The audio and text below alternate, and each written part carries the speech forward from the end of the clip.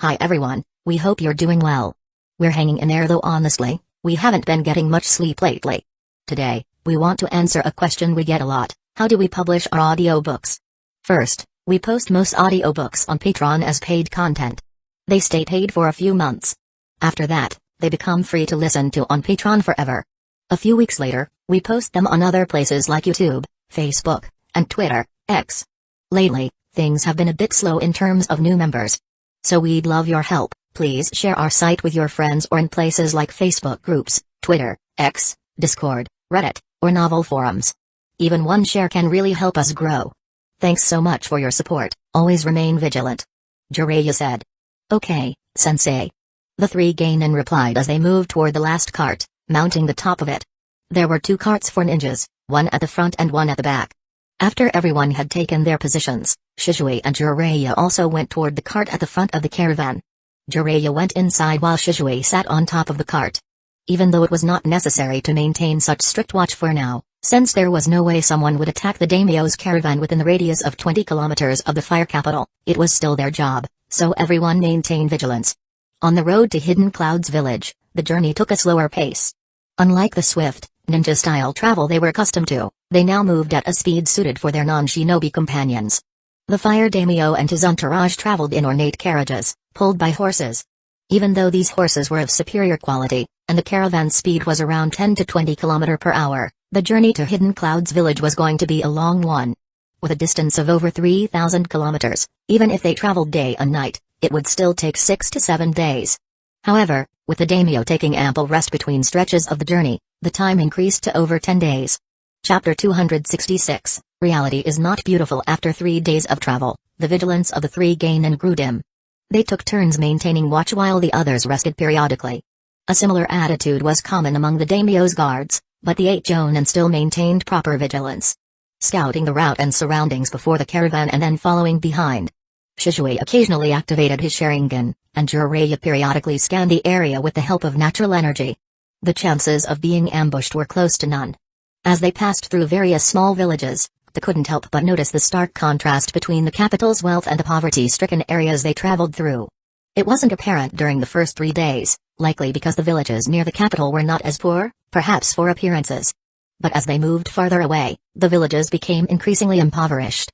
The villagers looked worn, with tattered clothes and weary faces. Children ran barefoot in the dirt, and the houses were barely holding together. It's hard to believe these villages are part of the fire country. Kabuto muttered, his sharp eyes observing the harsh conditions. Most of the villages in the land of fire are like this. Itachi added, his voice low but laced with concern. With all the wealth in the capital, it's a shame these people are forgotten. Kabuto said. The image of the bustling capital and the daimyo's palace, which shone like gold, was still vivid in his mind, a stark contrast to what they were seeing now. He nodded in agreement, his Sharingan briefly activating as he scanned the surroundings. He couldn't fathom how the daimyo, with all his resources, could ignore the suffering in his own country. Despite his ability to help, the ruler appeared indifferent. Even now, as they passed through such villages, neither the daimyo nor his ministers spared a glance at the villagers' condition. No matter which world I'm in, corrupt people at the top are everywhere, especially here, Kida thought. As they traveled further, the reality of the situation became even more apparent. Village after village showed signs of neglect. The farther they went from the capital, the more they saw villages neglected to the point that the people no longer even looked up with hope, they were too accustomed to being ignored. Kida's fists clenched. How can the daimyo turn a blind eye to this? If this is the state of villages within the fire country, I can't imagine what it's like in the other nations. The thought simmered in his mind, but he kept silent, knowing that voicing his frustration wouldn't change anything at this moment. The fire country was the most prosperous among the nations, but one thing puzzled him. The fields are so full of crops, and the weather is good for agriculture. Then why are these villages in such poor condition? Kida asked. They're on the outskirts, right in the range where ninja skirmishes are common. These people have to pay heavy taxes for their safety, not only to the fire daimyo but also to some rogue ninjas from Hidden Cloud's village for protection. After paying so much, they're left with just enough to survive. Itachi explained. But shouldn't our village eliminate those rogue ninjas for them? Kabuto asked. We can't. Even if we kill the current ones, new ones will take their place, and next time, they'll eliminate half the villagers. We can't protect them all the time. Itachi said. The group went silent after that, not wanting to discuss it any further. The journey continued like this, and by the end of the 4th day, They had swiftly left the fire country and entered the land of lightning. The group, who had thought the villagers of Hidden Leaf Village were pitiful, now realized what true hardship was. The land of lightning, already not as well off, invested heavily in its military, especially Hidden Cloud's village. As a result, the taxes paid by the villagers were not only unreasonably high but also deadly during times of war, leading to much worse conditions than normal. Unable to bear the sight of children drooling as they watched the guards eat jerky, Kabuto and Itachi shared some of the food they had prepared for their journey. Some children ate the food on the spot, while others clutched it in their little hands and ran to share it with their families, even though they were hungry themselves. They hadn't forgotten about their families. However, their stash had its limits. After visiting 2 or 3 villages, their storage seals were emptied of food. Shishui, seeing this, gave up his share as well, knowing how difficult it was to witness such scenes for the first time. People like him and Jiraiya, though not heartless, had grown numb to such sights. No matter how much you try to help, you can't change the world. You can give food for a day, a week, or a month, but what happens after that? These people would still live in these conditions once the generosity or money ran out. But they understood that it was difficult for someone seeing this for the first time to ignore such things. That's why neither Jiraiya nor Shishui stopped the 3. As for the daimyo and his ministers, they didn't pay any attention whatsoever. After 10 days of travel, they finally reached Hidden Cloud's village. As they crossed into the land of lightning, the towering mountains of Hidden Cloud's village came into view, their peaks shrouded in clouds. The contrast between this land and the villages they had passed was striking. The rocky terrain was dotted with waterfalls cascading down the mountainsides, adding an ethereal quality to the village hidden among the clouds. Hidden Cloud's village itself was built into the mountains, its structures blending with the natural rock formations, making it seem as though the village had grown directly out of the earth. The tall, imposing buildings stood in harmony with their surroundings, but there was an unmistakable militaristic feel to the village. Even from a distance, Kabuto and Itachi could see shinobi patrolling the area, their sharp eyes scanning for any sign of trouble. As the caravan approached the gates of Hidden Cloud's village, they were met by a group of Hidden Cloud's village officials and shinobi. One of the officials, a tall man with a stern expression, stepped forward to greet the fire daimyo. "Welcome to Hidden Cloud's village, Lord Daimyo," the official said, bowing respectfully. "We are honored to have you here. The Raikage has prepared a special reception for you and your entourage." The daimyo, still exuding an air of detachment, gave a small nod. He dismounted from his grand carriage, followed by his ministers and servants. Jiraiya and Shishui stepped forward, exchanging a brief glance with the officials before turning back to their team. The official gestured toward a path leading up the mountain. "Please, follow us. The Raikage awaits you in the village." As they began to ascend toward the village, the group was led to a spacious, well-guarded area where the daimyo and his ministers would stay. The daimyo explained that 4 jonin from Hidden Leaf Village would remain with him for his protection. "Lord, sorry to overstep my boundaries, but we are more than capable of providing the best security here. You don't need to keep these 4 jonin with you. After such a long journey, they may be tired and could use some rest." One of the ministers, who had a muscular build unlike the scrawny ministers of Hidden Leaf Village, said, carefully phrasing each word.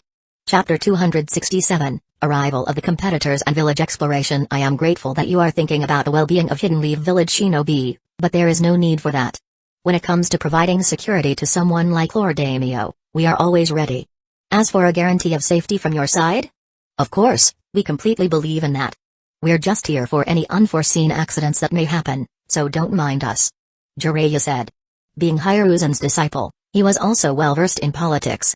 "As you say, Master Jiraiya," the minister replied, and then resumed talking with the daimyo. After some time, the minister left along with the other guards. "Jiraiya, I want to have a private talk with you," the daimyo said, and all others left the area, heading toward their respective lodgings, while the ninja and guards took their positions in front of the gate, stopping anyone from entering. "Jiraiya, for the last 4 years, Hidden Leaf Village has performed mediocre in these exams. I'm losing quite a bit of my reputation here. I know you guys are planning something different this time. Unless it leads to war, I don't have any problem, even if blood is shed. Make sure the Land of Fire wins this time," the daimyo said, a glint passing through his eyes. "Yes, Lord Daimyo, there is not a single doubt in my mind that we will win this time," Jiraiya assured him. "Good. You may take your leave now," the daimyo said. With a final bow, Jiraiya left the guest house. "All right, the 4 jonin will remain here. Itachi, Kabuto, you're with me. We'll head to our quarters and prepare for the exams. Shishui and the other 4, since you guys are free, Take a room with us as well and do regular shifts with the guards here." As the group split up, the young shinobi followed Jiraiya toward the living area of the village. The closer they got to the center of Hidden Cloud's village, the more they could see the bustling activity of the village. Despite its militaristic atmosphere, there was a sense of order and discipline that was unmistakable. Shinobi moved about with purpose, and the villagers, though fewer in number compared to Hidden Leaf Village, seemed well accustomed to the presence of ninjas everywhere. They couldn't help but notice how different Hidden Cloud's village felt compared to Hidden Leaf Village. The air was cooler, a little humid due to the high altitude, and the village's design was much more vertical, with bridges connecting buildings high in the mountains. "It's amazing how they've built an entire village into the mountains like this," Da said, his eyes scanning the surroundings. "It's certainly impressive," Kabuto added, adjusting his glasses as he observed the passing shinobi. "They've turned the natural landscape into an impenetrable fortress. No wonder Hidden Cloud's village is known for its defensive strength." Itachi remained quiet, but his eyes were also analyzing the layout of the village. As this was his first time in an enemy village, he noticed how, unlike Hidden Leaf Village, this village truly showed how a ninja village is different from others.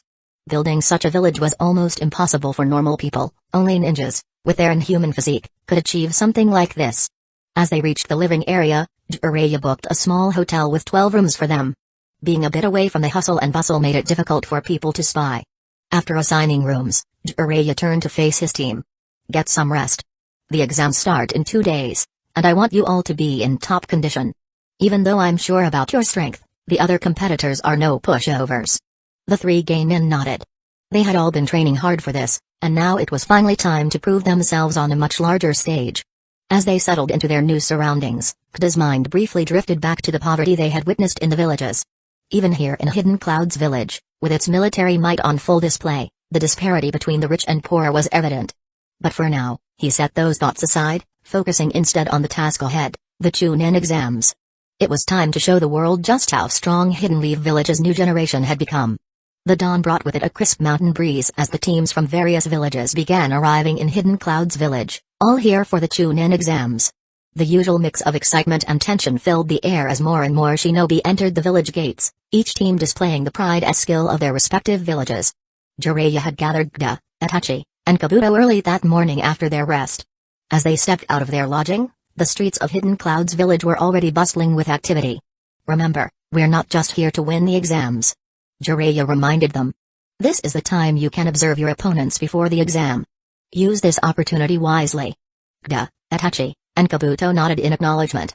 As they walked through the marketplace, Kda spotted a group of shinobi wearing the traditional Hidden Stones village headbands.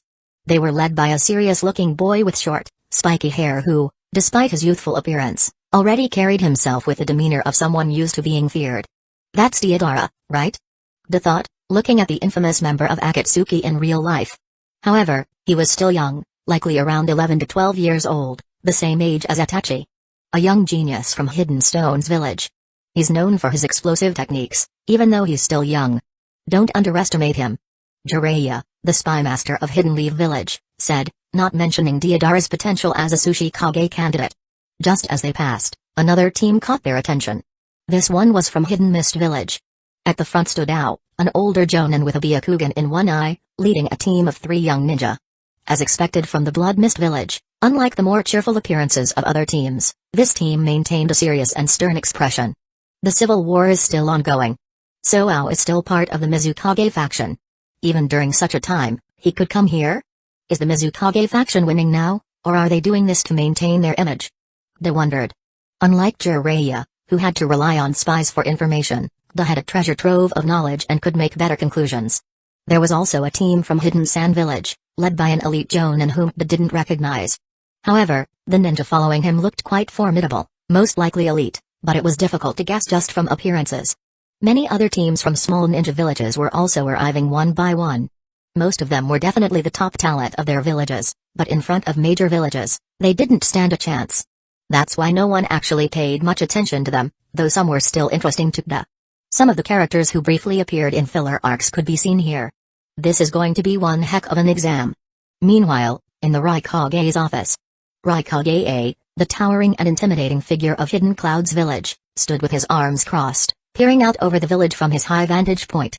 His ministers gathered around him, discussing the latest developments. One of the ministers, a lean man with sharp eyes, stepped forward. Lord Raikage, from the reports, Hidden Leaf Village's delegation seems unusually strong this time. Jiraiya of the Sannin, along with Shishui of the Body Flicker, two extremely capable commander-ranked ninjas, are accompanying the Fire Daimyo. That level of security is unusual. Raikage grunted, his stern face betraying little emotion. Hidden Leaf Village doesn't need to send guards like them unless they have a reason. They're not here just to keep the daimyo safe. Something's up. Another minister, older and wiser, added, it seems Hidden Leaf Village may be attempting to make a political statement with their strength. They've been on the decline in the recent Chunin exams. Perhaps they intend to reassert their dominance. Chapter 268, Moves. Raikage nodded. I've noticed that as well. Itachi Uchiha, heir of that damned Uchiha clan, is among the participants. He waited for a moment before saying, let Darui participate in this Chunin exam as well. Replace the weakest member of the team and make him the leader. Darui, who was a couple of years older than Itachi, was still not a Chunin. Like Hidden Leaf Village, A was also planning on using him to assert dominance in a Chunin exam hosted by another village, but with the current situation, he needed to modify his plan. Since there was no way he could let others win in his fortress, the ministers bowed and left the Raikage alone in his office, deep in thought. The storm clouds above the mountains seemed to mirror his mood. Kida, Kabuto, and Itachi, after briefly surveying their competitors, decided to explore more of Hidden Cloud's village with Jiraiya's permission. The unique structure of the village intrigued them, with its towering, rock-built houses and massive bridges that connected one part of the village to another.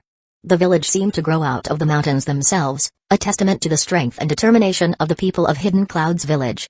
As they wandered through the streets, they came across a bustling market where vendors sold exotic goods not found in Hidden Leaf Village, spices, weaponry, and rare mountain herbs.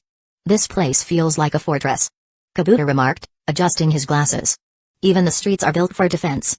Itachi nodded, his sharp eyes catching sight of several shinobi strategically positioned on rooftops.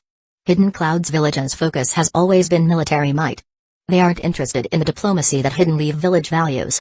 They walked past a blacksmith's shop where massive hammers clanged against metal, forging weapons they had never seen before. Kabuto stopped to examine a particularly interesting blade, a serrated sword infused with what appeared to be lightning chakra. Interesting. Kabuto muttered. It seems like Hidden Cloud's village uses chakra in their weapons more often than we do in Hidden Leaf Village. He also picked a sword for himself. They moved on, eventually reaching one of Hidden Cloud's village's famous waterfalls that cascaded down from the cliffs, creating a natural barrier between the village and the world below. Kida stood for a moment, watching the water rush by. Hidden Cloud's village is impressive, he said, his voice tinged with respect. Itachi looked out over the view. Yes, but these wonders come at a cost. Their people suffer more than ours. Kida nodded. His mind flashed back to the poor villages they had passed on the way here, but only for a second. Alas. There is nothing we can do for now. Let's just focus on the task ahead of us first and think about that after winning. Kabuto, the least affected among the three, said. Having lived his whole life in an orphanage and dealt with poverty too, it was not a foreign concept for him. You are right. There is no use thinking about it if we can't do anything. Let's focus on what's ahead of us. Kida said. The waterfall. Kida and Kabuto looked toward Itachi as if he were an intruder. They even dispersed their chakra to make sure they weren't under Ganjutsu. I was just joking, guys. Itachi said, turning his face away. Man, this is the first time he's tried to make a joke. Now I understand why he always remains serious, he's really bad at being funny. Kabuto said, laughing. Hey, don't discourage him. At least he's trying to improve. Kida added, laughing as well. I'm going back. Itachi said, starting to walk back toward the hotel. Hey, we're coming too. Kida and Kabuto followed Itachi back toward their lodging, but the air between them remained lighthearted. It was a rare moment for them to relax and enjoy, especially since, from the time they came together as a team, the only thing they had done was train. This was one of the reasons Jiraiya allowed them to go around and explore the village a little, particularly since the looming Chunin exams promised fierce competition. As they walked back through the crowded market, a team from Hidden Rain Village passed by, catching their attention. The Rain Ninja, dressed in their sleek, dark raincoats, moved silently, their faces hidden beneath large hats. One of them, a silver-haired boy with a steely gaze, briefly made eye contact with Itachi before the group continued on their way. They say the rain never stops in their village. Kabuto murmured, watching them disappear into the crowd. I wonder what kind of jutsu they'll bring to the table. Rain Ninja are known for their stealth and water-based techniques. Itachi said. But in a place like Hidden Cloud's village, they'll be at a disadvantage without constant rain. without constant rain? See above us, Captain, the atmosphere is always cloudy. Maybe luck will be on their side, and they can get their home advantage here too.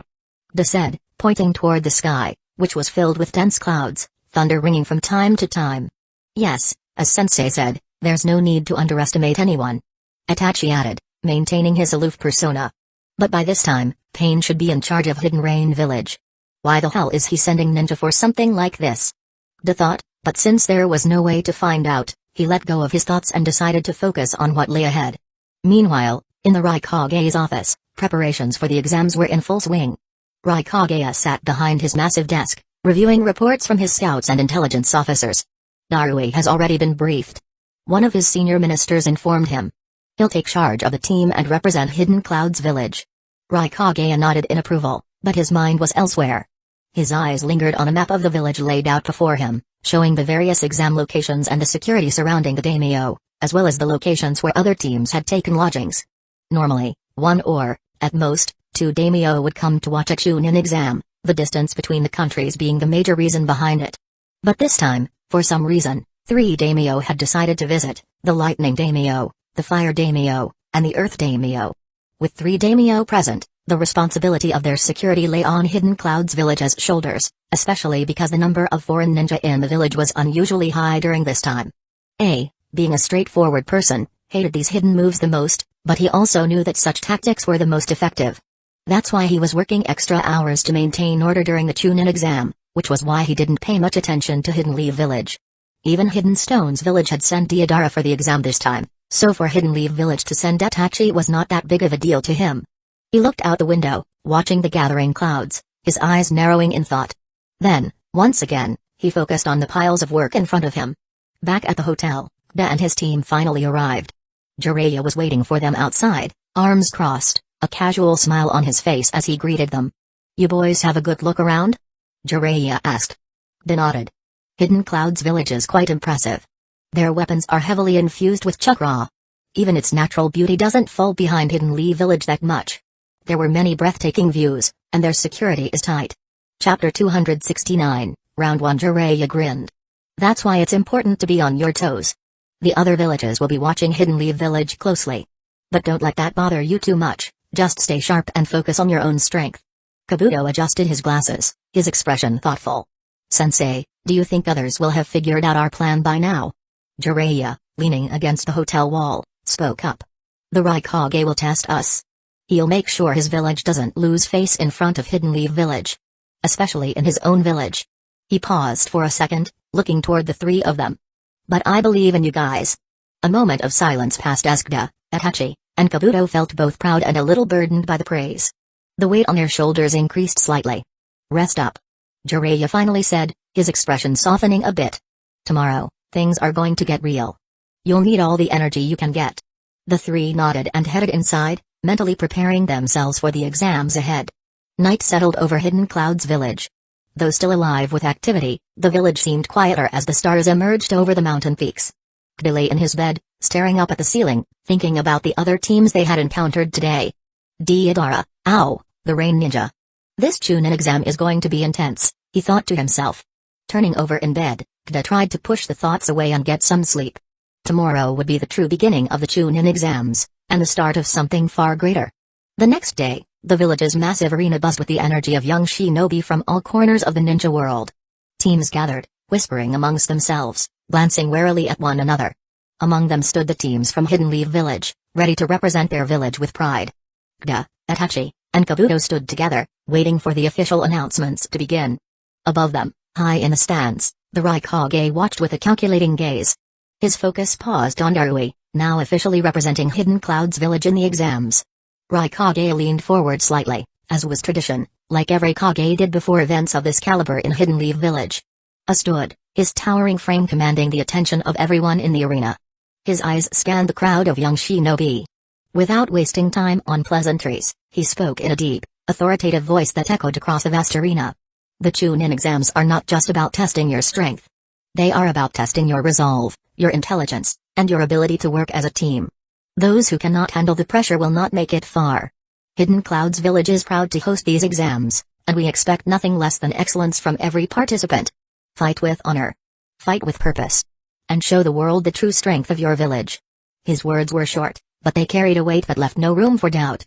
The young shinobi, especially those from Hidden Cloud's village, straightened up, inspired by their leader's direct approach. With that, Raikage stepped back, and an elite jonin from Hidden Cloud's village, a tall man with a scar running down the side of his face, stepped forward to address the participants. The Chunin exams will be held in 3 stages. The first stage is a written exam designed to test your knowledge and ability to gather information under pressure. The second stage will take place in the Thunder Plains, where you will face the dangers of nature and your fellow competitors. The final stage will be held here, in this very arena, where only the strongest will rise. The rules are simple: survive, show your strength, and most importantly, don't die. A murmur spread through the crowd as the Jonin's words sank in. He paused, letting the tension build before continuing. The Jonin looked over the crowd one last time before finishing. "Now, prepare yourselves. The exam begins soon." With that, the tension in the air intensified, and the participants began to mentally ready themselves for the grueling tests ahead. With the initial speech done, they were sent toward a building designated for the first stage of the test, a big hall filled with seats like a ninja academy for the participants to sit. As the participants settled into their seats, the atmosphere thickened with anticipation. Kida, Itachi, and Kabuto exchanged glances. But these were not just simple glances. Within seconds, Itachi connected their minds with a subtle genjutsu. It was so difficult to detect that only a highly skilled sensor could find it, and Itachi could only do it because Kida and Kabuto didn't resist. The role of the genjutsu was simple: communication. Without saying a single word, all 3 of them could now communicate in their minds. The elite jonin who had introduced the exam stepped forward once again, his scarred face set in a serious expression. "Welcome to the first stage of the Chunin exams. You will all be given a series of questions that test your knowledge as shinobi. However, this is not just a written test. There is a hidden layer to this examination." A ripple of curiosity swept through the crowd. The jonin continued, "You will be given a sheet with questions. There will be a total of 10 questions, but only knowing the answers is not enough." He paused for dramatic effect. "After each answer, you must write a secret code placed at different locations securely in this area. You have to find those codes and write them below your answers. Only answers with codes will be evaluated at the end. If you are caught fighting by an instructor, you will be disqualified. A minimum of 3 answers are needed to pass the test. You will have 3 hours to complete the test." A low murmur spread through the participants. This was exactly the type of challenge that Hidden Cloud's village thrived on: fighting, cunning, and strategy. "Now, the question papers will be distributed," the jonin announced, and as he spoke, a flurry of papers began to fly through the air, landing in the hands of eager participants. He caught his sheet and scanned the questions quickly. Each one required knowledge of ninja history, geography, shinobi techniques, and various principles one should follow during missions. However, beneath the surface, Kida noticed the strategic phrasing. It seemed to encourage participants to confront other teams rather than simply answer questions. The codes could be destroyed by others, meaning passing the first stage would become difficult for many teams. But the problem faced by the Hidden Leaf Village teams was entirely different. "This is going to get chaotic," Kabuto said inside his mind, his voice laced with excitement. "We need to decide our approach. It would be wise to remain stealthy, at least at first," Itachi suggested. "Gather information and assess our competition. We can engage if we have to." As they discussed their strategy, some teams with hot heads had already started moving. The sounds of scuffling echoed from a nearby room. Kida's eyes widened. "Let's move. We can use this to our advantage," Kida thought. When they went out, they found 3 ninja running toward the location of the first code. They were none other than the Hidden Stones village team led by Deidara. They were heading toward the room on the map used to store maps and scrolls, though all of them were fake. Hidden Cloud's village wasn't going to take the risk of leaving the real ones there. Kida and the group decided to follow them quietly. "Don't make a sound. This is an excellent opportunity for us to decide our approach. Let them make the first move," Itachi said using the mental link. With Sharingan activated, they followed Deidara's team from a distance. Chapter 270, Interesting brother, shouldn't we wait for others to try something first? What if we get eliminated because of this? One of Deidara's teammates, a large-built ninja with brown hair, asked. "We have to get the code first and stop the other teams from getting it. Just imagine, we can reduce the competition in the first round alone. We just have to destroy the codes after finding them. Simple. That's why we can't waste time like the others. Let's just find the code, then I can once again focus on my art." Deidara replied. "Okay, brother. Wait." Deidara said, raising his hand. A ninja was guarding the room. "So, This test is here to judge our intelligence gathering capabilities. These types of scenarios are common during missions. Quite an excellent way to test us. Deodara said, taking out some clay from his pocket. With a mouth in his hand eating it, he threw a small spider outside. It swiftly went behind the ninja and released its effect. But this time, it didn't explode. Instead, it used a small pin laced with paralysis poison to immobilize the guard. The team went inside and easily found the code. From a distance, Gda, Kabuto, and Itachi watched. Well, Gda and Itachi saw everything and relayed it to Kabuto, but they noticed something Deodara and his team didn't. Aside from the ninja guarding the gate, 5 more shinobi were hiding in the shadows, ready to act if any team harmed the guard. So, we can use force to get the codes, as long as we don't get caught fighting the other teams. This is quite easy, Itachi said through the mental link. Yup, let's get the first one right now, Gda agreed. Guys, I think you sometimes forget I'm not a Uchiha. Can you explain your excellent plan to me as well? Kabuto said. See for yourself, Gda responded as he and Itachi suddenly vanished from their spot and appeared in front of Hidden Stone's village's team. With their Sharingan activated, Itachi placed Deodara under a Genjutsu, while Gda handled the other 2. I got it. Now, what should we do about these guys? Gda asked. Ideally, we should eliminate them early for a better chance of winning in the end, but... Yup, they're strong contenders. If there's no good fight at the end, our victory will look easy, not grand, Gda finished the thought. Let's just make them go back and wait for 2 hours. With their strength, finding 5 or 6 more codes in an hour is no difficult task. Itachi suggested. Okay. Gda agreed. Once again, both of their Sharingan revolved, and the Hidden Stones village team walked back to the examination hall. Even veteran Jonin could fall under the 3 Tomoe Sharingan's Genjutsu, let alone gain in. The instructor in the hall noticed that the Hidden Stones village ninjas were under a jutsu but didn't intervene, as it wasn't breaking any rules. Even though he had a good idea who had cast the Genjutsu, there was no proof. Hidden Leaf Village is really showing off, the instructor smirked. Slowly, more teams returned to the hall, sitting in their seats and waiting. When the 6th team came back, the instructor grew a little anxious. Are they planning on passing the first exam by themselves? Aside from the Hidden Stones village team, the Hidden Sand village team had also returned. Only teams from smaller villages were present. With most of the strong teams out of the competition, only 4 strong teams remained in the first stage: Hidden Leaf Village, Hidden Clouds Village, Hidden Mist Village, and Hidden Rain Village. After an hour, the Hidden Leaf Village team returned to the hall and submitted their paper to the Jonin. 3 is just the minimum requirement. You guys still have time and can go for a higher score. The Jonin said. Since they had eliminated so many teams, he doubted that the Hidden Leaf Village team had gathered all the codes. Sir, we have all the codes. Itachi said in his aloof tone, submitting the paper. Then he, Gda, and Kabuto returned to their seats. Hidden Leaf Village is not just showing off. They're planning to dominate the Chunin exams, the instructor thought as he sent the answer sheet for evaluation. While he was thinking that, the Hidden Leaf Village team was having their own conversation, though no one else could hear it. Hidden Clouds Village was prepared for us, as was Hidden Sand Village. They've developed a contingency plan against Genjutsu, Itachi said. Well, there's no way Hidden Clouds Village didn't know about you, so it's understandable they'd prepare a defense against Genjutsu. As for Hidden Sand Village, those beetles are annoying, Gda added. Yeah, but on the bright side, it's good they have some defense. Otherwise, this exam would have become too one-sided, Kabuto said, realizing for the first time how convenient the Sharingan was. Even the Chunin guarding the gates had respectfully stepped aside after one glance at Itachi's and Gda's eyes. Let's see how the second round goes, Gda said. After another hour, the teams that had been under Genjutsu began to awaken one by one. Most of them quickly realized what had happened. Anxiously, they checked the time and, relieved they still had some left, rushed out of the hall to search for at least 3 codes. Not all of them were as calm, though. Uchiha. I'll kill all of you. Deodara shouted as he came out of the Genjutsu. He remembered seeing 2 red eyes before everything went black, and he began doing random things. For the last 2 hours, he'd been drawing a dragon on his desk. They hadn't even eliminated him, as if to say, entertain us in the next round. They were mocking his art. If you fight, you'll be disqualified. The instructor warned firmly before Deodara could charge at the Hidden Leaf Village team. You'll get your chance in the next round, though. The instructor added, his tone amused. He clearly saw what the Hidden Leaf Village team had done. I will definitely kill all 3 of you in the next round. Deodara growled, about to storm out when. Wait a second. Gda said, standing up.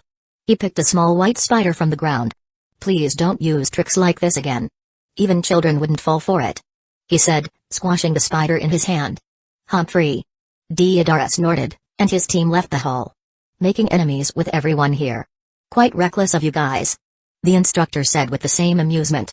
"The moment we decided to participate in the exam, they were already our enemies."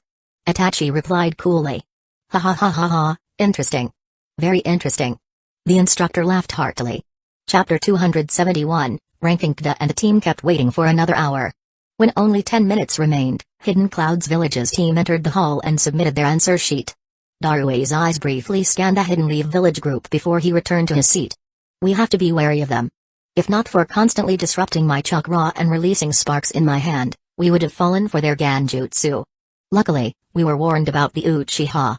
Otherwise, we might have been eliminated in the first round," Darue thought. It wasn't just his chakra control, but also his awareness that helped him escape the Ganjutsu. The Ganjutsu Kda and Itachi were using in this round was fairly light. If it were to be classified as ninjutsu, it would be ranked B. Kda, who was capable of using a rank Ganjutsu with his Sharingan, could have made them fall into a deeper illusion had he wanted. And Itachi could easily cast an S-rank Ganjutsu. But since they didn't plan on eliminating Hidden Clouds Village, they simply let them be and continued searching for codes. After Hidden Clouds Village, Hidden Rain Village's team also returned. Known for their stealth techniques, they had managed to find all the codes without any confrontations. A highly efficient team. Next, Hidden Sand Village's team arrived. However, they had to battle both Hidden Lee Village and a team from a smaller village that was desperate for codes due to time constraints, so they could only gather 9 codes. Many teams returned before time ran out, including Hidden Stones Village's team, which managed to collect 6 codes within the hour. However, they weren't pleased. Once the last team submitted their answer sheets, the instructor spoke. "With this, the first stage is completed. The winner of this round is Team 3 from Hidden Leaf Village, who managed to retrieve all 10 codes within 1 hour. In second place is Team 8 from Hidden Clouds Village, collecting 10 codes in 2 hours and 40 minutes. Third is Team 10 from Hidden Rain Village, with the same 10 codes, but in 2 hours and 50 minutes. The rest of the teams who passed will be listed on the board. If your name isn't there, you're disqualified, either because your code was incorrect or you failed to gather at least 3 codes. We're doing your villages a favor by not allowing you to become Chunin. Those who passed, meet in front of Lightning Valley in 1 hour." The instructor finished and left the hall. The teams rushed out to check their names on the list, but the teams from the major villages already knew their results. While their ranks shifted, all of them had passed. Deodara walked straight toward Kda and his group, his eyes burning with anger. Seeing him approach, both Kda and Itachi activated their Sharingan. The once noisy hall went completely silent as 2 pairs of dark red eyes scanned every detail in the room. Everyone present felt exposed, as if those eyes could see through them. "Don't worry, I'm not going to do anything. For now. But you better pray we don't meet in the next round. Otherwise, not even your remains will return to Hidden Leaf Village," Deodara said in a cheerful tone. "I hope you'll be able to entertain us a little," Kda replied as Deodara turned to leave. Hearing that, Deodara paused for a moment but left without another word. Was it necessary to provoke him that much? Kabuto asked, this time not using their mental link. He thought he could just come and threaten us? No chance. Kda said as he stood up, followed by Itachi and Kabuto, who shook his head in disbelief. Teams that passed the first stage: Team 3, Hidden Leaf Village. Team 8, Hidden Clouds Village. Team 10, Hidden Rain Village. Team 13, Hidden Sand Village. Team 11, Hidden Mist Village. Team 6, Hidden Stones Village. Team 9, Hidden Grass Village. Team 15, Hidden Waterfall Village. Team 28, Hidden Frost Village. Team 22, Hidden Hot Water Village. These were the teams that passed the first stage of the Chunin exam out of 30 teams, listed with the same rankings. After checking their results, the teams either returned to their rooms to pack their belongings or made their way toward Lightning Valley using the map. Kda recalled Jiraiya's warning about Lightning Valley before the exam. The Lightning Valley is a treacherous, high-altitude region deep within the mountains of the Land of Lightning, far from the bustling streets of Hidden Clouds Village. Known for its wild, untamed nature, the valley is constantly shrouded in thunderstorms, with jagged cliffs, craggy peaks, and narrow paths winding through the mountains. The air is thick with the smell of ozone, and the sound of thunder echoes through the valley as lightning frequently strikes the rocky ground. The terrain is varied, with dangerous cliffs, deep ravines, and hidden caves scattered throughout the landscape. Torrential rain floods the lower regions, turning the paths into muddy, slippery trails. In some places, The valley is covered in dense foliage, while in others, the ground is cracked and barren, scorched by the frequent lightning strikes. Despite the dangers, the valley is home to a variety of wildlife, some highly aggressive due to the constant exposure to the volatile weather. Raptors, large boars, and even chakra-infused wildcats roam the valley, making it even more perilous for shinobi navigating its depths. Be careful. Even a Chunin-level ninja can fall to the beasts in that valley, especially the wildcats. Aside from being ridiculously fast, they use lightning in their attacks and are proficient in ambushing their prey. Jiraiya's warning still echoed in Kda's mind. After traveling continuously for 45 minutes, they finally arrived in front of the large valley. The view from their vantage point was both breathtakingly beautiful and deadly, a vast valley surrounded by barren mountains, shrouded in dark thunderclouds with lightning cracking through the sky. The three of them stood there for a minute, just taking it in. You'll have plenty of time to explore the valley during the second stage. For now, head to that building, or you'll be disqualified. The instructor from the first stage appeared beside them and said. Yes, sir. Itachi responded, and the three of them ran toward the location of the second exam. A single building stood at the entrance of Lightning Valley, and after some time, the other teams began to arrive one by one. I'll be in charge of the second stage of the exam. Before we begin, you'll need to sign these papers. A muscular giant with a large sword on his back said. His overwhelming presence made it clear that he was an elite Jonin. Chapter 272, First place only 10 teams? Looks like the first stage was tougher than previous exams. Well, good for you guys, your competition is reduced. Now I will tell the rules of the next stage. Listen carefully, I am not going to repeat myself. Seeing everyone paying attention, the elite Jonin started speaking once again. The second exam will be simple. There are a total of 12 scrolls hidden in the valley. We will give each team the location of 2 different scrolls. A mischievous smile came on his face before he continued. Each scroll is a ticket to go toward the next stage, only one person per scroll. He stopped, letting the details sink in for everyone. We will need 3 scrolls each, then, Kda said through the mental link. That means collision with one team is almost certain, Itachi said. But I don't think that's all, otherwise, it will be easy, Kabuto added. After some time, the Jonin continued, getting a scroll is just one objective. The second one is to survive for 3 days in there. In those 3 days, you can search for scrolls. If you don't find one, search for teams that have one. All in all, no matter what you do, ultimately, the only thing that matters at the end of those 3 days will be if you have the scroll or not. You guys are not allowed to bring anything other than a kunai and an empty storage seal with you. It will be your responsibility to find food during those 3 days. After 3 days, you guys will have to submit your scroll to me in 5 hours, otherwise, you will be disqualified. Even if you have all 12 scrolls with you, and at last, if during the stage you want to give up, burn this seal and stay in your place for 10 minutes, someone will come to your rescue. But keep in mind you will be disqualified from the exam as soon as you do that. The Jonin said, and then some other ninjas started distributing many seals to each participant. Interesting, this seal continuously stores and transmits chakra in the surrounding. I am pretty sure with this they will be able to track us even if we don't burn this tag, Kda informed through the mental link. That doesn't seem like a problem to me. Kabuto said. It was more like an extra knowledge type of thing than a warning, Kda said. He is just trying to show off his fuinjutsu skills, Itachi said with a straight face. Absolutely not. Kda replied in the mental link. Yes, you are, Kabuto chimed in too. You two are ganging up on me, that's unfair. Life is unfair, my friend. While they were having this type of conversation, their faces remained completely stoic. Does anyone have any doubts? The instructor asked, but after only getting silence in return, he continued, good, now on to the next part. It will be unfair if everyone got the same treatment, even though some of you performed much better than others in the first round. The instructor said, holding the results of the first exam in his hand. So I have 3 rewards here. The team that came first can choose first, then the second team, and the third team will get whatever is left. The instructor said and then listed the rewards. Getting a chance to start the exam 1 hour before others. Getting food supply for 3 days. Location of all 3 scrolls. All 3 of them are looking great, what should we choose? Kabuto said through the mental link. Food is out of the option, we all can go 3 days without food. Also, we can find food in the mountains. As for the location of the 3 scrolls, it's not like the location we will get won't be given to others. Maybe by the time we reach the 3rd scroll, someone else may have already taken it. Kda said. Then that leaves us with just one option. Also, we will know who has the other 2 rewards and extra time, so there is nothing wrong with choosing the first one. Itachi said and then went ahead. Sir, we would like to choose the first reward. Okay, second team, your turn. Darui nodded his head, and without any discussion with his teammates, said, we would like the second reward. With food out of the problem, we can focus on finding the scrolls, he thought.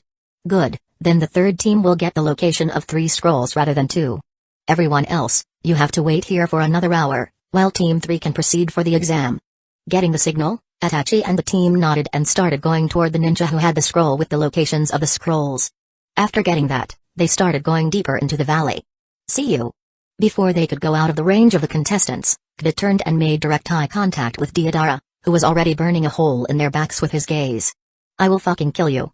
Deodara shouted at the top of his lungs. You're enjoying this too much. Itachi said, shaking his head. Man, I just hope I get paired up against him in the last stage. Kida said with a refreshing smile on his face.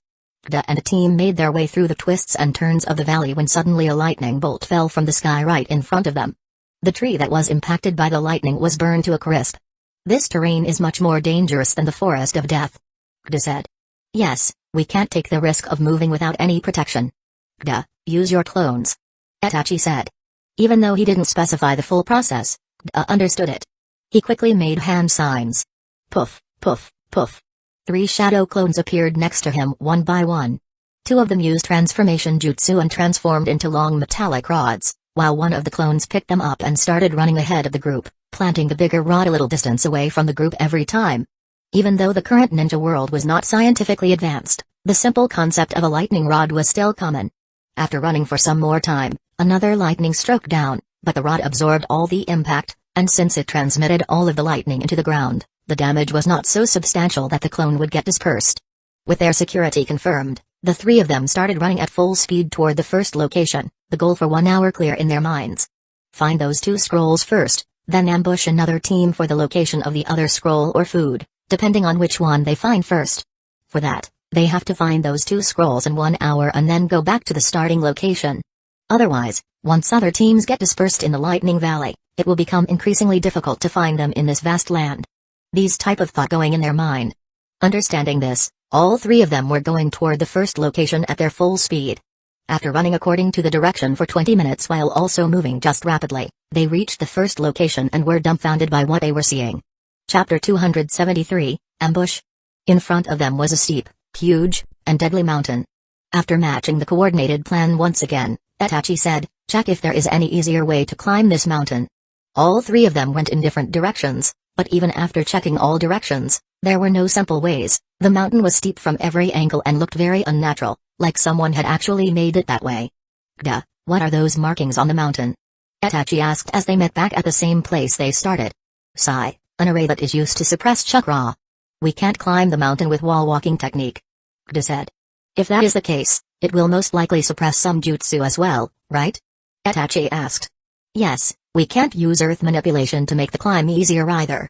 Kabuto said as he tried to manipulate the earth around him to form spikes. This is a test of brute strength, we have to climb up and get the scroll. Kida said. It would be illogical for all of us to go to the top together, only one of us can go while the others conserve their strength. Itachi said. What if there are other traps at the top of the mountain? Kabuto asked. We can handle some of the traps easily, if it gets too difficult, we can come back and try once again with all of us together. Itachi explained. I have a better idea. Kida said, and poof, one shadow clone with 10% of his chakra appeared next to him and quickly started climbing the mountain swiftly. Itachi and Kabuto nodded their heads, as this way either they would get the scroll, or the clone would find out about the traps, and they could plan accordingly. Luckily, the clone easily climbed the mountain, it was truly just a test of brute strength and nothing else. With the scroll in his hand, he jumped straight down from the top of the mountain and, right before landing, threw the scroll toward Kida before dispersing itself. If that clone had landed, you would have gotten trauma for life. Kabuto said. But that was fun, and it saved us time too. Kida said. But not much, we only have 20 more minutes before others start coming here. Itachi said. Let's go back first. We can always search for the second scroll afterward, but finding those teams will become one heck of a task if they get dispersed. Kida said. Yes. Then the 3 of them started going back. Once again, a shadow clone was running in front of them with a metal rod in his hand. After they reached back to their starting position, they hid behind a mountain, waiting for teams to arrive. But even after waiting for 10 minutes, no team appeared from the same way they had entered. Just when they were about to lose hope and go back, a team with a headband of Hidden Waterfall Village entered the valley, quickly running away from the entrance. Before they could get far, 3 shadows flickered in front of them. "Fuck," the leader of the team said. They had no intention of resisting at all, because the shadows' faces became clear the next second, revealing 2 pairs of blood-red eyes with 3 Tomui fixed on him. With the reputation of Hidden Leaf Village and the Sharingan, along with their sensei's warning about Itachi Uchiha, the thought of fighting didn't even cross their minds. "We don't want to fight. If you give us the address of just one of the scrolls, we will let you pass without any problems," Itachi said. "Just one?" the leader asked. "Yes," Itachi replied. Without a second thought, the leader took out a piece of paper and gave it to Itachi.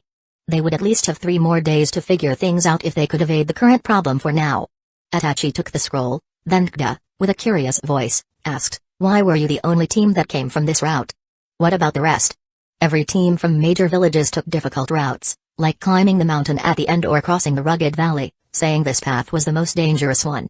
"We initially didn't understand why they were saying that," the leader of Team 15 said, sighing at his own stupidity for not understanding the meaning earlier. "Sorry, dude, we need this," Kda said, patting his shoulder. "No, it's totally fine." "Okay, then take care and be careful about the lightning, it will become deadlier as you keep going deeper in the valley. Make sure you have some type of protection," Kda said, leaving a final piece of advice before vanishing from his place with the rest of his team. "Let's go, at least we still have a chance. This is the shortest path. We can take at least 1 scroll before others come back into the race," the leader said, trying to lift the mood. "Our plan to get food has failed now," Kabuto said. "Well, easy food, but still, we can hunt for our food," Kda replied.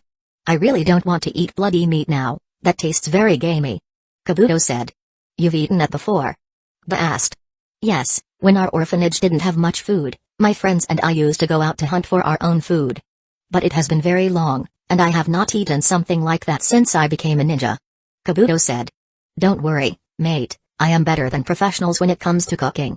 The food will not taste bad, guaranteed," Kda said, remembering why this boy was first added to Root, for his orphanage.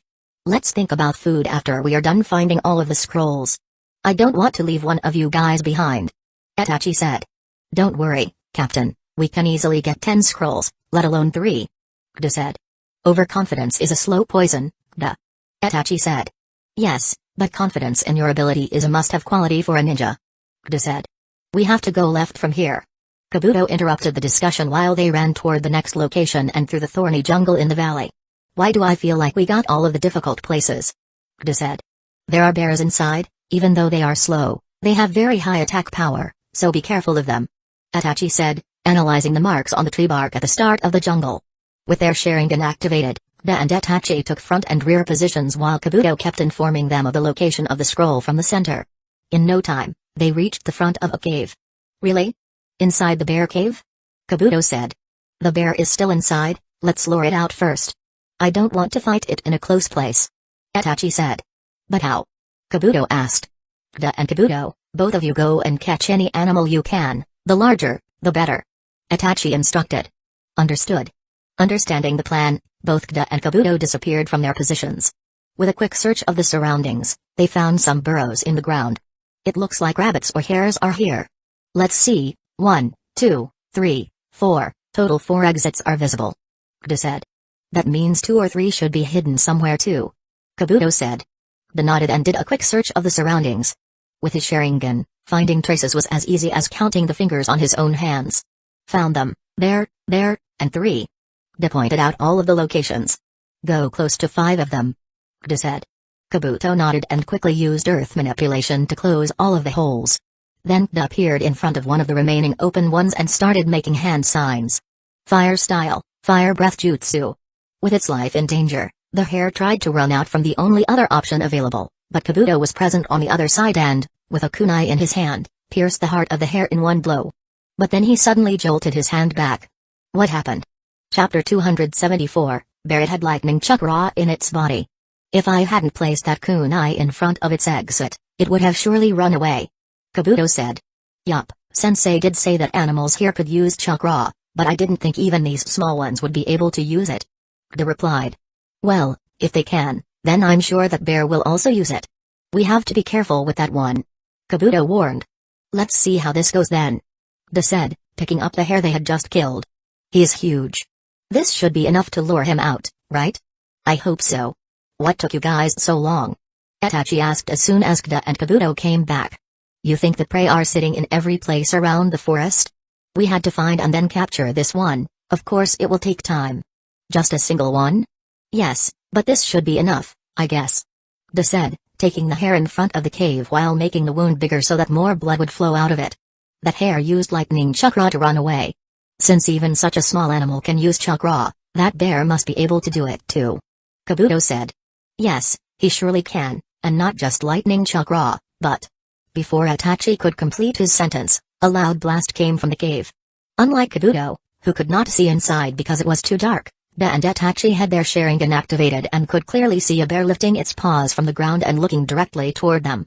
Not because it could see them, but because it could smell them. Bears have a better sense of smell than wolves. Along with the blood of its prey, it could also smell 3 other scents. Unlike a wild animal, this one had intelligence. Seeing the attempts of 3 humans to lure it out like a wild beast made it angry. With slow steps, it started coming out of the cave. Kida and Itachi jumped back while Kabuto used Earth Style, hiding like a moljutsu to prepare an ambush. But as soon as the bear emerged from the cave, it stood on its hind legs and roared, "Grah!" Then, with a single leap, it jumped toward the building where Kida and Itachi were. Boom! With a single punch, the tree was broken into splinters, but Kida and Itachi had already jumped away by then and were completely safe. Its fighting style resembles yours when you use that hammer of yours. Itachi said. Yes, it's using Earth Chakra rather than lightning to increase its attack power and weight. Kida replied. I will handle it. Itachi said, starting to make hand signs, but Kida, seeing the hand signs, swiftly stopped him. Wait, Captain. Let me give it a try. Seeing the battle spirit in Kida's eyes, Itachi just nodded his head with a smile, understanding what Kida meant. Kabuto, don't interfere. Kida shouted, then jumped right in front of the bear, with the seal on his forehead glowing. This time, the mark didn't spread across his entire body but just on his hands, feet, and back, forming gauntlet-like markings. Kida shouted, let's see how powerful you are, buddy. And jumped right toward the bear. The bear didn't take Kida's small figure of 1.5 meters in front of its nearly 2.5 meters size seriously and threw its paw right toward Kida's punch. Kabuto had appeared next to Itachi. He's really doing a strength contest against a bear? Kabuto said. He wanted that. Itachi said, then focused on the fight once again. He could easily tell that Kida was not using even 10% of his full power. When their attacks collided, both of them slid back a little. The bear was shocked at how such a tiny human could exert so much strength. Quite good, bro, but that is not your full power, right? Kida asked. Understanding his meaning, the bear hit the ground once again. Many rocks flew out of the ground, but rather than flying away, they stuck to its hand, creating a boxing glove effect. With his Sharingan, Kida could also see that the bear was using twice the amount of chakra compared to its earlier attempt. Now this is what I was talking about. Kida said, doubling his chakra too. Once again, both of them jumped toward each other, but this time the bear's punch was harder than Kida expected. He was pushed back because of that, and the bear kept charging forward, landing a second punch on Kida's ribs and throwing him back further. Should we help him? Kabuto asked worriedly. But Itachi, seeing the smirk on Kida's face, smiled and said, no need. Kida stood up and brushed the dirt off his clothes. At the last moment, he blocked the punch so that none of his bones were broken, but it still hurt. Let's see how you'll handle this. Kida said, once again doubling his chakra, which not only increased his strength but also his speed.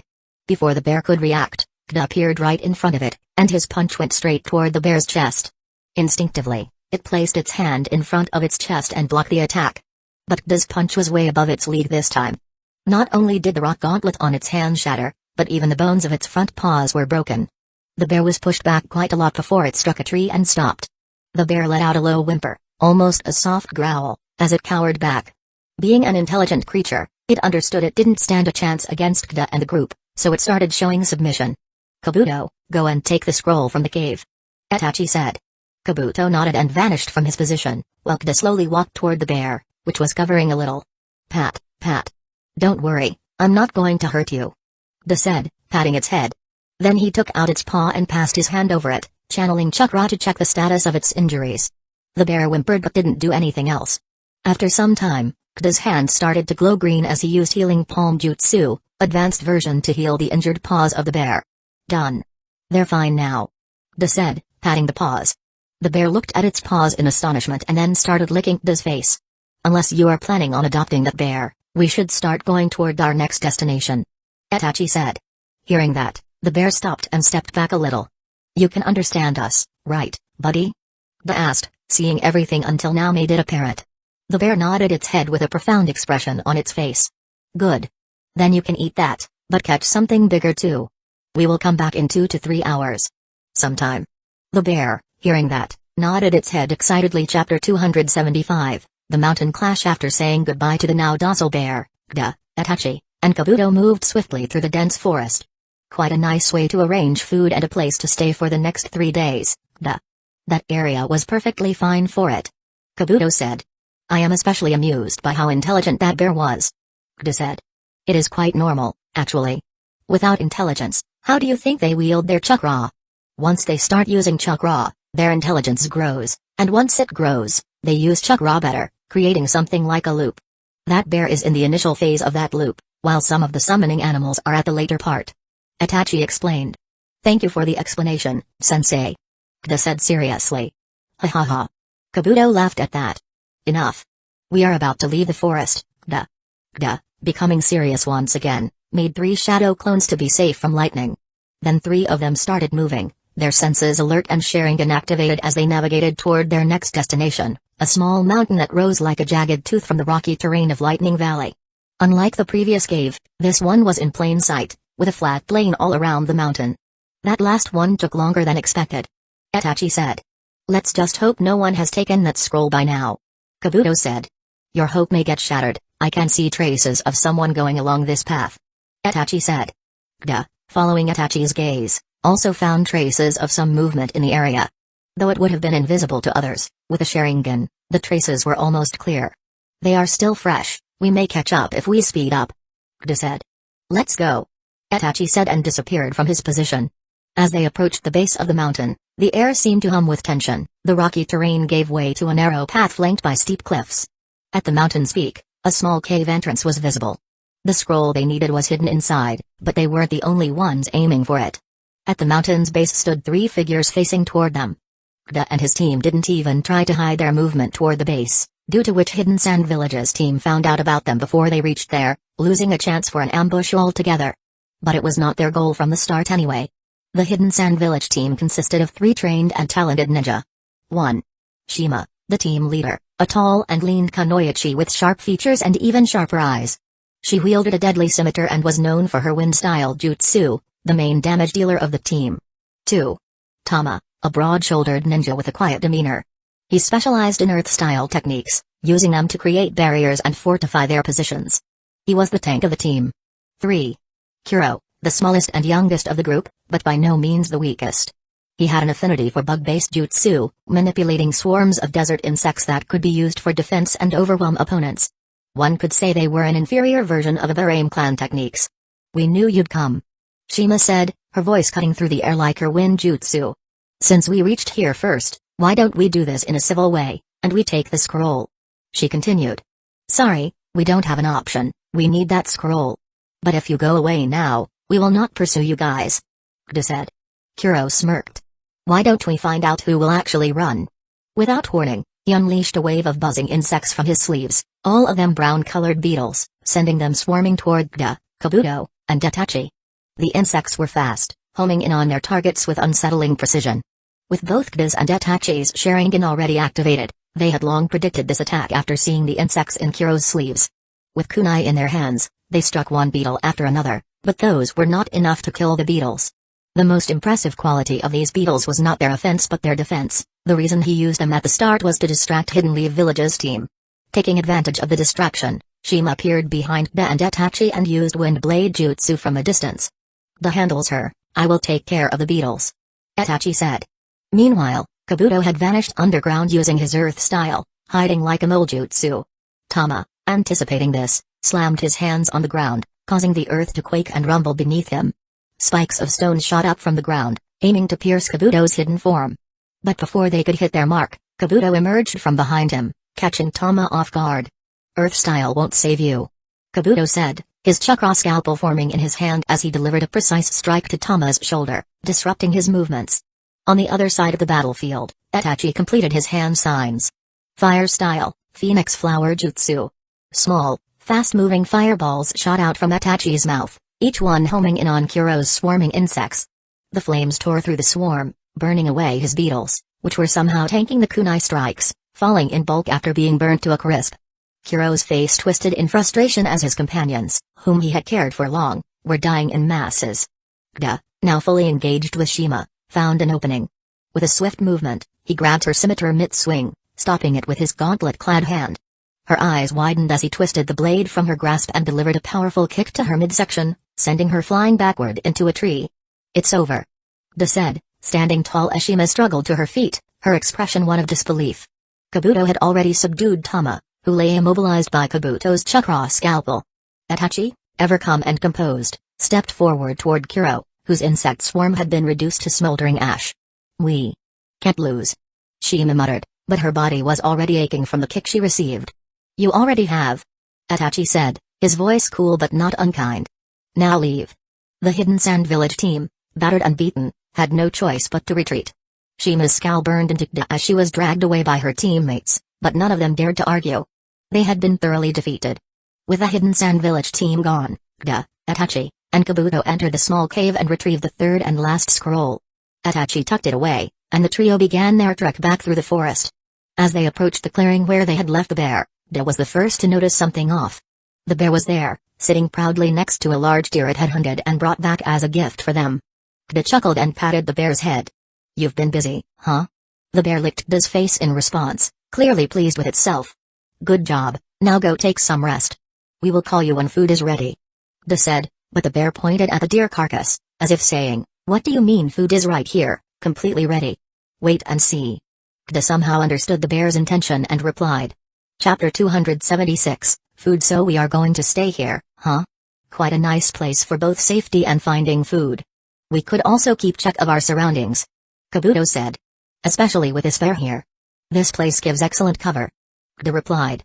"Then it is decided. Kabuto, prepare a cave for us a little away from the bear's cave. Kida, inscribe some concealment seals in the area. I will scout the surroundings for water and anything else I can find," Itachi instructed. "Okay, Captain," both Kida and Kabuto said, starting their tasks. "So, Kida, I always wanted to ask, that famous bathhouse in the Uchiha district is yours, right?" Kabuto asked. "Yes, our family owns that bathhouse. Why did you want to ask, anyway?" Kida responded. "Well, do you guys give a bulk discount? Due to its recent popularity, the young children in the orphanage are asking whether they could also use it, but the price is way over the budget of the orphanage," Kabuto said with a sigh. "Discount? I will book 2 large baths for your orphanage when we go back. You can bring everyone then," Kida replied with a smile. No. I don't want you to take any loss, I will pay the price for those," Kabuto said hastily. Pat. With the income we are earning from that bathhouse, a single use of 2 normal baths will not even put a small dent in the profits, so don't worry about that. As for money, I thought we were becoming friends. Well, maybe only I thought that," Kida said dejectedly. "No. Okay, I understand. Then I will bring everyone to your bathhouse," Kabuto said. "That's more like it," Kida replied, then brought a big leaf from a tree and slashed his hand to drip some blood on the leaf. "What the hell are you doing?" Kabuto asked worriedly, stopping his work on the cave. "Getting ink to make the seal. Those people took everything I had prepared other than kunai," Kida said, focusing on the task at hand. "Isn't there any other way than using your own blood?" Kabuto asked. "Apart from ninja's blood and Fuinjutsu ink, nothing else naturally has the capability to interact with chakra in the environment. In other words, it can't work for seals." "And done," Kida said as the leaf was now filled with enough blood to make the seal. After that, Kida simply used healing palm jutsu, and the cut on his palm closed at a speed visible to the naked eye. "Fine, I am going to focus on my task," Kabuto said, giving a last look at Kida's hand. How the hell did this timid and upright boy become the final villain in the end? Kida thought before starting to make many seals in the surrounding area. Most of them were concealment arrays, but some were also motion detection seals that would send signals to Kida upon detecting any movement. After surrounding the base with seals, Kida went to the deer that the bear had hunted and placed it on top of a thick branch on a nearby tree. He made some cuts on its neck and other veins to drain the blood, storing it for the bear as well. After 2 hours, Kabuto came out of the hole, all of his clothes dirty. What the hell were you doing inside to get this dirty? Ba asked, looking toward him. Enlarging the cave, making 3 sections for each of us, and cleaning it a little. Kabuto said. Bro, we are not going to settle here. This is just a temporary base for 3 days, there was no need for you to do this much work. Kda said. Yeah, but we have free time for the next 3 days. There is no extra work anymore, so I got a little carried away. Kabuto said, rubbing the back of his head. Well, it's good that you are done now. I was about to start cooking this one. Kda said, patting the deer, which was now without its skin. Kabuto could see a heap of chopped wood and the deer's skin lying around. You did this much in just 2 hours, along with making seals? Kabuto asked. Kda simply made some hand signs, and poof, a shadow clone popped next to him. I had help. He said, then went ahead arranging the wood. I really want to learn this jutsu. Among all the ones I know, this one is the most practical. Kabuto said. Well, you can when we go back, you are the Hokage's disciple. Kda said. Ha ha ha, I wish I was. It was just for this exam. Kabuto replied. Then start going toward the jungle. Where are you going? Kda asked. I know about some wild spices. I will try my luck to see if I can find any. Kabuto said. Okay, but be alert all the time. Kda warned. Sure. After another half hour, Itachi came back. Where is Kabuto? Welcome back, Captain. Kabuto went into the jungle to find some spices for cooking, he should be coming back any moment now. Kda said. I'm already here. Kabuto said, coming back from the jungle. You didn't find anything? Kda asked, seeing the empty hands of both Kabuto and Itachi. Both of them passed chakra into their storage seals, and various items came out.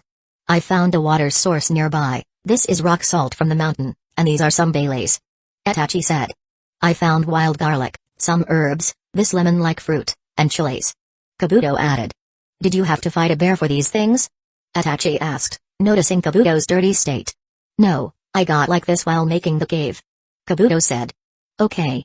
Itachi said, not asking further. Now that we have so many ingredients, it would be a waste to eat this bland, but only if I had honey. Wait a minute. Kda said, calling out to the bear. Gwa. The bear tilted its head, seeing the deer like that. Do you know any place where we could find honey? Kda asked. A yellow liquid that tastes sweet and is surrounded by small flying insects. Kda explained. Gwa. The bear nodded its head and then ran toward the jungle. Kda then made a shadow clone, which used transformation jutsu to convert into a pan. You are the only person in the world who would use a B-rank jutsu to make a pan. Itachi said, shaking his head. Well, chakra should have more use than just killing, right? Kda said, then began taking out some of the deer fat. But his words left his 2 teammates in deep thought. After 10 minutes, the bear came back with a complete beehive in its hand. Some of the bees were still sticking to its fur, but because of the coating of the fur, none of them managed to get past that. Good job. Kda said, taking the comb from the bear and pouring the honey onto a leaf. He then started a small fire and placed the pan on it. Once it was heated, he added the deer fat to simmer. After it melted, he added honey, garlic, herbs, and a little bit of rock salt. After it simmered for half a minute, he added the lemon to balance out the flavor. I hope we had soy sauce, well, it will be fine without it anyway. Do you want to eat that? Kda asked the bear, pointing toward the organs he had taken out while cleaning it. Normally, they would be thrown away. Gwa. The bear jumped at that anyway. Luckily, I had cleaned them. Kda said, already expecting something like that. He then made a rotating platform to place the deer on, with the help of his clones, one for rotating, one for maintaining the fire, and the last one for applying the glaze. Kda completed all of the preparations. How long will it take? Itachi asked, looking at the deer intensely. Yes. Kabuto asked. We will have to wait for a very long time, at least 5 to 6 hours. But till then, we have the Baileys that Itachi brought back with him. Kda said, pointing toward them. Nope, I will wait for this. Kabuto said and sat next to the fire. Me too. Itachi said as he also sat next to them. In that case, we can drink some herbal tea while waiting for it to cook.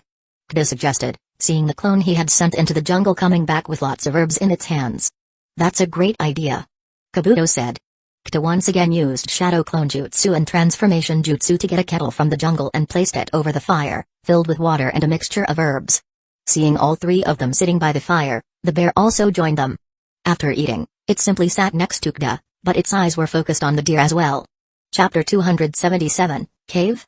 Buerp. It was night now, The forest shrouded in darkness.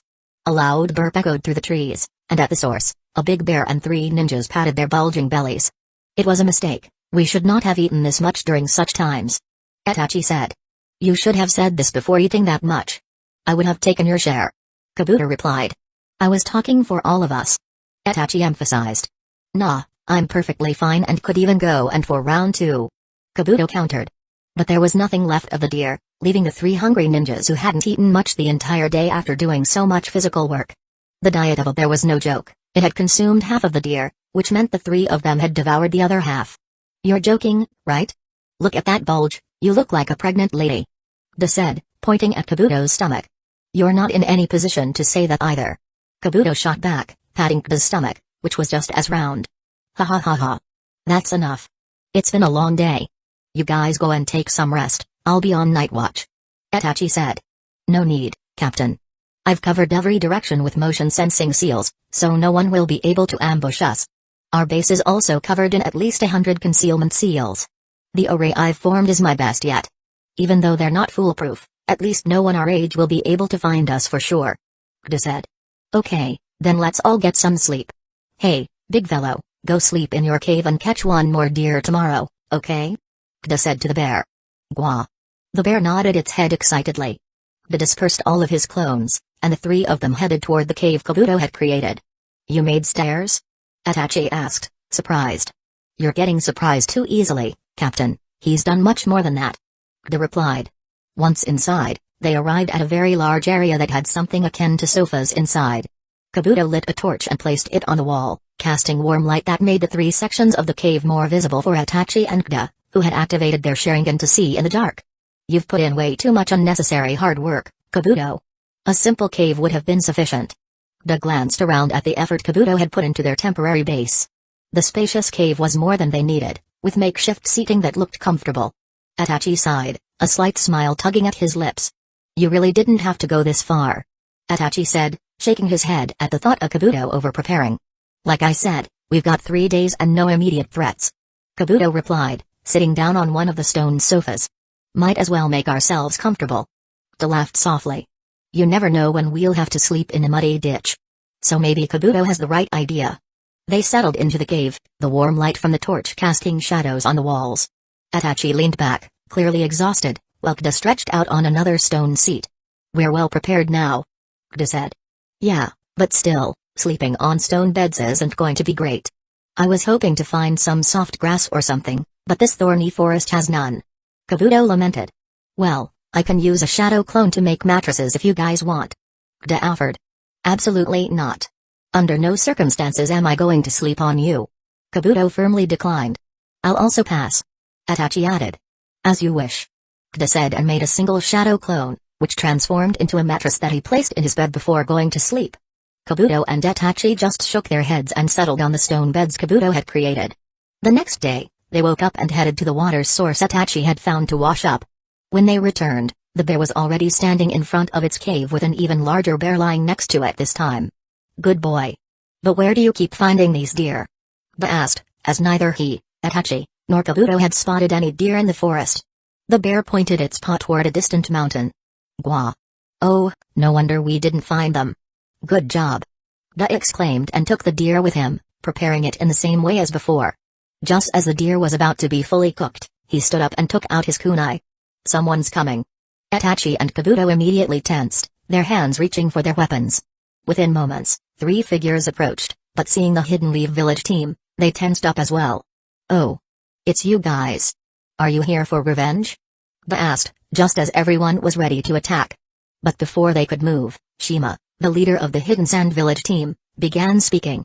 Sorry, we were searching for food and arrived here. We don't want any fight. After a moment of hesitation, De and his team lowered their weapons because he could see Tama, the biggest but simplest of the 3 from the Hidden Sand Village team, looking at the deer with big round eyes. Since he had activated his Sharingan, he could also see that the 3 of them were still injured. Wait a minute. De said and went to the deer. He then took out a full hind leg, wrapped it in large leaves, and gave it to them. Since we took your scroll, consider this an apology.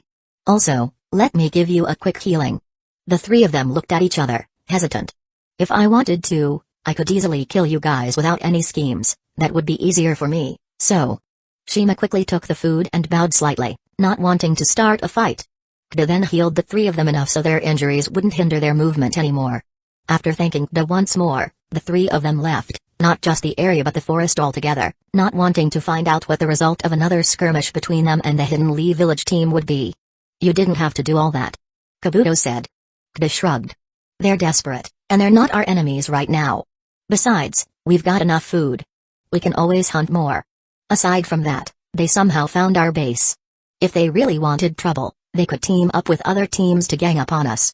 Now at least there's a chance they'll leave us alone. Kda explained. The leg will be deducted from your share. Kabuto got to the main point. At that, both Itachi and the bear nodded their heads. These fuckers. Kda thought.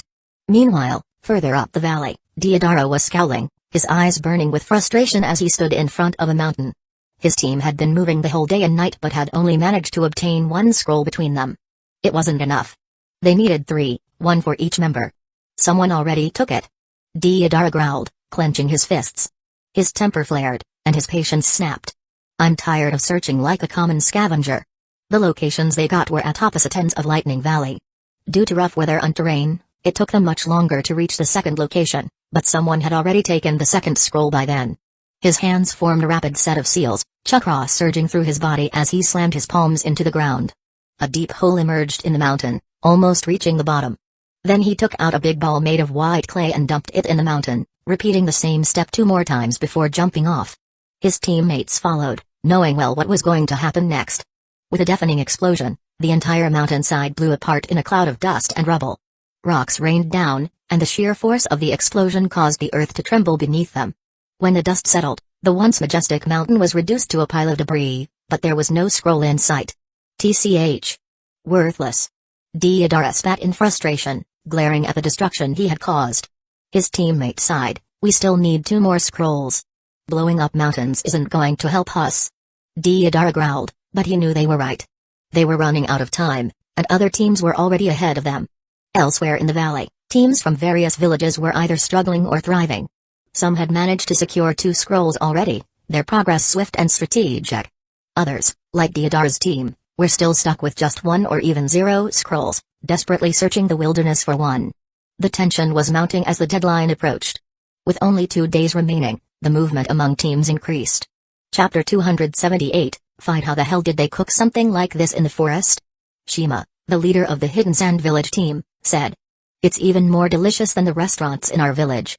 Tama, the simplest of the 3, said while enjoying his share. Do you think they'll give us a little more if we ask? He asked. They may consider feeding you to that bear if you do that. Kuro replied, feeding his insects some of his share of the meat. Also, how was that bear so docile? I'm pretty sure that was a wild bear because we saw the cave near them. Shima asked, taking one more bite.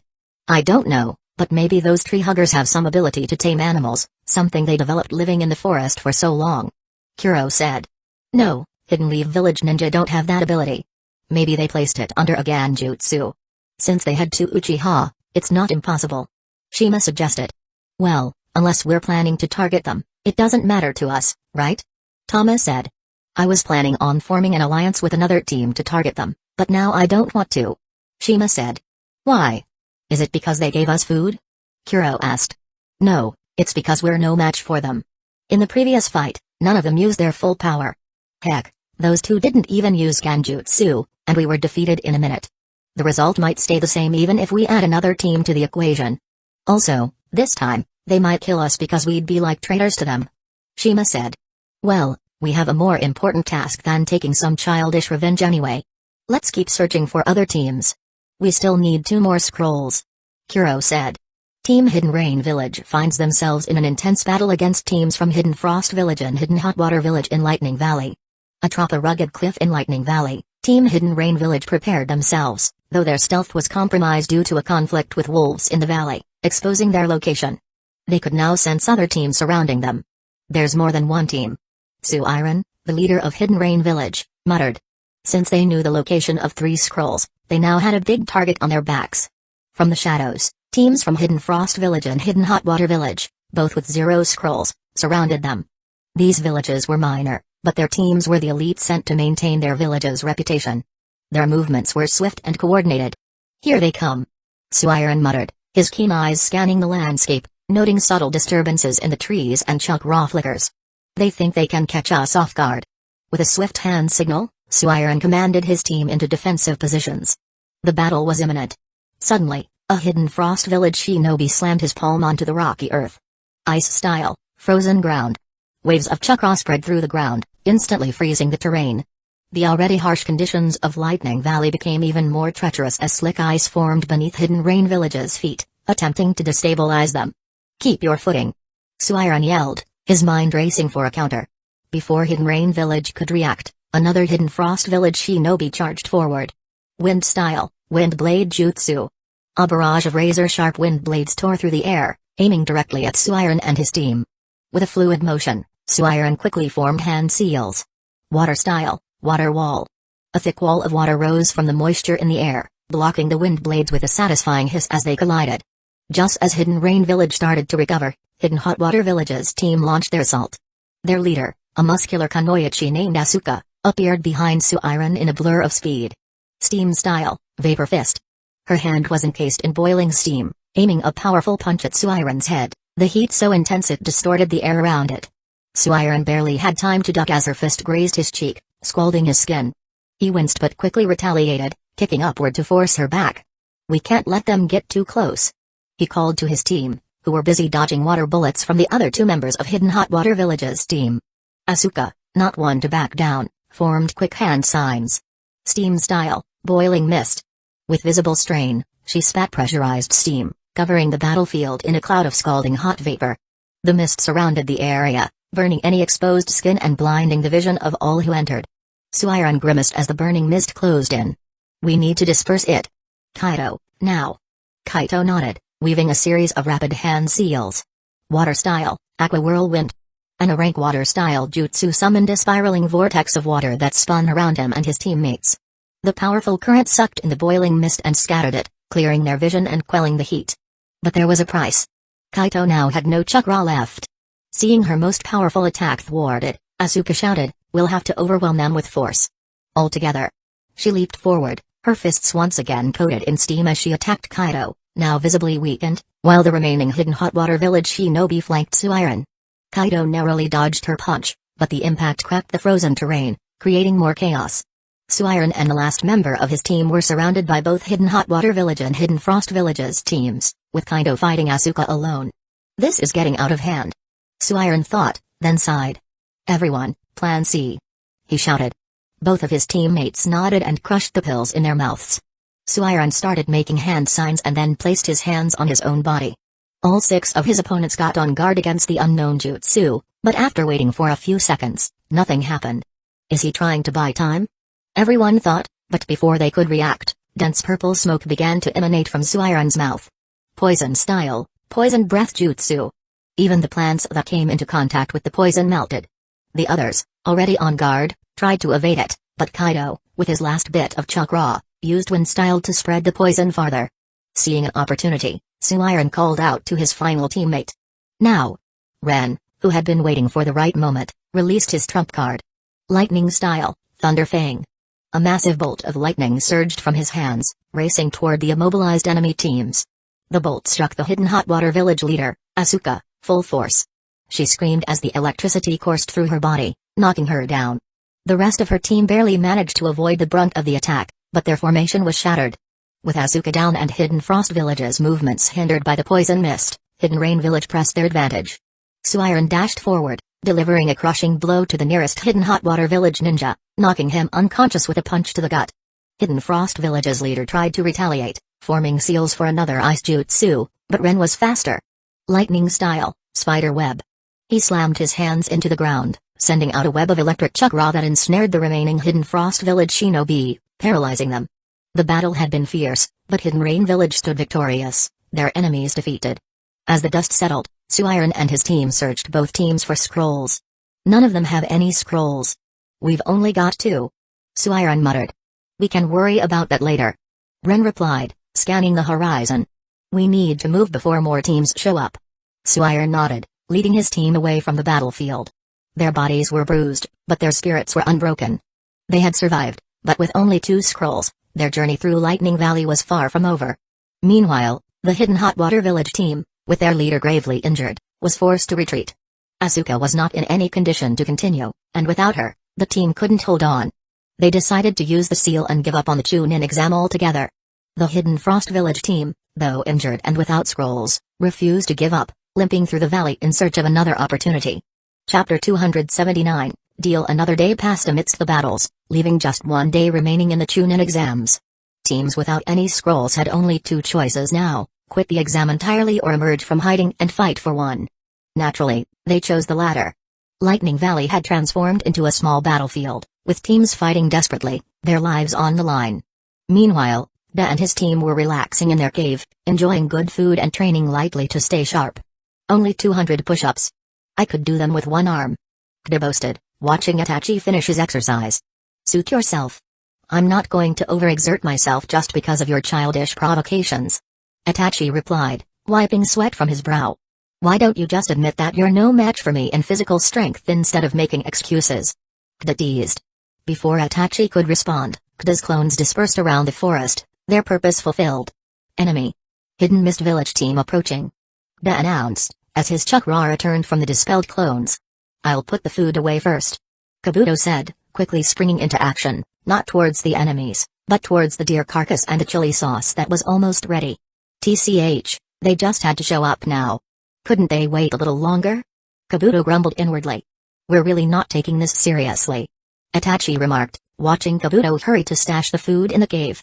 Oh, come on. It's just one team. You could handle them yourself, Captain. Kda chuckled. Are they heading straight for us? Itachi asked. Yes. How? I thought you placed concealment seals around the area. I did, but those seals don't hide smoke from the fire. They might have ignored it the first time, but smoke rising from the same spot for 3 days? That's no coincidence. Kda explained. Well, we'll face the consequences of taking it easy for so long. How much time do we have? Itachi asked. 10 minutes. We could take a quick bite if we want. Kda joked. Kda, this isn't the time for jokes. Make sure all the traps are ready. Itachi ordered. Yes, Captain. Kda created 4 shadow clones, sending them in different directions to check the traps. Kabuto, take your position. Itachi continued. On it. Kabuto replied, using Earth style, hiding like a moljutsu. To conceal himself underground. Captain, we already have 2 scrolls. Is it really necessary to provoke someone who is clearly showing their location? They're probably from Hidden Leaf Village or Hidden Clouds Village. One of the Hidden Mist Village team members suggested. We represent Lord Mizukage's faction. It would be shameful to perform only moderately. Besides, we're not afraid of Hidden Clouds Village or Hidden Leaf Village. Their captain, Naoki, replied confidently.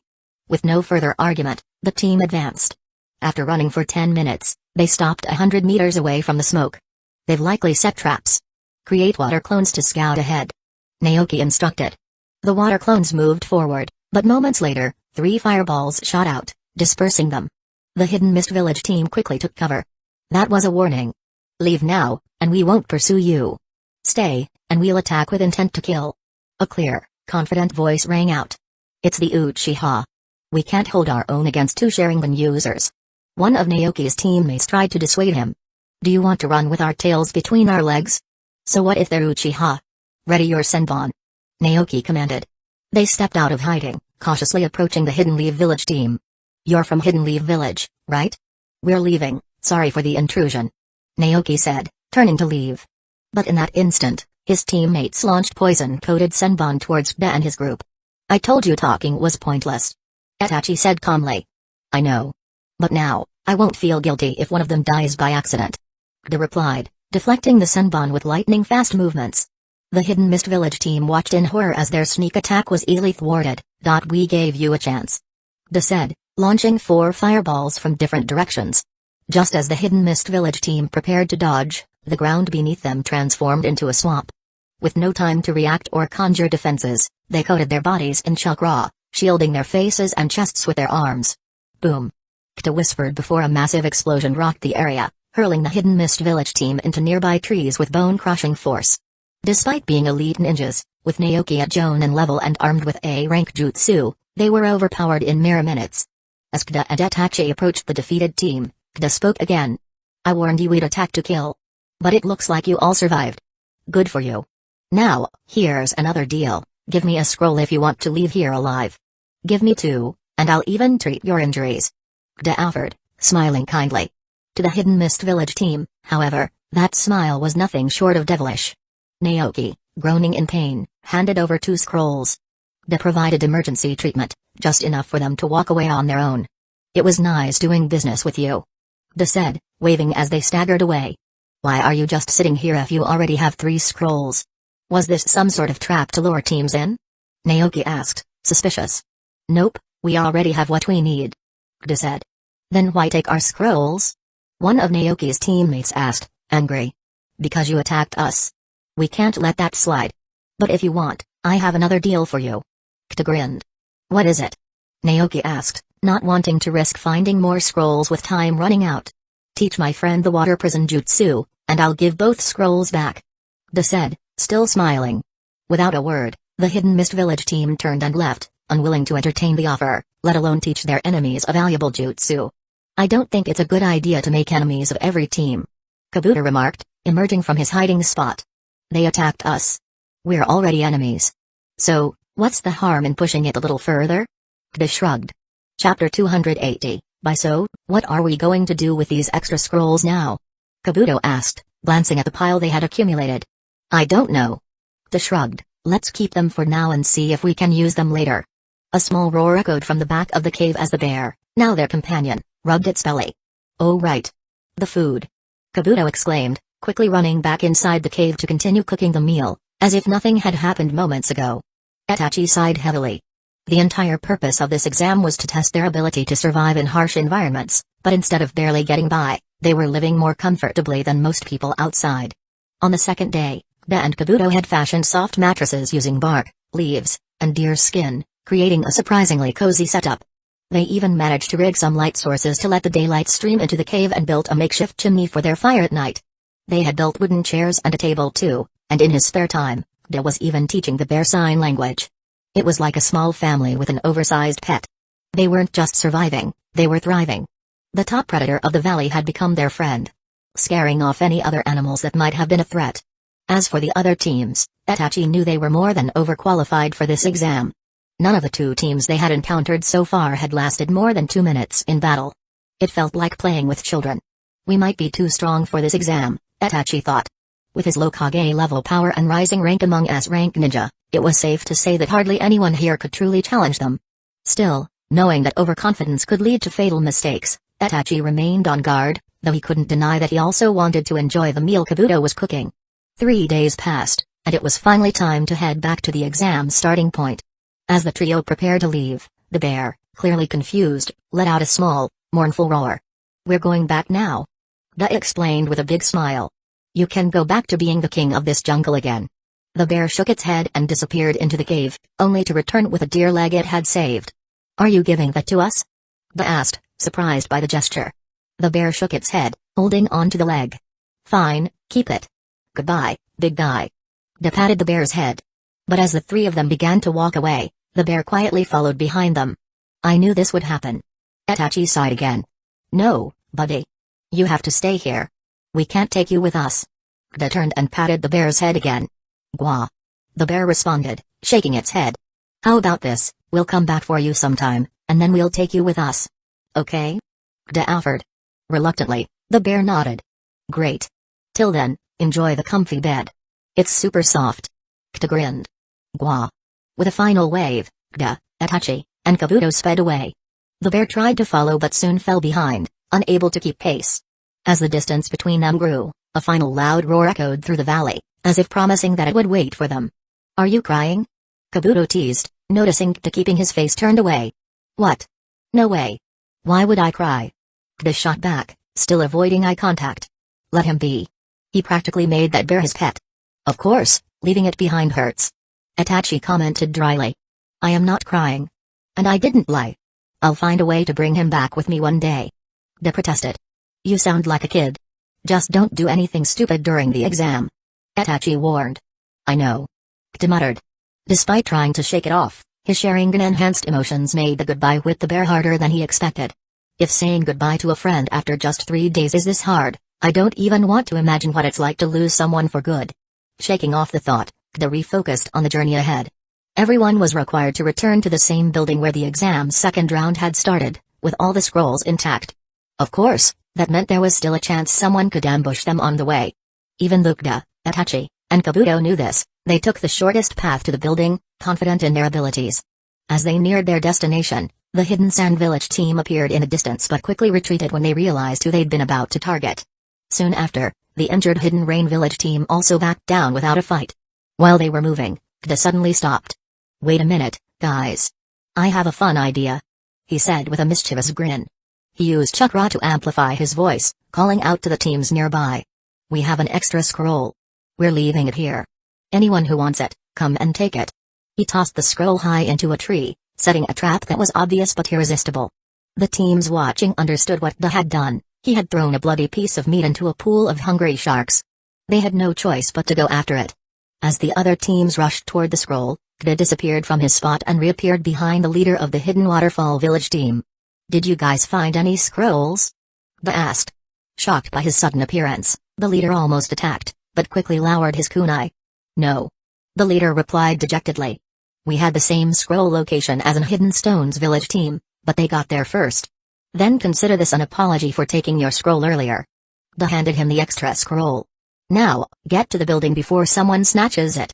The leader nodded and immediately ordered his team to sprint toward the building. With Hidden Waterfall Village out of the way, the other teams fought desperately over the last scroll. Kda returned to his group with a grin. "You guys didn't mind, right?" he asked. Itachi and Kabuto both shrugged, knowing those extra scrolls were of no use to them anyway. Chapter 281, Second Stage ends. Even though the three of them were expecting some kind of ambush, maybe an alliance of their enemies, Iwa, Kiri, attacking them together or something, nothing like this happened. Mainly because all others were busy either attacking other teams or defending against attacks. There were only 12 scrolls, meaning only 4 out of 10 teams could go to the next round, or some members from each team. That's why the competition for the scrolls was fierce. While every team was fighting for scrolls, the Hidden Clouds Village ninjas scattered in the valley were now concentrated in the same area. With the clash intensifying, this was when they would be needed the most. That's why they were able to seek the giving a scroll to the Hidden Waterfall Village team as well as creating battle mayhem for some reason. Hidden Leaf Village not only gathered one scroll for each of their members, but they even had extra scrolls. One of the Chunin responsible for protection said in bewilderment. "Looks like everyone's expectation of Hidden Leaf Village's comeback was true. Go and report this to the Raikage's office. We may really need to consider this seriously." The Jonin in charge of handling the safety task of the second stage said, his voice serious. Upon receiving the order, 2 ninjas suddenly vanished from their position, leaving behind a little lightning chakra. Hidden Clouds Village ninja mainly used lightning-based movement jutsu for rather obvious reasons. Raikage's office. Was sitting in his office, doing some paperwork, which didn't suit his muscular frame at all. But being the Kage of a village came with responsibilities. Even though he didn't do nearly as much work as other Kage, some tasks could not be left for others to complete. Knock, knock. "Come in." Said. "Sir, we have a report from the ninja monitoring the Chunin exam." His secretary Mibui, a tanned girl with silver hair, said. "What happened?" asked, a little frustrated. Even though the participants had already signed the contract that they could die in the exam, it wasn't like Hidden Clouds Village wouldn't face problems if too many participants died. That's why they had arranged ninja to monitor the exam. "Sir, as you know, the goal of the second part of the exam was to gather scrolls and survive 3 days in the Land of Lightning," Mabui said, at which Ain nodded his head. Hidden Leaf Village's team was able to gather not just 3 but 5 scrolls. Mabui continued. "Out of 12, right?" asked. "Yes, sir." "And how many did Darui gather?" 2, sir, but the exam isn't over, and they may still get 1 more before it ends." "Any specific reason Hidden Leaf Village performed this well?" "Uncharacteristically," asked calmly. "Yes, sir. Due to being first in the first round, they received the reward of starting the test 1 hour before the others. Also, they may have encountered 2 other teams and taken their scrolls as well." "May have?" "The fight ended so quickly that when our ninja arrived, there was nothing left to see," Mabui explained. "Were they injured during the test?" "No, sir. According to the report, they were perfectly fine. Even their clothes and hair were clean, like they'd taken a bath or something." "Do you understand what this means?" Mabui asked. "Yes, sir. There's a very high chance that Hidden Leaf Village will win this Chunin exam," Mabui responded. Boom. The stone table in front of Raikage shattered in 2 parts. "Yes, They'll win in my village, in front of our team, and we'll become a laughingstock in front of everyone. Raikage said, anger visible in his eyes as he finally lost his calm expression. Sir, we've already done everything we could, even sending Darui. Unless we change the rules a little, I can't see any other way for us to win. Mabui said. Being the Raikage's secretary for so long, she was used to his anger fits. Are you suggesting I cheat for my village to win this exam? Asked, his anger rising further. Sir, the daimyo specifically requested we win this time, saying something about face or whatever. Mabui reminded Day about the message they received at the start of the exam. Those bastards just want to bet on the win and loss of the ninjas. It's us who have to worry about our reputation. Losing to Hidden Leaf Village, who's been below average for the last few years, and that too in our own village, will be a huge setback for us. Sigh. Tell Raiden that we'll have a 2-week break between the second and third stages of the exam. But sir, the dates of the Chunin exam have already been fixed. All the guests are here, and even all 3 daimyo are waiting for the third exam. We can't just change the dates like that. Even if the stadium is destroyed? Ask B to meet me at the stadium. We're going to have a taijutsu spar there. And when Darui comes, tell him to meet me. Sir, are you going to train him during those 2 weeks? Mabui asked, for the first time showing a little emotion on her face. Teach him? He was my father's student and already knows everything he should know. But I'm going to have some spars with him to polish his skills a little. A said, then returned to his remaining tasks, knowing he was about to get very busy soon. Mabui, understanding her task, quickly got to work, sending a messenger to call B while emptying the stadium, and also sending a message to Darui about the Raikage's orders. Every team had now entered the building with the number of scrolls they could get their hands on. As I said before, each scroll is your ticket to the third stage of the exam. So, those who have the scrolls, come forward. If a team only has 1 or 2 scrolls, they can decide who will move forward with it. The proctor of the second stage said. Hidden Leaf Village's team, without any discussion, went forward and submitted 1 scroll each, while some other teams quietly retreated, not having even a single scroll. The remaining teams started discussing. Those with 1 scroll were sorted, their leader would go to the next exam. But those with 2 had to choose a second person. After some discussion, this was the lineup that came forward: Hidden Leaf Village, Itachi, Gda, Kabuto, Hidden Rain Village, Suiron, Ren, Hidden Clouds Village, Darui, Ayami, Hidden Sand Village, Shima, Kuro, Hidden Stones Village, Deidara, Hidden Mist Village, Naoki, Hidden Waterfall Village, Shirogane. All the teams that had to choose between 2 remaining members picked the one with better attack power. From Hidden Rain Village, Ren was chosen due to his proficiency in lightning style, even though he didn't know any A-rank jutsu. The same went for Hidden Sand Village, where Jiro was chosen because Tama was more focused on defense than offense. Good. The rest of you can leave now. The instructor said. He was about to announce the details of the next stage when he received a letter from his subordinate. After reading it, he changed his words. As for you all, you'll be notified about the exam details later. For now, you can rest at your lodgings. Make sure to recover as soon as you can. He continued. You guys can leave now. He said, and everyone dispersed. After exiting the doors, Deidara confronted Gda and his group. You'd better pray your first match isn't against me, or you'll be dead in the first round. Deidara snarled. Sorry, but who are you? I accidentally forgot. Gda asked, feigning confusion. You. Deidara growled as his teammates grabbed him to stop him from doing anything rash. Captain, not now, please. One of his teammates said as they held Deidara back. Too angry to continue, Deidara simply left, vowing to return the humiliation tenfold in the next round. No matter what, I'm going to kill that bastard, he thought to himself. Is there any particular enmity between you two? Itachi asked, noticing how Gda took every opportunity to make Deidara as angry as possible. Nope, but I don't really like Hidden Stones Village a lot. They almost eradicated our team. If not for Ryota sensing them from afar, we would have been ambushed 10-1. Gda said. So you're taking it out on him? Itachi asked. Sort of. But his eagerness for that is a major reason. Gda replied with a mischievous smile on his face. Both Itachi and Kabuto just shook their heads at Gda's antics. Chapter 282, Preparations for the Final Stage. The stadium, once meant to host the third and final stage of the Chunin exams, now lay in ruins. Dust clouds rose into the sky as the sound of debris settling echoed through Hidden Clouds Village. At the center of the wreckage stood 2 imposing figures, Raikage and his younger brother, Killer B, the 8-Tails Jinchuriki. Their recent sparring session had gone beyond what the structure could handle. Brother, that was a bit much, don't you think? B said, wiping sweat off his brow as the remnants of lightning chakra flickered around him from the attacks he tanked.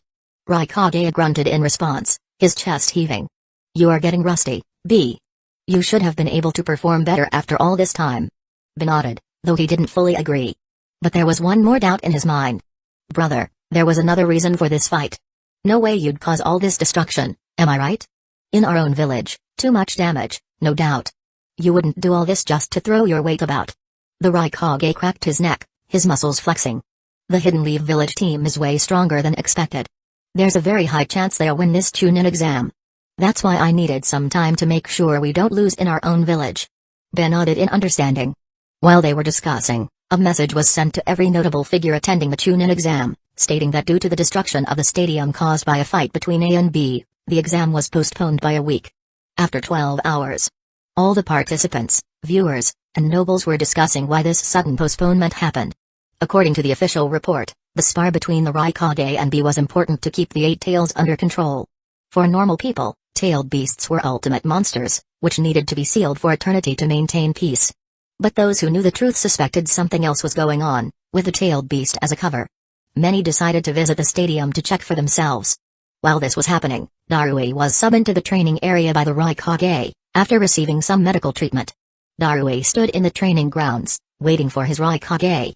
Lightning crackled around his fingertips as he focused on channeling his chakra. He knew what was coming, 2 weeks of intense training that would push him to his limits. The whole exam had been postponed for this, so there was no way his training was going to be easy. After some time, Raikage arrived, his gaze as intense as ever. How was the exam, Darui? Was the first thing he spoke. Greetings, Raikage-sama. We were not able to perform as per your expectations. I'm sorry for that. Darui bowed and said. It was not your fault. Those 2 stages were perfect for a Sharingan user, that's why you didn't come first. But the next round will be a true test of strength. I want you to win that round at any cost. For that, I will help you polish your skills myself. A said. Thank you very much, Raikage-sama. Darui bowed. We don't have time for formalities. We're going to start now. Attack me with your KK Genkai. Darui nodded and made one hand sign after another. Gale style, laser circus jutsu. Darui released a dozen beams toward the Raikage. The Raikage moved with blinding speed, zigzagging across the field. Darui's eyes narrowed, focusing his chakra into the white beams that shot from his fingertips. Then the beams changed trajectory, following it closely. Too slow. A said as he appeared behind Darui and tapped him on the neck. If this had been a real fight, Darui would have died without landing a single scratch. Such was the power gap between a Hokage level ninja and an elite Jonin. I'll give you one more chance. Try again. A said, appearing back at his starting position. Darui adjusted, once again made hand signs, and fired multiple laser beams toward A, but the result was the same. This needs more work. Now, let's see your max attack power. Attack me with your best jutsu. A said. Darui, not foolish enough to worry about the safety of a man who could fight a tailed beast on his own, began building up an immense amount of chakra. Lightning style, Black Panther. A fierce-looking Black Panther lunged toward A with speed difficult to follow with the naked eye. Suddenly, A was covered in blue lightning chakra all over his body. Though he could have dodged the jutsu easily, that wasn't his goal. Boom. With an explosion and debris flying everywhere, A's voice echoed from within the dust cloud. With his speed and power, most ninja your age don't stand a chance against you. But you're up against a Sharingan user. They have amazing reflexes and perception. We need to work on both. So let's start now. A said as the dust settled. His full figure came into view, completely unharmed. His clothes weren't even scratched. Hidden Leaf Village's team lodgings. After surveying the stadium, Jiraiya returned to the lodging, where Kda, the team, and Shizui were waiting for him. Good evening, Sensei. You're doing even more sightseeing than us, and we came to this village for the first time. Kda said mischievously. I wasn't gone for sightseeing, brat. Sigh. Looks like things aren't going to be as easy as I thought. There will be some unexpected twists during the last stage. Jiraiya said, sitting on the chair with a thud. What happened, Sensei? Itachi asked. They're intentionally postponing the exam. There was no need for the Raikage and B to fight in the stadium. Jiraiya said. But according to the report, it was to control the Eight Tails or something. Kabuto said. B is almost a perfect Jinchuriki, there was no need for them to fight to control the Eight Tails at all, Jiraiya said. You guys performed a little too well during the exam. They may have gotten anxious about you winning. As much as I know about Raikage, he won't accept someone coming to his village and defeating his ninjas. He must be training Darui, and that's why he needed the time. Though it's just my speculation, and there may be other reasons as well. If it were someone like Hanoki, I might worry about some scheme behind our backs. But Raikage won't cheat in a competition. Jiraiya said. Is 2 weeks enough to make that big of a difference? Kabuto asked. Darui is already at the same level as you guys. In 2 weeks, though he may not learn something new, he might polish his current skills. With his KK Genkai, it'll be very difficult for you guys. Jiraiya said. It's not like we're going to sit here and wait for our opponent to power up, right? We can also use these 2 weeks to train, right? Ba asked. Yes, but we've already polished your skills. What you guys need is the opposite. I want you guys to learn some counters against opponents. Da and Itachi, you will focus on Genjutsu. Since we have Shizue here, he will be responsible for you. I'll teach Kabuto something else. Jiraiya said. As you wish, Jiraiya-sama. But learning new Genjutsu that will be of use in the match, and that too in 2 weeks, is kind of tough. Shizue said. They both know the Shadow Clone Jutsu. Use that, and with the help of the Sharingan, it should be manageable. Even if they don't learn anything new, it's still fine. It's not like they can't win without it. Jiraiya said. Shizue nodded. Make sure you give it your all during training. Jiraiya said. Yes, sensei. Both replied. Chapter 283, Ephemeral Genjutsu. Brother, why are we going so far to learn? It has already been 5 hours. Ba asked.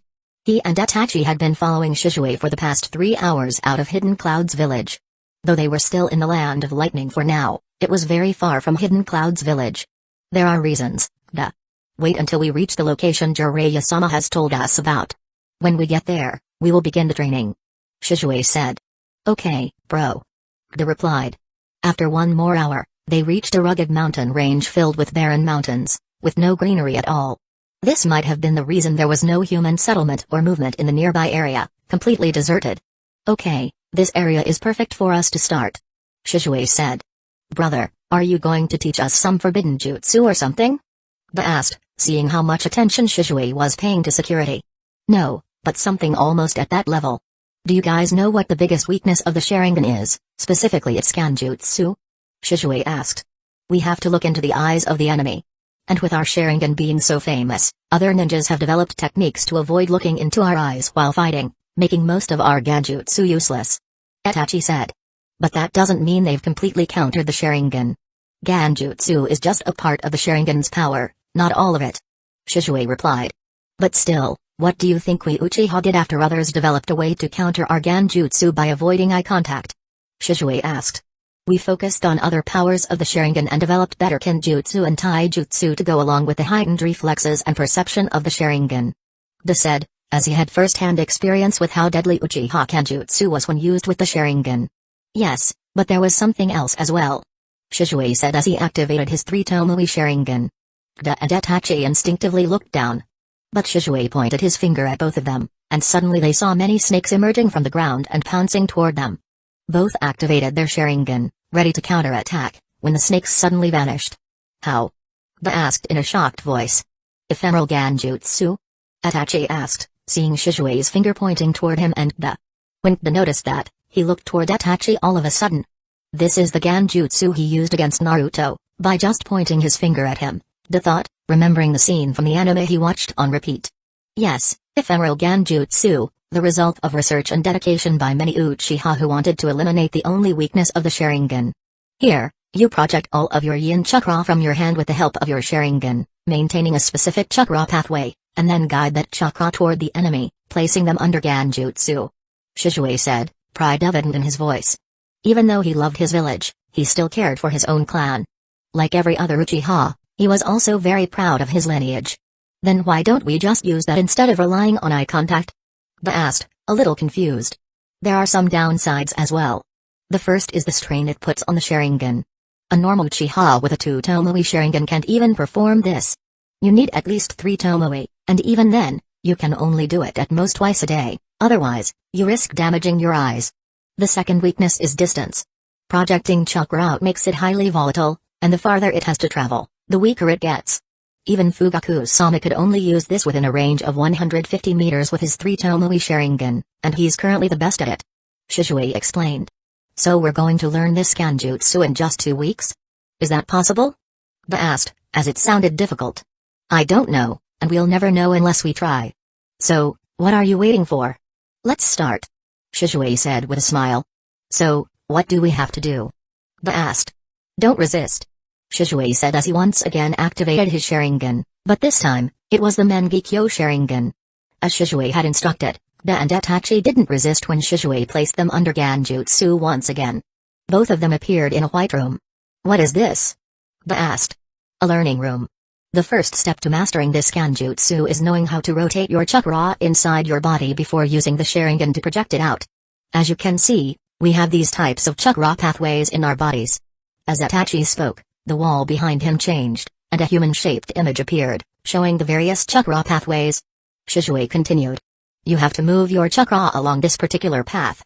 He said, as the pathway lit up in red, and then an arrow appeared, showing where to start, where to pause, and how fast to move. This is so fucking cool. Kda said. Language, brother.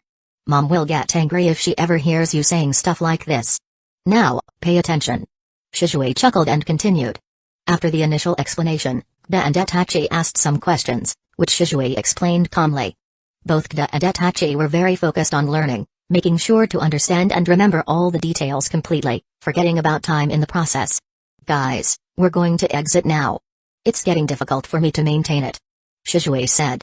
Okay, brother. Kda replied, and Itachi nodded. When they opened their eyes again, it was already nighttime outside.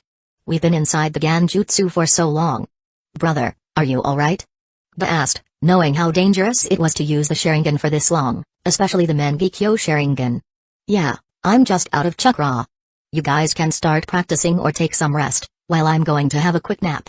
Shizue said, then used a hand sign to create a small cave in the mountain. Here, brother. Kda said, using his shadow clone to make a bed for Shizue. Thanks. Shizue said and went to sleep. So, what do you want to do now? Rest or train? Kda asked. Of course, training. But you can rest if you want. Itachi said.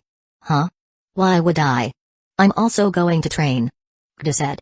Meanwhile, away from the village, Deodara had secluded himself in a remote section of the valley, far from the others. For a long time, he was praised as a genius in Hidden Stones Village, a village that valued talent. Deodara was in his own league there. But now, for the first time in his life, he was feeling humiliated, and he wanted nothing more than to crush the source of this feeling. That's why he was doing something he hadn't done in a long time, training. Let's see if this works or not. Deodara said, taking out some clay from his pocket while chewing it in the mouths on his hands. Since Earth Chakra can control weight and Lightning Chakra can be used to repel things, this should be possible. He said to himself, spewing out a bird-like figure from his hand and mouth. With a speed visible to the naked eye, the bird grew large enough for Deodara to sit on it. Then, he manipulated the Earth Chakra to reduce the weight of both himself and the bird as much as he could, and used the lightning part of his KK Genkai to form a repulsion to lift them into the air. Yes! He shouted as his bird lifted off the ground as if flying. But before he could do anything else, his control wavered a little, and he fell to the ground. Yet, instead of disappointment, there was a smile on his face. This time. Deodara muttered to himself, I'll blast that smug kid into oblivion. Art is an explosion. The bird flew once again and struck a mountain, blowing it to smithereens. Chapter 284, Match Up. So, come on, go for at least 10 meters. De grunted, once again failing to use ephemeral Ganjutsu. You're close, just focus on the amount and the speed. Also, the stop you're having in your wrist and abdomen tenketsu points should be a little longer. Think of it as loading a spring, the more you force it backward, the farther it will go. Shizue said. Okay, brother. Kda replied, trying again. Even after his best effort, he only reached 12 meters at best. It will become simpler if you let your Sharingan do the work, rather than doing everything on your own. Use your Sharingan to mold your chakra. Itachi said from the side. He was resting since he had already learned this jutsu to a satisfactory level, even reaching 30 meters of range, and that too in just 1 week. I so fucking want to be a genius, Kda thought, then once again resumed practicing. He only had 1 more week left. After 1 week. Let's go, Kda. Today the matchups will be announced. We can't be late. Shizue urged Kda to wake up, as Itachi was already ready to leave. Ugh, I'm really tired. There will be no match today, right? Ba asked. No. Matches will start tomorrow. You'll have enough time to rest when we reach there. Shishui replied. Reluctantly, they woke up and followed Shishui and Itachi back to Hidden Cloud's village. I thought something had really happened to you guys. They were just about to announce the matches. Let's go. Jiraiya said, standing in front of the gate. Sorry for being late, Jiraiya-sama. Shishui said. It's alright. At least we still have some time. Let's go. Jiraiya said, and he and Shishui went inside an official-looking building. I don't get it. If we don't have to fight now, why the hell do we need to attend a day's event? Da grumbled. So that we can make sure the selection is truly random, and they are trying to make certain matchups to push their teams to the final. Kabuto explained. Oh. Welcome, everyone. Since you're already familiar with the event, we'll now proceed with the process. To make this as fair as possible, every participant will take a chit from this bowl. Then we'll use this computer to decide matchups with numbers. After that, you will open your chits and find out who you are up against in the first round of the third stage. Since the instructions were clear, none of the participants had any doubts. They simply went and took out one paper from the bowl each. Let's start. The ninja responsible for the event said. All the senses of the teams were present to ensure their students weren't tricked. The overly large computer screen began showing random numbers one after another. They started shuffling on their own. After a minute of strange animation effects, 6 pairs were shown on the screen. Now you can open your papers, everyone, and then return them here. The ninja said as he started noting down the matchups for the next round. The matchups were, Darue vs Shima. Da vs Shiro. Kabuto vs Suiran. Ren vs Kuro. Itachi vs Ayami. Deidara vs Naoki. You're really lucky. Otherwise, you would have died in the first round only. Now you've got some more hours, but I'll make sure the explosion of your death will be the perfect explosion. Deidara said to Da. I'm sorry, who are you again? Da asked, ignoring Deidara as he walked toward his team. You. A shout echoed in the background. Guy's technique to annoy opponents is truly amazing, Da thought. Why do I have the tough opponent in the first round while you guys got easy ones? What do you mean tough opponent? He specializes in water style, and with your earth style, you should have the upper hand. Itachi said. How could you tell? Da asked, looking toward Itachi, only to notice his Sharingan was activated. Oh. I get it. You guys don't know. Those 3 who came here were once trained by Hanzo himself, and their leader Suiran is especially skilled with poison in combat. They fought 2 teams who attacked them simultaneously in the second stage and won. One of the teams even had to drop out of the exam due to the severity of the injuries they received. Kabuto said. And you know this because? Da asked. I talked to that team. Kabuto said with a big grin on his face. I totally forgot this guy was one of the, if not the, best spy in the world, Da thought. Still, I'm sure you'll do fine. Itachi reassured. You guys have already done everything you could. There's no need to worry anymore. Take this day off to cool down a little. Jiraiya advised. Yes, I need that. I'm going to sleep in my room. Unless it's really important, don't wake me up. Da said. Why is he like that? Jiraiya asked. He's been using 20 to 30 shadow clones for 2 weeks to train in Genjutsu. I'm surprised he's still holding up this well. The Senju bloodline truly is something else. Shishui said, shaking his head. But don't worry, Jiraiya-sama, it's just some mental fatigue he's feeling. He'll be fine tomorrow. Shishui continued. Okay. Next day. The stadium was filled with thousands of people. Some were ninjas, but most were civilians. In a world where there were few sources of entertainment for the general public, the Chunin exams were very popular. Along with the public, there were also stalls for everything, food, drinks, and betting. This time, the betting was authenticated by the Lightning Daimyo, meaning there would be no fraud. As for who could bet? Everyone. Literally anyone could place a bet, from as little as 100 ryo to millions of ryo. Everything was accepted. 3 daimyo were sitting in their exclusive seats, enjoying some drinks and snacks as they chatted. Looks like I'll win this time, ho. The fire daimyo said, covering his mouth with a fan. These are just the results of the 2 initial stages, and they mean nothing. I'm sure we'll win this time too, just like last time. The lightning daimyo said. Last time was just a fluke. The result may not be the same this time. The earth daimyo commented, covering his mouth with a fan as well. Then why don't we raise the bet a little if everyone is so sure? The fire daimyo suggested, a glint in his eyes that disappeared before anyone noticed. Fine by me. 30 million ryo. The lightning daimyo agreed. 30 million. The earth daimyo added. Let's make it a complete 40 million ryo. The fire daimyo concluded. A total of 100 million ryo was bet on the exam, and that too casually. Even S-rank ninjas would risk their lives for that amount, and the daimyo had bet it like it was nothing, truly the real kings of the countries. Chapter 285, The First Clash on the Other Side. The energy in the stadium was electric, buzzing with excitement as thousands of spectators filled every corner, their voices melding together into an endless sea of sound. This wasn't just another event, it was the event. The final stage of the Chunin exams, where the best of the best would clash in front of cheering crowds, elite shinobi, and even the highest-ranking officials from the great nations. Each match carried the weight of years of training, sacrifice, and dreams. Vendors shouted over the noise, selling food, drinks, and memorabilia to eager fans.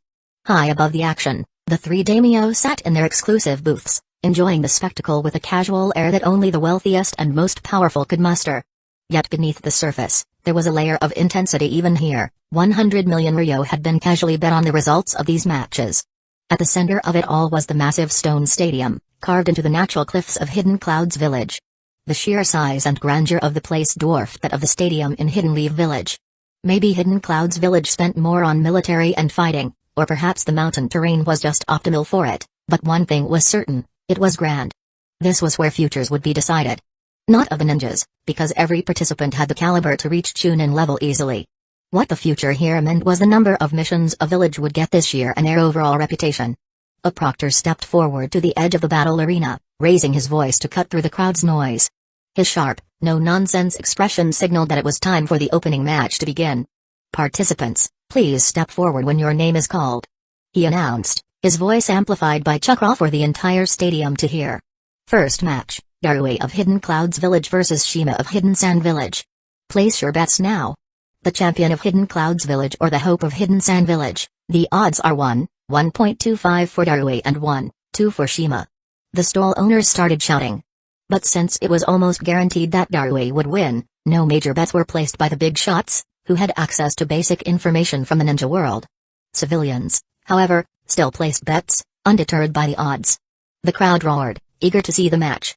Darui, from Hidden Clouds Village, was well known for his mastery of black lightning in the village, since the previous user of this technique was the third Raikage himself. Darui's fame was not small at all.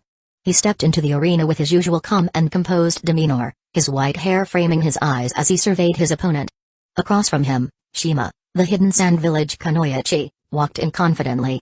Unlike Darui, she was less known to the audience, but her quiet strength radiated from her every move. Being the captain of a team from a major village was proof enough that she wasn't weak. With her wind jutsu and special kenjutsu, Darui knew she wouldn't be an easy opponent, but nothing he couldn't defeat. The proctor raised his hand. Let the match begin.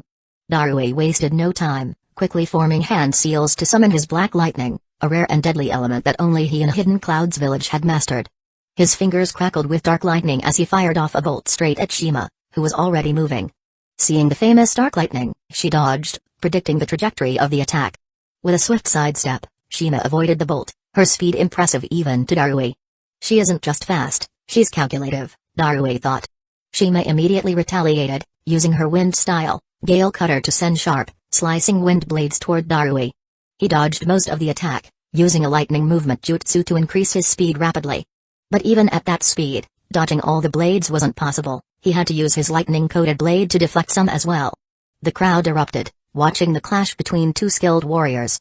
Neither was willing to back down, each testing the other's limits. Shima's tactics were simple, she used her wind-style attacks to create an opportunity for close combat, knowing her chances in a ninjutsu-based dual whirlo. Lightning jutsu, especially black lightning, were perversely hard to defend against. Even though Darui understood her plan, he went along with it, calm and collected. He wanted to see what she was truly capable of. The two exchanged a flurry of blows, neither gaining a clear advantage. Shima's sharp blade cut through the air, aiming for Darui's weak points, but Darui countered with his own kenjutsu. Lightning clashed against wind, creating sparks and gusts of air that rippled across the arena. The tension mounted as both fighters grew more aggressive, appearing at one corner of the stadium one moment, then on the opposite side the next. The crowd went wild, cheering for the fighters they had bet on. After fighting in close combat for so long, Shima understood that even in kenjutsu, she didn't have a clear chance of winning. She decided to use her final jutsu, but Darui wasn't going to give her any more chances. He closed his eyes for a brief moment, concentrating his chakra. When he opened them again, forming a series of hand seals in an instant, a dark aura surrounded him as he summoned his Black Panther, an enormous, lightning-infused beast made entirely from his black lightning chakra. The panther roared as it shot forward, tearing through the gust of wind with ease and charging directly at Shima. There was no time for Shima to react. The Black Panther slammed into her, its lightning-infused fangs paralyzing her movements. She hit the ground, defeated but still conscious.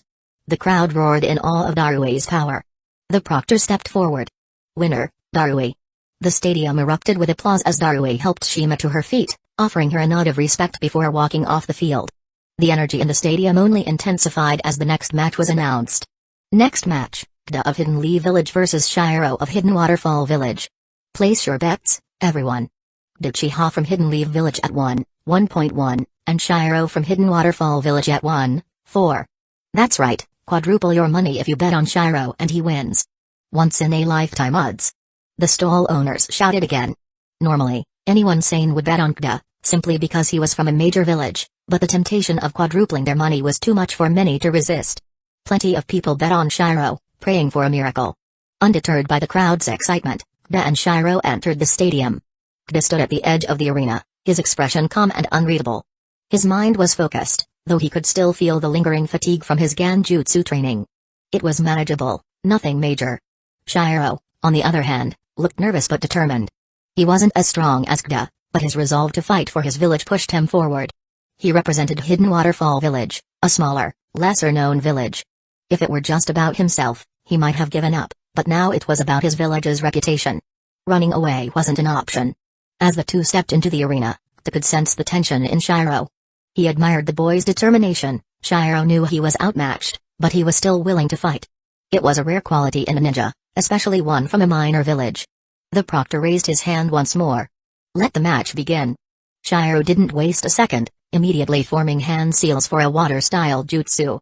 He knew his best chance was to take Kda by surprise and use his water techniques to keep him at bay.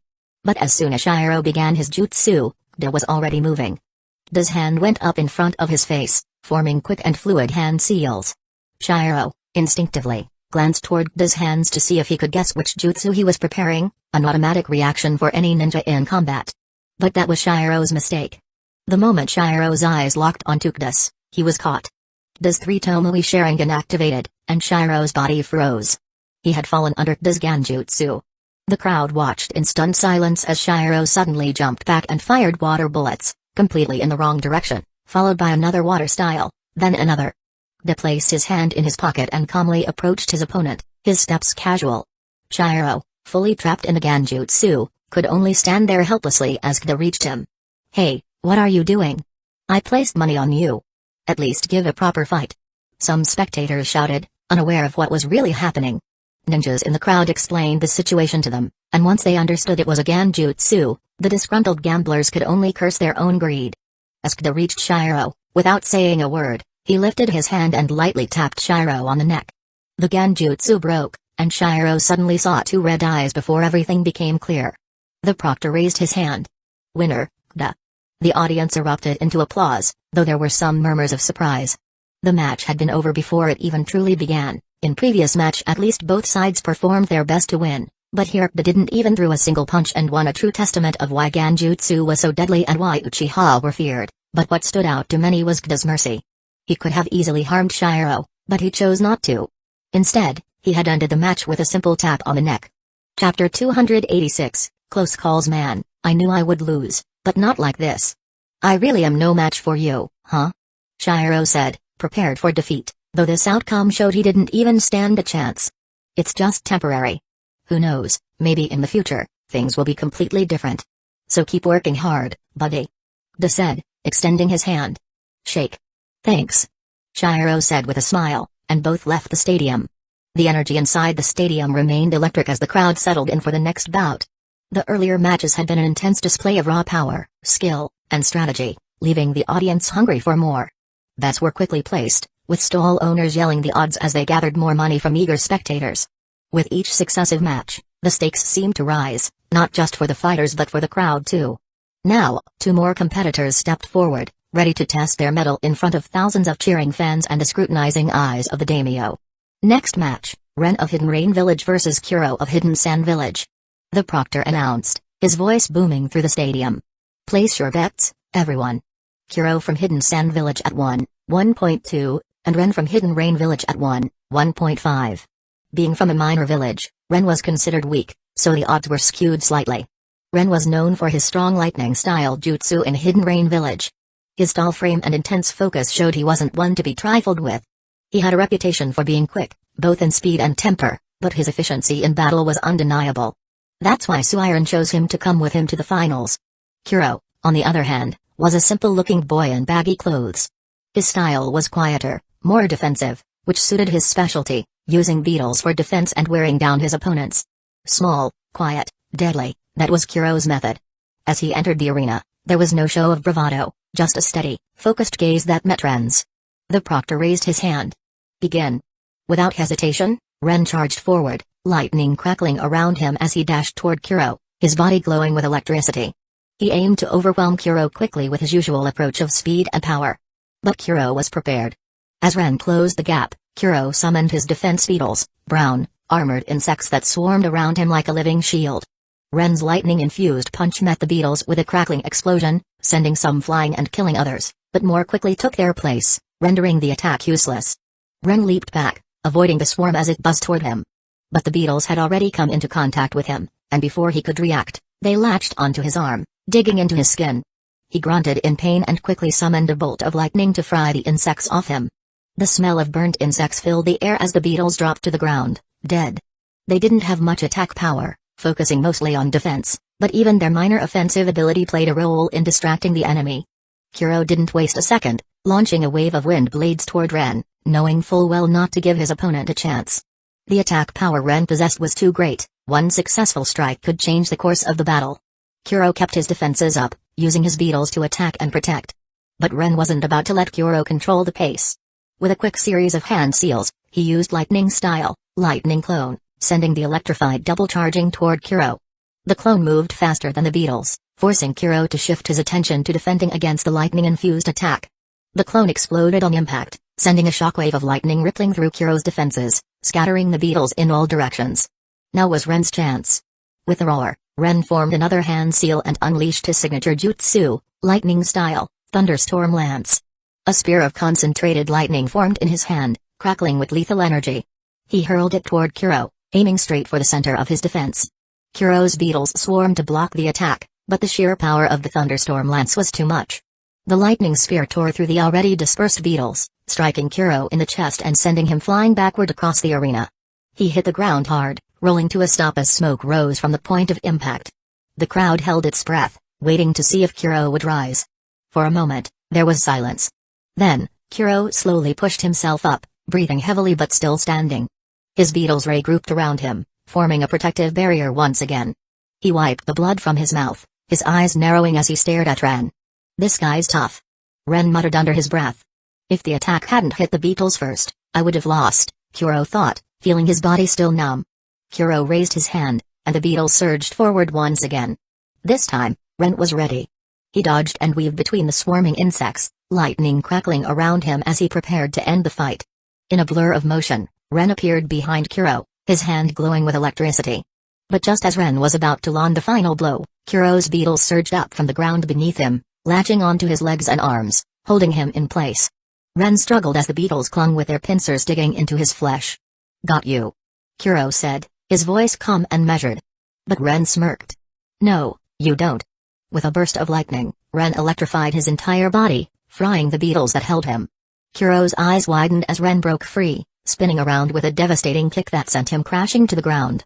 This time, Kuro didn't get up. "Winner, Ren," the proctor announced, and the crowd erupted in applause. It had been an intense match till the end, no one knew who would win. If Kuro had been a little faster with his last attack, he might have won, but now nothing would change. Both of the ninjas from Hidden Sand Village were out of the competition. The energy in the stadium shifted once again as the next match was announced. Next match, Kabuto of Hidden Leaf Village vs Suiron of Hidden Rain Village. Place your bets, everyone. Kabuto from Hidden Leaf Village at 1.4, and Suiron from Hidden Rain Village at 1.5. Due to Hidden Rain Village's recent performance, the betting odds were no longer entirely in Hidden Leaf Village's favor. The atmosphere became tense. Kabuto, a simple-looking boy with glasses, entered the stadium. But unlike his physique from before, he was now more muscular, having trained under both Jiraiya and Hiruzen. Suiran, on the other hand, was a gloomy-looking boy with dark hair and baggy clothes. His movements were precise as he entered the stadium. The odds were close, and the crowd was eager to see which of these two tactical fighters would come out on top. Kabuto entered the arena first, his glasses gleaming in the sunlight as he adjusted them with a calm smile. His demeanor was almost casual, but those who knew him understood that his mind was already working, analyzing every possible move his opponent could make. The proctor raised his hand. Begin. Suiran moved first, his hands forming seals. Water style, wild water wave, a C-rank jutsu, is an inferior version of water style, great waterfall jutsu, a knee-rank jutsu. Though not as powerful, it was excellent for creating a water source while attacking the enemy at the same time. The water surged toward Kabuto like a tidal wave, its sheer size and speed threatening to overwhelm him. But Kabuto was already moving, flipping backward to avoid the attack. As he landed, he quickly formed his own hand seals. Earth style, earth wall. Blocked the water's path. The wave crashed against the wall with a deafening roar, but Kabuto remained unfazed, his eyes locked on Suiran. Suiran's next attack was more direct, he darted forward, his kunai gleaming as he aimed for Kabuto's throat. But Kabuto wasn't a fighter who relied solely on ninjutsu. With surprising speed, he sidestepped the strike and countered with a palm thrust aimed at Suiran's chest. Suiran barely dodged, the force of the strike grazing his ribs as he spun away. The two shinobi circled each other, testing the other's defenses. Suiran unleashed a barrage of water jutsu, his hands moving with lightning speed as he summoned streams, waves, and torrents to keep Kabuto on the defensive. But Kabuto countered each attack with precise earth-style techniques, deflecting the water or dodging when necessary. Neither used much chakra in the first 10 minutes, only attacking to gauge the strength of their opponent. After 10 minutes, Suiran was ready. Without warning, Suiran inhaled deeply and exhaled a thick, noxious cloud of poison breath. The cloud spread rapidly, filling the arena with a deadly green mist, causing murmurs of concern in the crowd. Kabuto's eyes narrowed. He knew this was Suiran's most dangerous weapon. After asking around, he had learned it was highly acidic. Not wanting to experience it firsthand, he summoned a small gust of wind with a quick hand sign, dispersing the cloud just enough to create an opening. He darted forward, closing the distance between him and Suiran before Suiran could react. With a swift movement, he placed his hand on Suiran's chest and released a burst of chakra, sending him flying backward. Once again, Kabuto created a gust of wind to clear a path for his escape from the poison. Suiran didn't have time to stop him, and Kabuto evaded the attack. But he wasn't done yet. Kabuto made continuous hand signs, even while running from the poison, as Suiran chased after him. The ground in front of Suiran became muddy, which had been firm a moment ago. Before he could react, a mud wolf rose from the ground and chomped at the air right next to his head. "I lost," Suiran said, raising his hand in surrender. The last attack could have easily killed him, but his opponent didn't want to kill. Now, he didn't want to humiliate himself by continuing the match. "Winner, Kabuto," the proctor announced, as the crowd erupted in applause. Kabuto looked at Suiran, his expression calm but respectful. "You fought well," he said before turning and walking out of the arena. Chapter 287, Clay, Water, Lightning and Fire. The energy in the stadium hadn't waned since the first few matches. If anything, it had only intensified. The spectators, both civilians and shinobi alike, were locked in, their eyes glued to the arena. After the exhilarating matches between various participants, anticipation for the next round was sky high. Now, it was time for the last two fierce battles. As the proctor stepped forward once more, his voice amplified to announce the next match, a hushed silence fell over the crowd. Next match, Deidara of Hidden Stones Village versus Naoki of Hidden Mist Village. Immediately, the arena buzzed with excitement. Deidara was a name known even among the younger generation, simply because he never actually hid his powers. A prodigy of Hidden Stones Village, feared for his explosion style and his mastery of destructive clay-based jutsu. On the other hand was Naoki, a skilled water-style user from Hidden Mist Village. Though not as famous as Deidara, just being from a major village was enough of a testament to his strength. No major village would send a weak ninja to the Chunin exams.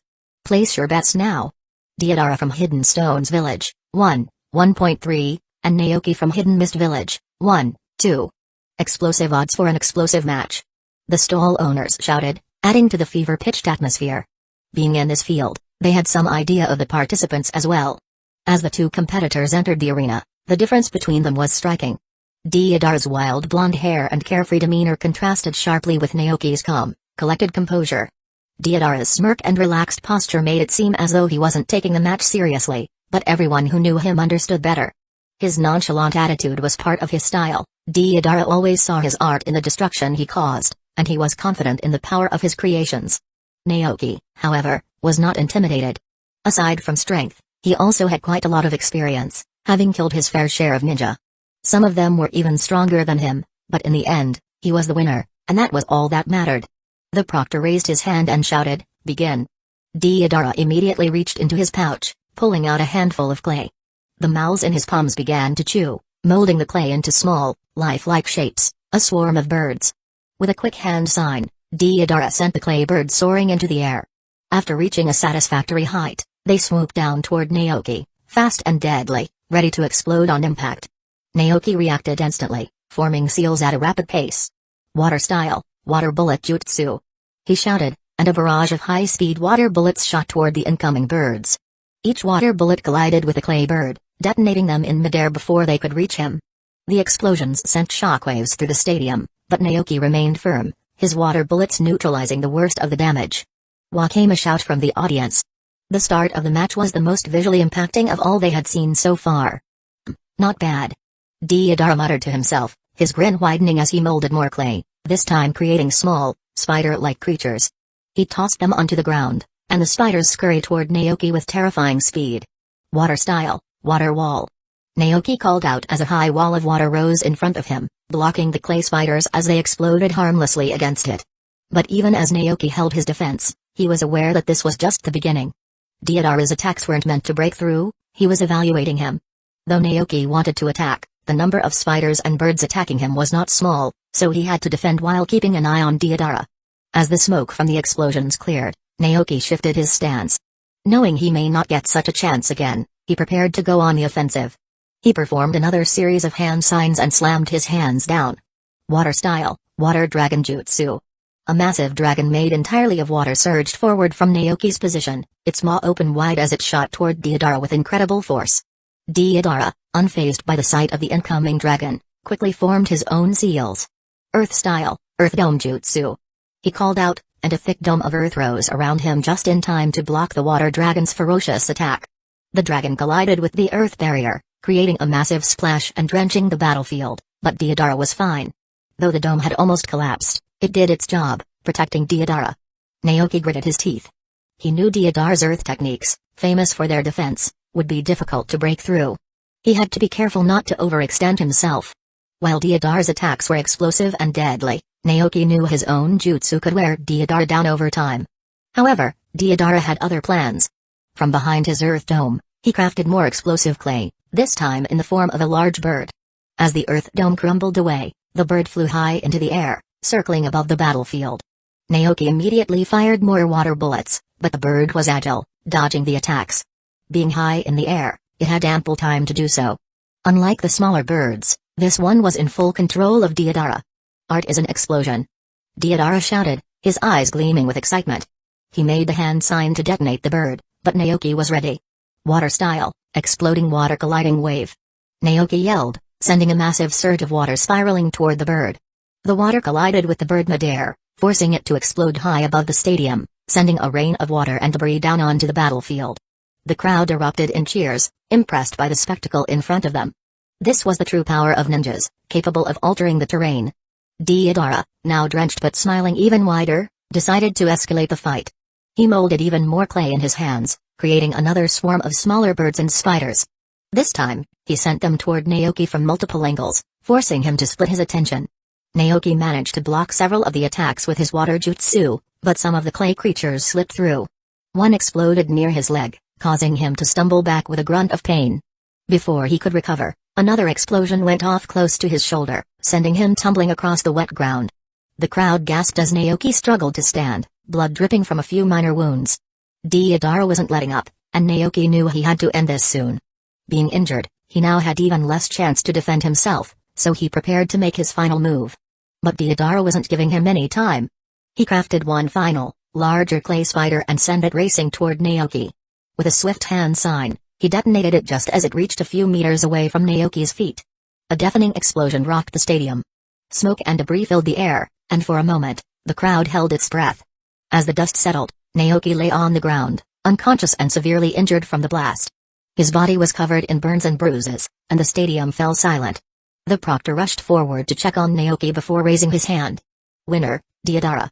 The crowd erupted in applause, but Deodara wasn't paying attention.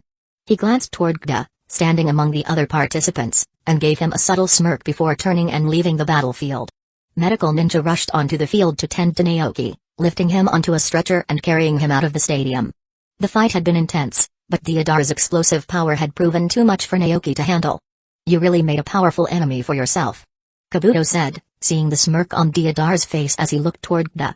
Well, he's now captain's problem anyway, so I don't have to worry about a thing, Gda said, shrugging his shoulders. For the first time, Itachi felt like punching someone, but he had to go for his match. As the dust settled from Deodara's victory and some of the restoration had been done, the proctor stepped forward again. Next match, Itachi Uchiha of Hidden Leaf Village vs Ayami of Hidden Clouds Village. The crowd buzzed with anticipation.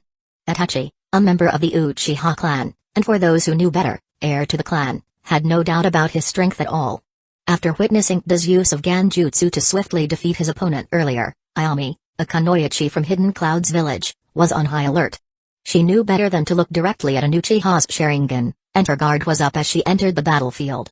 Ayami, a skilled swordswoman and user of lightning-style jutsu, kept her head down, avoiding any direct eye contact with Itachi. She knew she couldn't afford to fall under his Ganjutsu. Itachi, on the other hand, remained calm and composed. He could see that Ayami was taking precautions against his Sharingan, but that didn't faze him at all. Begin. The proctor called. Itachi didn't waste any time. He formed a series of hand seals and unleashed a fireball jutsu, sending a massive wave of flames toward Ayami. She quickly formed seals of her own, using a lightning-style technique to move swiftly, dodging the attack easily. Before she could fully recover, Itachi used his body flicker jutsu, disappearing from view in an instant. He reappeared directly in front of her, his movements too fast for her to react. Ayami instinctively swung her blade, but she made a fatal mistake. Her eyes flicked toward Itachi's face for just a split second during her attack. That was all Itachi needed. Ayami's movements froze as she fell under his Ganjutsu. The entire crowd knew what had happened. The moment she made eye contact with Itachi, the match was over. Itachi, calm and collected as always, approached her slowly, just as Gda had done in his match. The crowd watched in silence as he raised his hand and tapped Ayami lightly on the neck. The Ganjutsu broke, and Ayami came out of it with a defeated look on her face. She said, "I surrender." The proctor stepped forward. Winner, Itachi Uchiha. The match was over even before people could place their bets. Those who had wanted to bet on Ayami thanked every god they could, relieved that their money was saved. The crowd erupted into cheers once again, though this time there was a certain awe in the air. Itachi's mastery of Ganjutsu and his calm, calculated approach had left everyone in the stadium speechless. Along with his looks, some marriage proposals were flying toward him from the girls in the stadium. Itachi simply ignored all that and walked off the field. Chapter 288, Joke. So that's why this crafty old fox was so confident. Hidden Leaf Village is showing off its talent once again, the two daimyo thought, looking at the result of the first round of the third stage. All three of Hidden Leaf Village's ninja won their matches and advanced to the next round. They secretly hoped they'd be paired against each other, but alas, the matchups were already decided. The next match would be between Darui and Gda. The lightning daimyo was really tense. At this moment, Darui was the only remaining participant from Hidden Clouds Village. He surely couldn't lose. He wasn't worried about the 30 million ryo at all. What was that small amount? He could just raise taxes a little, and it would be collected in a month or even a week, depending on how much he raised it. What he was truly worried about was his reputation. Losing was the problem, not the money. That's why when the proctor announced, the next round will start in 5 hours. Participants can use this time to receive medical treatment and rest. The daimyo left the other two and went out to meet the Raikage personally. "Welcome, Lord Daimyo," said as the daimyo sat in the VIP lounge of the Raikage building. "I'm not here for formalities, eh? What I want is confirmation. As I mentioned in the letter, I want someone from Hidden Clouds Village to win this competition. I bet 30 million ryo on that, and if I lose, I'll have to reduce the number of missions to make up for the loss," the daimyo said, clearly threatening the Raikage, the most hot-headed of the 5 Kage. Sir, please have this glass of water," Mabui interrupted, handing a glass of cold water to give him time to cool down, so he wouldn't say something out of line. Sigh. Sir, Darui is participating in the match. He's the best of Hidden Clouds Village's younger generation, so please rest assured, we will win this competition. Said. That's what I wanted to hear. The daimyo replied. Although 30 million ryo wasn't much for him, the same couldn't be said for a ninja village. This amount was enough to send an S-rank ninja on a dangerous, life-threatening mission. In a way, one could say it was the price for an S-rank ninja's life. When that amount was involved in negotiations, even a Kage had to consider the pros and cons before speaking. Well, that's what the daimyo thought, but he was wrong about one thing. There had been many daimyo in history who died of natural causes after challenging powerful ninja clans. Now that such incidents were rare, many politicians had forgotten this fact. Once the daimyo left, stood up from the sofa. How old is the daimyo's eldest son? He asked. He will be 12 this year, sir. Mabui replied. Send someone to befriend him. He should be convinced in the next 2 years that he should become the next daimyo, now that he's an adult. Hidden Clouds Village will fully support him for that. Yes, sir. Mabui said. This time, she didn't try to calm Mei down. It was already a blessing that he hadn't snapped in front of the daimyo. There would be no problem as long as someone from the daimyo's lineage became the next daimyo, but since that was a future concern, she decided to focus on the current task. Sir, even though I trust Darui, Hidden Leaf Village has performed remarkably well in the Chunin exam this time, and there's a chance Darui might lose. Mabui said. I personally trained him for 2 weeks, and he was able to land an attack on me in the end. Do you think anyone can dodge him now? So what if those Uchiha can see his attacks? Seeing and dodging are 2 different things. And if he loses even after that, Hidden Leaf Village will pay for humiliating us in our own village. Said, a shadow looming over his face. As the participants were leaving to rest, Deodara approached the Hidden Leaf Village team. You're lucky your next match isn't against me. Make sure you win your match so I can kill you myself. Haha, hey Kabuto, did you hear that? This random guy thinks he can defeat Tatachi. Thanks, man, I really needed this type of joke. I was kind of stressed. Da said, chuckling. Wait and see, fucker. I'll show you the greatest art of all time. Deodara said. From what I can tell, you really want to defeat me. Let's make a bet then. If you win against Tatachi, I'll bow down in front of you in the stadium in the next round, head on the ground. How about that? Da said. If that's how you want to die, then so be it. Deodara grunted before leaving. Can you stop making him madder? He might actually do something bad because of this. Itachi said. Don't worry, I trust you completely. You'll handle it for sure. Da replied. Itachi just shook his head and kept moving toward the gates. Are you nervous about your next fight? Kabuto asked. Kind of. Darui was trained by the Raikage himself, and since he was especially trained to fight against us, I'm sure he'll have something to counter Genjutsu. The fight will come down to pure skill, and he's not bad in that part. Da said, recalling Darui from his memories. Though Darui was much younger than the one in the anime, he was still strong. But you lucked out, huh? Your next match will be easy. Da said, remembering Kabuto's opponent. Yeah, at least the next one. Kabuto sighed. Before Kta could say anything, Shizue called out from a little distance away. You guys can talk while resting. Let's go. Yes, brother. Da said, and they followed Itachi back to their residence. Man, I'm tired. That was really chakra draining. Kabuto said, lying on his bed. Do some meditation and recover your chakra. Eat that food, it'll help with chakra and stamina recovery. Jiraiya said, pointing to a strongly medicinal-smelling dish on the table. Is it even food anymore? Da asked. Just eat it, brat. You can complain about the taste after the competition is over. Shizue said, landing a punch on Da's head. Da, in your next match, don't rely on Genjutsu to win. Jiraiya said as they started eating. Why, sensei? Da asked. Darui is Hidden Clouds Village's last hope. If he loses without even landing a single hit on his opponent in his own village, and that news spreads, Hidden Clouds Village might start a war against Hidden Leaf Village, whether they're ready or not. We don't want that. Have a normal fight with him. So, do I have to lose? Da asked nonchalantly. He didn't have any stakes in the exam anyway, and if winning meant many ninja would lose their lives, he'd be more than happy to lose. No, just fight normally, without using Genjutsu for this one match. If we were scared of Hidden Clouds Village, this whole situation wouldn't have happened. We're here to win. We just don't want to push the Raikage too much. Jiraiya said. Okay, sensei. Da said, finishing his food. What about my fight, sensei? Itachi asked. Hidden Stones Village isn't as hot-headed as Hidden Clouds Village, So you can have any type of fight you want. Finish the match in a minute or an hour, your choice. Jiraiya said. Itachi nodded. Kabuto didn't even ask, since there were no high stakes for his fight anyway. The stadium, which had become a little empty, was once again filled to the brim with people.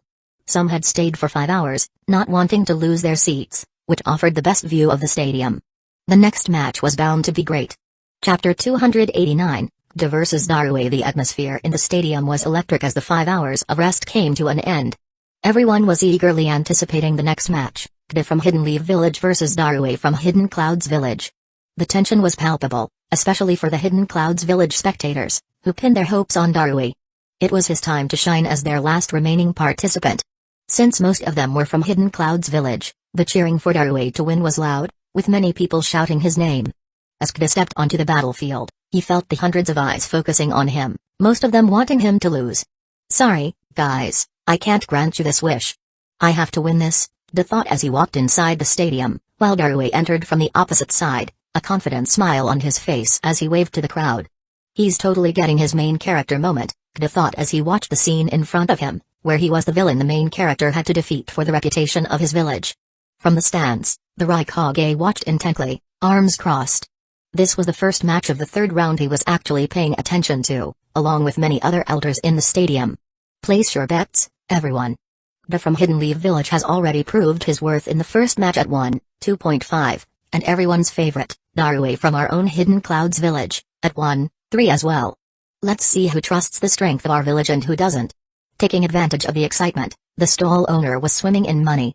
Jiraiya himself went to one of the stalls. I want to bet on Kda. How much, sir?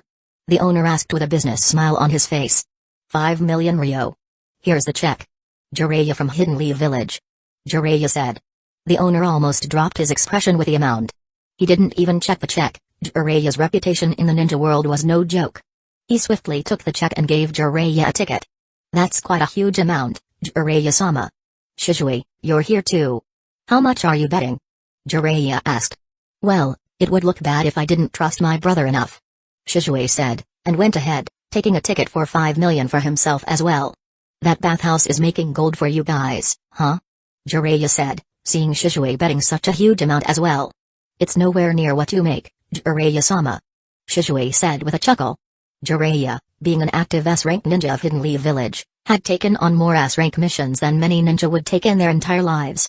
With his books being famous as well, he was one of the wealthiest men in the Fire Country, and in the world. By now, the preparations were done, and the match was ready to begin. The proctor raised his hand, and the crowd fell silent in anticipation. Begin. As soon as the proctor gave the signal, Kda activated his Sharingan. Even though he wasn't going to use it extensively, just activating it created a form of pressure on his opponent. Now they had to be careful about Genjutsu for the entire fight. Along with increased perception and the ability to see chakra, there was no reason not to activate it. Darui, from the start, paid close attention to avoid looking into Kda's eyes, so even though he didn't confirm the Sharingan was active, he was going to fight with the assumption that it was. Without wasting a second, Darui launched the first attack. With a series of hand signs, a bolt of black lightning streaked toward Kda with terrifying speed. Kda's Sharingan spun as he sidestepped effortlessly, dodging the attack with a flicker of motion. The ground behind him exploded as the bolt hit, leaving a smoking crater. Not bad. Kda muttered under his breath, his Sharingan analyzing Darui's movements. He quickly formed hand seals, launching a fireball jutsu at Darui. Even without Sharingan, dodging a fireball wasn't difficult, especially for someone proficient in lightning style. Darui flickered away easily, dodging the fireball. But Kda wasn't done. He followed up with a wind blade, slicing through the air, aiming to catch Darui off guard. Darui dodged those as well, showing the true speed of a lightning-style user. To the audience, Darui appeared like a blur, appearing in various places and then disappearing the next second. As soon as he disappeared, the position was bombarded with wind blades. Seeing Darui easily dodging the attacks, the audience cheered crazily, but those experienced in fighting knew the actual battle hadn't started yet. Both ninjas were just testing each other. After dodging most of the attacks, Darui stopped 20 meters away from Kda, his hands moving so fast they appeared as a blur to everyone except Kda. With the Sharingan active, he could not only see Darui's hand seals but also the chakra he was molding. A combination jutsu, Kda thought, quickly making hand signs of his own. Lightning style, wave of inspiration. Darui used his signature B-rank jutsu, with a wave of highly pressurized water going toward Kda, mixed with black lightning as well. A deadly attack, notoriously difficult to block or evade because of its range.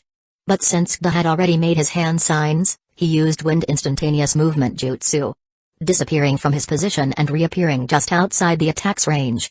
Enough with these ninjutsu battles, Kda thought and made a hand sign. Fire style, fire stream jutsu.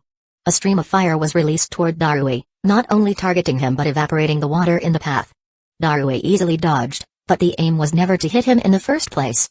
With the wall of fire blocking Darui's vision, Kda appeared behind him with the body flicker jutsu, sword drawn and aimed at Darui's neck. But Darui was very alert. Uchiha were famous for their kenjutsu, so as soon as he sensed Kda behind him, he took out his sword, effectively blocking the attack. After that, they started exchanging strikes. Kda's attacks were precise, aiming for vital points with the help of the Sharingan, while Darui's movements were fast and reactive, deflecting each strike with calm, lethal efficiency, using lightning to boost his speed. Both fighters were evenly matched, pushing each other to the limit. Seeing the stalemate and no sign of fatigue in Kda's movements, even after exchanging many strikes, Darui leaped back, creating distance, his fingers crackling with energy. Storm style, laser circus. Multiple beams of lightning shot out from Darui's fingertips, zigzagging unpredictably toward Kda. I was waiting for this, Kda thought with a smirk. His Sharingan kicked into overdrive, dodging most of the lasers. Though he didn't have time to counter, dodging wasn't difficult, especially with the Sharingan predicting their trajectory. Even though Kda managed to dodge the initial barrage, it became increasingly difficult. Darui was cornering him with each attack. After some time, Kda realized he was effectively trapped. All the beams now targeted various vital parts of his body, but there was one path he could use to dodge them. There's no way he left that open. It's most likely a trap. Sigh, but I don't have many options. Let's see what he's planned, Kda thought and dodged the attack. Lightning style, Black Panther. The massive panther-shaped lightning attack roared toward Kda, its dark, crackling form too fast to evade completely. The attack hit its mark, enveloping Kda in a surge of black electricity. The crowd gasped, watching the smoke rise, obscuring Kda from view. Chapter 290, Overdid It. Unlike others who were thinking Darui might have won, Darui was not so delusional. He smirked just before taking that attack head-on, he thought, weaving hand signs once again. But as the smoke began to clear, the spectators' eyes widened in shock. Kda stood there, unharmed, his body now covered in dark lines, a sign of his mitotic regeneration seal. You didn't think it'd be that easy, did you? Kda smirked, the lines across his body glowing faintly as his injuries healed. Aside from some small burn marks, he was almost fully healed. Then another set of seals became visible, especially on his arm, forming something akin to a gauntlet. Kda sidestepped another lightning bolt coming toward him, but he didn't use any jutsu to evade it. His raw speed in this form was enough with high amount of chakra enhancing his speed and strength while Sharingan increasing his reaction speed. He became much faster than many shinobi out there. But the amount of chakra he was consuming was astonishing. If not for the yin seal on his forehead, he would have been out of chakra in just 2 minutes. Healing and strengthening at the same time was no easy task, but with the seal, it became child's play for Kda. Especially after healing was completed, the chakra consumption became normal once again. Well, normal for him, he was using 3 times the chakra to get same effect that he would get if he used 1/3 of his chakra, but still he didn't have any problem with that at all. All that pain was worth it, Kda thought while he formed a hand seal, summoning 3 shadow clones. 2 of them went to distract Darui, who was readying another attack, while the other clone transformed into a massive hammer. Seeing the 2 clones coming toward him and Kda preparing something else, Darui decided to go all out. Lightning style, electromagnetic murder. A B-rank jutsu that releases a wave of electricity in the surroundings. It was highly chakra-consuming, but effective against shadow clones. Both of Kda's shadow clones were dispersed, but their job was done, and Kda was ready with the hammer. The crowd went silent, seeing Kda, a young boy covered in black seals, wielding a war hammer covered in spikes, which most likely weighed more than 150 kilograms. What surprised them even more was his speed. Kda, who had been standing quite a distance from Darui, suddenly appeared next to him, his hammer threatening to crush every bone in Darui's body. Darui, not wanting to test his defense against such an attack, swiftly dodged. Smash. Boom. Smash. Smash. Boom. Boom. After a series of attacks, the stadium was in shambles, with various pits all around the ground. Kda attacking with speed faster than wind, while Darui dodging like lightning. But after swinging that giant hammer for so long, while also dodging and countering Darui's attacks, De was starting to get tired. Let's finish this now, he thought, and used the body flicker jutsu to appear 20 meters away from Darui. Darui swiftly raised his guard to defend against any attack, but De just pointed his finger toward him. Suddenly, everything around Darui went black. There was nothing he could see. Ganjutsu? He thought, quickly dispersing his chakra to come out of it, but the process was too slow. By the time he broke free from the Ganjutsu, De was already standing in front of him, his hammer just centimeters away from his chest. With no time to dodge, Darui used his hand to block the attack, reinforcing his whole body with chakra. Swoosh! He flew back at astonishing speed as soon as the attack landed, only stopping after colliding with the stadium wall. Even after blocking and reinforcing himself, many of his bones were broken. When the dust settled, Darui limped out of the crater, blood pouring from his mouth. The proctor first looked toward Darui to see if he wanted to continue the match. Getting no signal in return, he raised his hand and announced, "Winner, Uchiha." The crowd erupted in applause, though some were dissatisfied because Darui, the ninja from their village, had lost. For others, it was a great fight, both sides gave their best and won fair and square. Most importantly, it was very entertaining, so the applause drowned out any dissatisfaction from the crowd. Kda appeared next to Darui and offered him a hand, helping him to his feet. "Good fight," he said simply.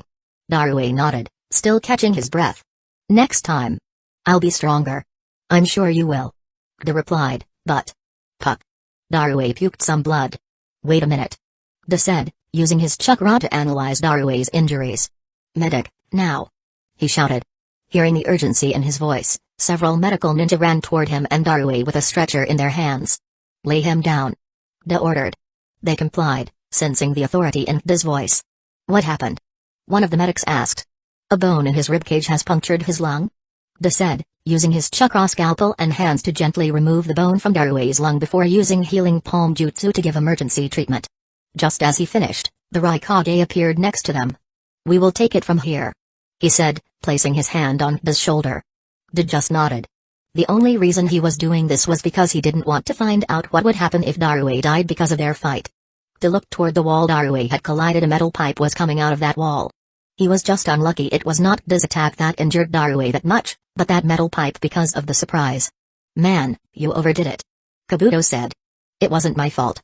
He was really tough. If I hadn't activated the seal, the position would have been reversed by now," Kda replied. "But where's brother and sensei?" Kda asked. "They went to collect the money they won from the bet," Itachi said. "Bet? They bet on your match. I almost saw a heart attack coming toward them when you took that attack head-on," Kabuto said, chuckling. "Well, it's all fine, but why are you still here? Isn't your match about to start?" Kda asked. "See the condition of the stadium after your fight? They asked us to wait for some time until they repair it a little," Kabuto said, pointing toward the various pits in the stadium. "Ha ha ha." Kda laughed awkwardly. "Hey, good job, Kda," Shizue said, returning with a huge smile on his face. "How much money did you bet on me, brother?"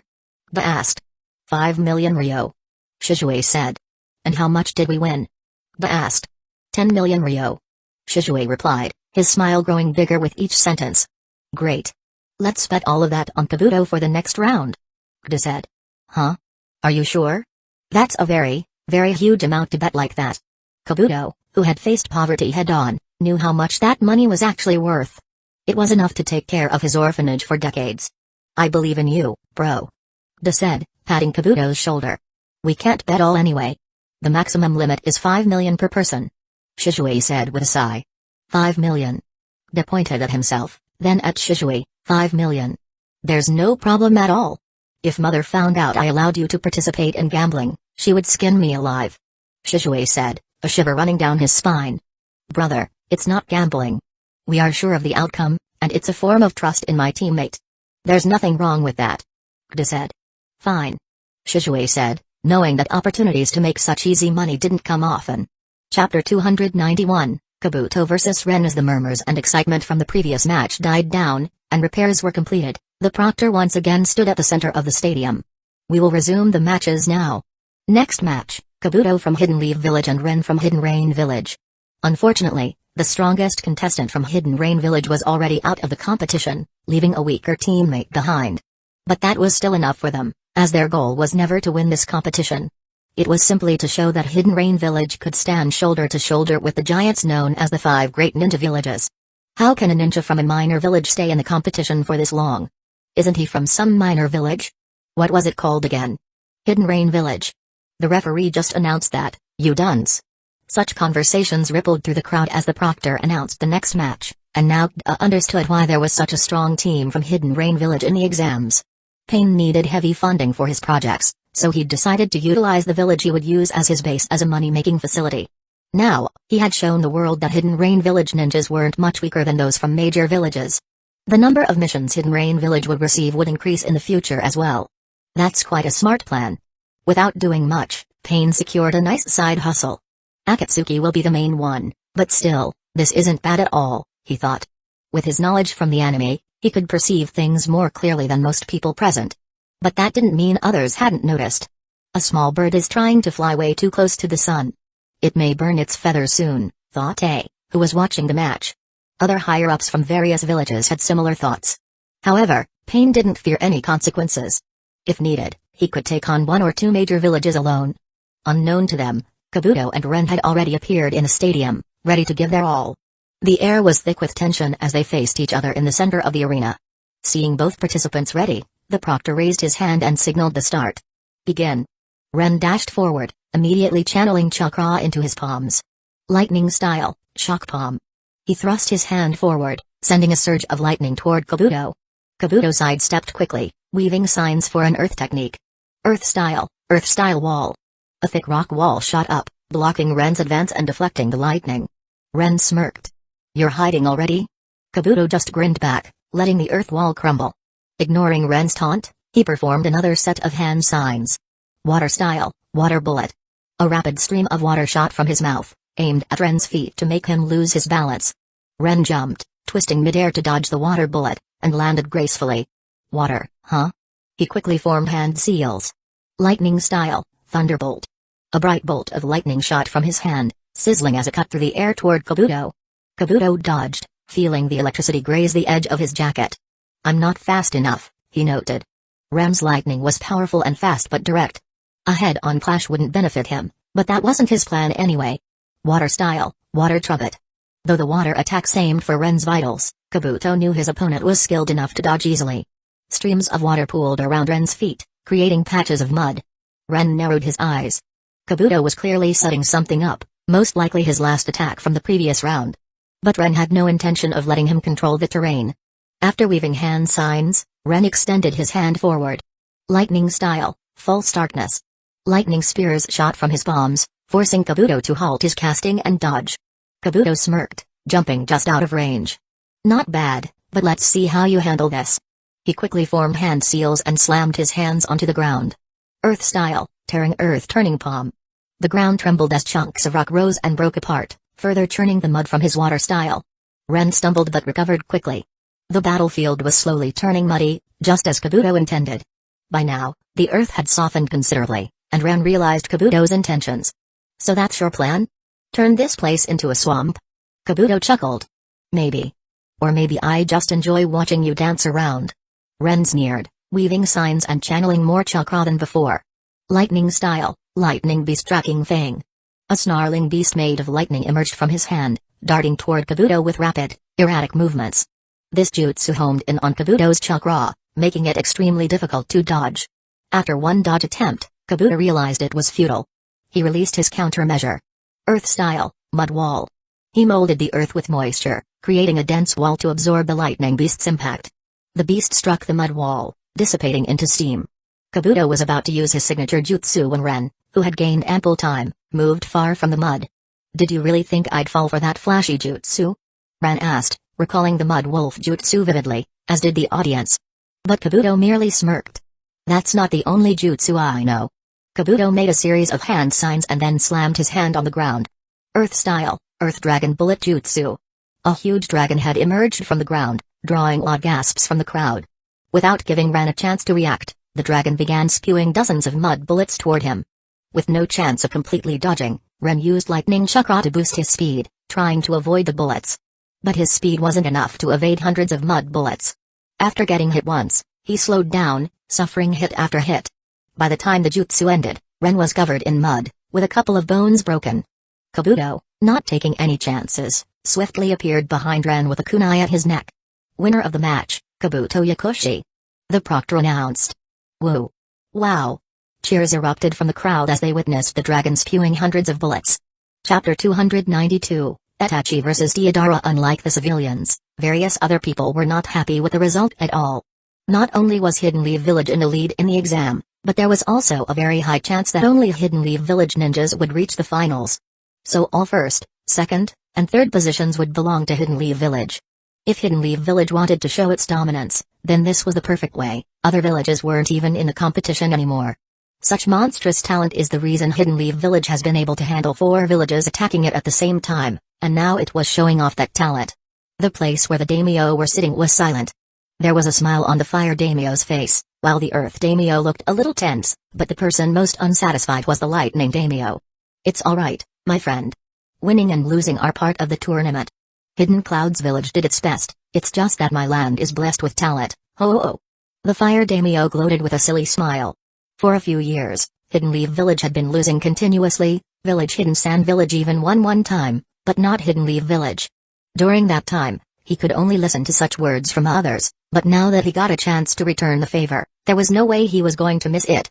The lightning daimyo could only put up a fake smile. Of course, the match was a close one. Hidden Leaf Village ninjas sure are lucky. He said. Close one? If it was close, then both of them should have been in the hospital. But maybe you are correct, and I'm just too happy to win so much money to think things through. The fire daimyo said, painfully bringing up the topic of Darue being admitted to the hospital, not giving the lightning daimyo any way out. Hidden Clouds Village will have to face the brunt of the money I lost because of them, the lightning daimyo thought, unknowingly sealing his fate with resentment. Well, it's not like you won, Hidden Stones Village is still in the competition. The earth daimyo said. Most of the time, he was like Hanoki, a fence sitter, but when it came to money, he became the most active person around. Yeah, but his next match is against Itachi, right? The fire daimyo said, putting on a thinking gesture. Well, I wish you the best of luck. Same to you. Bro, we won so much. This is the easiest money possible. They shouted, to which Shizue just nodded his head. Due to the low conversion rate, they only got 1.5 times their betting price, but still, 5 million ryo in just minutes is no small amount by any means. Yeah, with this much we could resume our plan for expanding the business. Shizue said. Kabuto, who was listening, wanted to ask something but kept his mouth shut, as what he wanted to say was something he wouldn't take pride in. But Gda, who knew Kabuto quite well from both the anime and from living with him for so long, could guess what he wanted to ask. Brother, since it was because of Kabuto that we won this much, shouldn't we do something for him as well? Gda asked. Sure, what do you want to do? Shizue understood what Gda was trying to do. Let's donate 1 million to his orphanage. How about it, Kabuto? Thanks. Kabuto could only say this, too moved to say anything else.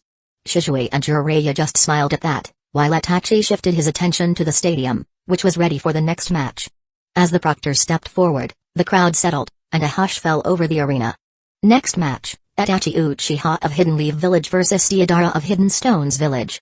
The moment the match was announced, excitement rippled through the stands. Stall owners shouted the latest betting odds, their voices blending into a cacophony of numbers as fans made last-minute bets, torn between the genius Uchiha and Hidden Stones Village's explosive artist. In the center of the arena, Itachi and Deidara faced each other, both calm. However, Deidara looked toward the audience, especially at Gda, with visible killing intent in his glare. Gda just responded with a wave and a smile, further angering Deidara. Because of your teammate, you will die today. But don't worry, I'll make it quick. Deidara said, turning back toward Itachi. You can try. Itachi responded without expression. Begin. The proctor called. Without a moment's hesitation, Deidara reached into his pouch, pulling out a handful of clay and molding it with rapid, expert movements. Small clay spiders and birds formed in his hands before he sent them toward Itachi, each one enlarging on its own as it moved, becoming bigger and deadlier to test his opponent's defenses. Itachi calmly reached into his pouch and pulled out a single shuriken. Holding it with a practiced grip, he sent it spinning through the air. Shuriken Shadow Clone Jutsu. With a series of hand seals, the single shuriken multiplied mid-flight, becoming a rain of gleaming steel. Each clone hit a target precisely, piercing through the moving clay animals as if individually guided by Itachi's hand. The audience held their breath, stunned by the mastery of Itachi's technique. It wasn't just the sheer number of shuriken, it was the impeccable precision, each one striking its target as if calculated down to the millimeter. It was the pinnacle of throwing technique, not less deadly than any elemental jutsu itself. Deidara clenched his teeth, impressed but unfazed. Not bad. But let's see how you handle something bigger. Once again, he put his hand in his pouch, pulling out a large amount of clay with both hands to craft a larger clay bird, one agile enough to evade attacks according to Deidara's commands. Controlling it with swift hand gestures, he directed it to soar and twist through the air, dodging the shuriken that came its way. Itachi responded immediately, his hands weaving into seals. Fire style, Great Dragon Fire Jutsu. He released a massive torrent of flame shaped like a dragon, roaring through the sky with intense heat and speed. The fire dragon met Deidara's bird midair, and the impact was instantaneous, a blinding explosion that sent shockwaves through the arena. A wave of heat and light washed over the spectators, who shielded their eyes from the brilliance of the blast. For a brief moment, Deidara was stunned, awestruck by the fiery explosion. This is art, he thought, captivated by the beauty of the flames resulting from the collision of two jutsu capable of mass destruction alone. Combined, the effect only increased. One of the most beautiful creations I've ever made. Deidara regained his composure, eyes narrowing with determination. Unlike what most thought, his carefree personality didn't mean he didn't use his brain in battle. No matter how hot-headed he was, he remained calm during fights, otherwise, he wouldn't have survived this long. Seeing his attack doing no damage, Deidara quickly changed his plans. I was saving this for later, but you're worthy of seeing my latest masterpiece. A massive clay bird appeared next to him, big enough to carry several people. He climbed onto its back, and with a powerful leap, soared into the sky. The crowd gasped as Deidara took flight. In the shinobi world, such a feat was rare and feared. Flying ninjas had a tremendous advantage on the battlefield, and with Hidden Stone's village already boasting one, Deidara's ability made them even more formidable. From above, Deidara laughed like he had already won the match, tossing smaller clay bombs down at Itachi. Each one moved with such speed that it hit the ground within seconds, far heavier than they looked. With no time to counterattack, Itachi could only dodge. Explosions erupted around him, forcing him to continuously move. Realizing the disadvantage, Itachi thought, I need to even out our playing field. He remembered their training with Jiraiya. He formed a shadow clone and jumped on its palm. The clone used its strength to throw Itachi upward, while Itachi timed his jump perfectly, using precise chakra control. As he ascended, the clone used Gale Palm Jutsu, a powerful burst of wind that propelled Itachi even higher, just as Gda had done during their last sparring session against Jiraiya. Now in midair, Itachi formed signs. Fire style, Great Flame Flower. 30 massive fireballs formed around him, crackling with intensity as he targeted Deidara from multiple angles. Now the situation was reversed. Deidara's bird wasn't nimble enough to dodge the fireballs, which were carefully guided by Itachi himself. Deidara's eyes widened as the fireballs closed in. He maneuvered his clay bird skillfully, evading 2 simultaneous fireballs, but the third hit its mark. The impact blasted the bird to pieces, sending a massive explosion of clay and flame through the stadium. At the last second, Deidara leapt off, but he hit the ground with a painful thud, his legs buckling as a shockwave of pain surged up his legs, nearly fracturing them. Pain flashed in his eyes as he struggled to stand. Realizing his predicament, he decided to head skyward once more. But before he could craft another bird, Itachi landed in front of him, his sharingan blazing. With a calm, unshakable gaze, he pointed his finger directly at Deidara's forehead. You lost, Itachi declared, his voice a quiet storm. Deidara froze, his eyes locked onto Itachi's finger. Time seemed to slow as he stared, unable to react. For the audience, it seemed like a simple gesture. But for Deidara, what he saw was a nightmare. In the blink of an eye, Itachi vanished from his line of sight and appeared directly in front of him, his hand plunging through Deidara's chest, ripping out his heart, still beating in his palm.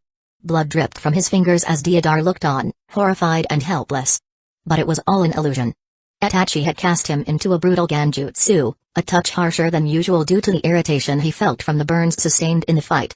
He had decided to return the favor to Deidara. In reality, Deidara remained standing, staring blankly at Itachi's finger. The match had been decided the moment Itachi pointed. Deidara was frozen, lost in the vision of his own death, and then collapsed to the ground after losing consciousness. Itachi withdrew his hand, satisfied, as the proctors stepped forward. Winner of the match, Itachi Uchiha. The crowd erupted in cheers, their voices mingling in a thunderous ovation as they celebrated Hidden Leaf Village's prodigy. Itachi gave a slight bow and turned, leaving Deidara to process what he had seen. Chapter 293, surrender even though most of the crowd was thrilled to see such an intense and entertaining fight, having literally watched two people flying and throwing fireballs at each other, far more spectacular than any fireworks they'd seen. This was not the case for everyone. Some people who had bet on Deidara were unhappy, as he had such an obvious advantage, a small army, no less, and still lost. Those people cursed their luck, regretting not betting on Itachi even though the return would have been lower. Especially in the VIP room in the stadium, where the daimyos were enjoying the match, a gloomy atmosphere spread. Both the Lightning and Earth daimyo were in bad moods, having lost 30 million ryo each. Though this amount of money wasn't much to them, the feeling of losing was hard to ignore, especially since the person who won was constantly gloating in front of them. Oh ho oh, 100 million ryo. With this much, I should build a new palace by the sea. What do you guys think? The Fire daimyo asked. That is quite a nice idea, actually. The Lightning daimyo replied, though his thoughts were, I hope it gets flooded with you inside it. The Earth daimyo felt the same. When Deidara had flown into the air, a triumphant expression had emerged on his face. How many ninja could actually fly? In his eyes, victory was nearly certain for Deidara. He hadn't expected the Uchiha brat to be this skilled, but the scene of Itachi jumping into the air, surrounded by dozens of fireballs, had captivated even a daimyo who had witnessed hundreds of fights in his lifetime. For the Hidden Leaf Village team, there was no choice about whom they had to bet on, it was just a matter of how much they were going to win. Damn, we really made a fortune this time. Da exclaimed. The betting ratio this time was 1.8 for Itachi. Da, Shisui, and Kabuto had each bet 5 million ryo, netting a total of 27 million ryo in their accounts. An amount this high was astonishing even for Jiraiya, who had also made around 13 million from his own 5 million. While they were celebrating, Itachi returned. How much did you make? Itachi asked. Around 1.2 million ryo on this match. Da replied with a silly grin. Fine, how much is my share? Itachi asked. Your share? You don't have one. If you want, bet by yourself. Da replied. But you gave Kabuto his. Why not me? Itachi asked. Because you're a damn prince and can easily bet on your own. Shisui said. Fair point. I'll bet on the next match. Before they could discuss further, the proctor returned to the stadium. As we all know, luck is also an important skill for a ninja. Since only 3 participants remain, we will now select a chit to determine who will advance directly to the finals while the other 2 must fight for the position. I would like to ask Lord Daimyo to pick a chit. The proctor said as a ninja brought a glass bowl before the Lightning Daimyo, who stepped out of his cabin for this. After building a little suspense, the daimyo picked a chit and announced, Uchiha. The person going to the finals is Uchiha. As for the other 2, they'll have to fight to decide who will go to the finals. The proctor announced. So, the next match is between Itachi Uchiha from Hidden Leaf Village and Kabuto Yakushi from Hidden Leaf Village. The crowd once again erupted in cheers. Back-to-back matches were never hated by the audience, and after the earlier display, Itachi had become somewhat of a favorite, especially among the girls, though he shivered a bit when he heard a middle-aged man shouting his name, likely due to the money he'd made from betting on Itachi. Now you're quite famous in Hidden Clouds Village as well, huh? Kda said as they heard people shouting Itachi's name. Let's just go. Itachi replied, maintaining his usual demeanor. Kabuto was silent, giving one last look to Jiraiya before following Itachi to the stadium. Itachi and Kabuto stood facing each other, both wearing serious expressions. Seeing that both were ready, the proctor raised his hand. Begin. He shouted. Just as Itachi was about to make a hand sign, Kabuto raised his hand. I surrender. He said. Everyone, the audience, proctor, and even Itachi, was stunned. Are you sure? The proctor asked. Being on the same team for so long, I know I don't have a single chance against him. So, rather than making a fool of myself, I would like to surrender. Kabuto said. Although some viewed this as cowardly, the judges, who had been noting everything from the start, nodded approvingly. Knowing which fights to engage in and which to avoid was a critical skill for any ninja.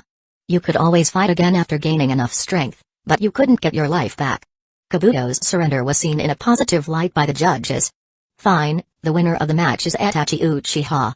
The proctor announced. But there were no cheers from the crowd this time, only complaints about wasted ticket money, which neither Kabuto nor Itachi paid any attention to. Was it really alright? Wasn't our goal to show off Hidden Leaf Village's might? Ba asked, looking toward Jiraiya. He had noticed Kabuto looking to Jiraiya before the match, so Kabuto must have asked for permission to do something so drastic. Jiraiya smiled, seeing that Da had caught on by himself. And we've already achieved that goal. Hidden Leaf Village is the winner, not just in first place, But all three positions now belong to Hidden Leaf Village. It doesn't matter who among you takes which position. When I was training Kabuto, he was sure he couldn't match either of you one-on-one, so he asked if he could surrender, as he'd get third place anyway, Jiraiya explained. Does that mean I could also just surrender and let Itachi win? Ba asked. I would like to request you not to do that. Itachi said. Yes, this is the final battle everyone's been waiting for.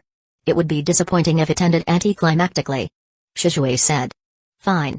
It's not like I was going to do that. I was just asking if I could. De replied, shaking his head. The next match will start in 1 hour. The proctor announced, giving the participants time to recover their chakra and stamina for the final battle. I have something to do, then. Itachi said, heading toward the crowd. Chapter 294, The Final Duel. The murmurs in the crowd grew louder as the final matchup was announced. The tension was palpable, rippling through the audience like static electricity before a storm. Hidden Clouds Village's stadium hummed with anticipation. Uchiha and Itachi Uchiha. Both had already shown the crowd breathtaking abilities. Fire and precision versus brute strength and speed, a combo worth watching. While some grumbled over Kabuto's surrender, the thought of a grand finale washed over them, silencing any residual complaints. Since there was an hour given to the participants for rest and getting back in perfect shape, De was doing just that, sitting in the corner of the waiting room meditating. My next match is against Itachi. If I use Uchiha Kenjutsu with a Katana and Genjutsu combo, he'll win because it's his forte. As for ninjutsu, let's not even consider it. That guy learned Gale Palm Jutsu just by watching me perform it, and I literally have 7 to 8 jutsu under my belt, nothing he would worry about. As for the mitotic regeneration seal and strength, even though it's powerful and fast, the burst is unidirectional. He could easily dodge by predicting my trajectory. Man, this is tough, De was thinking. Smack. Why did you do that? Ba asked, rubbing his head. If you're trying to meditate, why the hell are you thinking so much? Just calm your mind and give your best. No one is pressuring you to win. If you win, that's great, if not, you'll learn something new. There's no need to worry so much. Shizue said, sitting next to Da. I know, brother, but I can't even see a way for me to win the next match. I have 2 fighting styles, and neither of them works against Itachi. Da said. 2 fighting styles? Shizue asked. Yes, one is when I don't use this seal. I fight like an Uchiha, precise and lethal strikes with a mix of Genjutsu. And when I use that seal, I use extra strength and speed to win. But Itachi is better than me in Uchiha style and too fast and reactive to fall for the second. Ha ha ha ha. What's so funny? You're talking like there are 2 people inside you, and when one comes out, the other has to wait inside. These are both your fighting styles, there's no need to separate them. Just use them accordingly. Switch between brute strength and precise attack, react with Sharingan perception, and attack with your most powerful strength. Even I would feel threatened by such attacks. Shizue explained. Brother, it's not fair to show favoritism to only one of us. Itachi said, entering the waiting area. Well, you don't need any. The only advice I'd like to give you is don't get overconfident. Even though you're powerful, that doesn't mean you can't lose. Shizue said. I'll keep that in mind. Itachi said, as he sat down to take some rest. As the time for the final battle approached, Itachi and Kta made their way into the stadium. The crowd went silent, a hush falling over them in reverence. These 2 stood on opposite ends, eyes locked, each sensing the intensity of the other's presence. The proctor raised his hand. This is the final match of the Chunin exams, Uchiha vs Itachi Uchiha. Begin. The ground beneath Kta and Itachi shook as they both moved right at the start, at astonishing speed, making hand signs rapidly. Fire style, fire stream jutsu. Fire style, fireball jutsu. The 2 fire techniques collided, with Kta's fireball blown away by the wall of fire formed by Itachi's fire stream. Both of them were pushed back from the blast, but neither stopped moving. Both vanished from their spots, reappearing in the center, Kta wielding a sword while Itachi had drawn his kunai. Clang, clang, clang, clang. Tons of strikes were exchanged between them in just a single second. With no one gaining the upper hand, they jumped back. Don't hold back. Itachi called out, eyes flashing with a seriousness Kta hadn't seen before. Who said I was?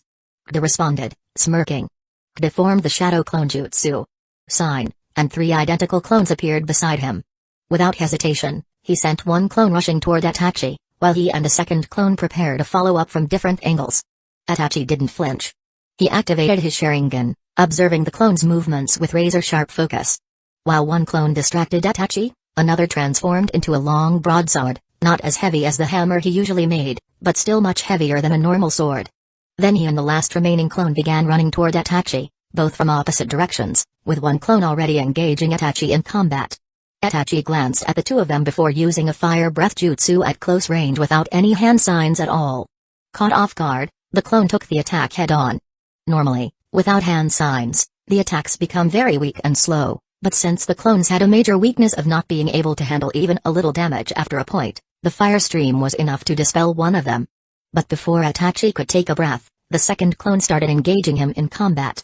Now vigilant against the fire stream jutsu, Itachi fought the clone while constantly watching for Kda's attack, who was wielding an unusually long and heavy sword.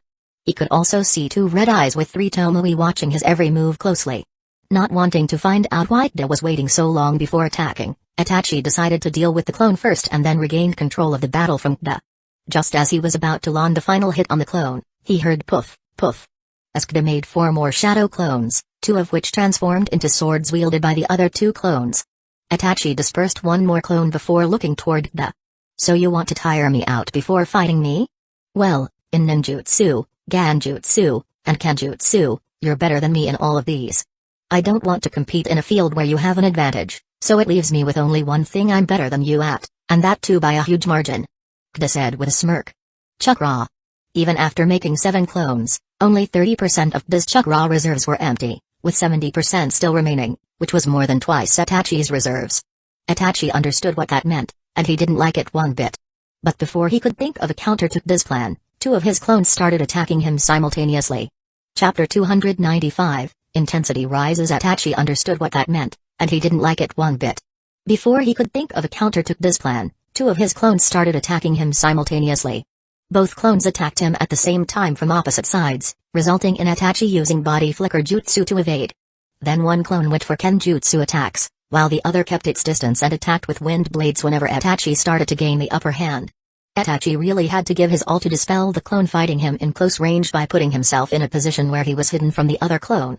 But once again, before he could take a breather, the clone which was in a support role this whole time started attacking with kenjutsu. It created 4 more clones to take its place as soon as it was defeated, which happened quite soon. When another clone took its place, Itachi felt a stark difference in kenjutsu style. Kda's kenjutsu was already very refined, using every opportunity to deal maximum damage while evading every attack. But this time, it was more like it was tailored to fight against Itachi.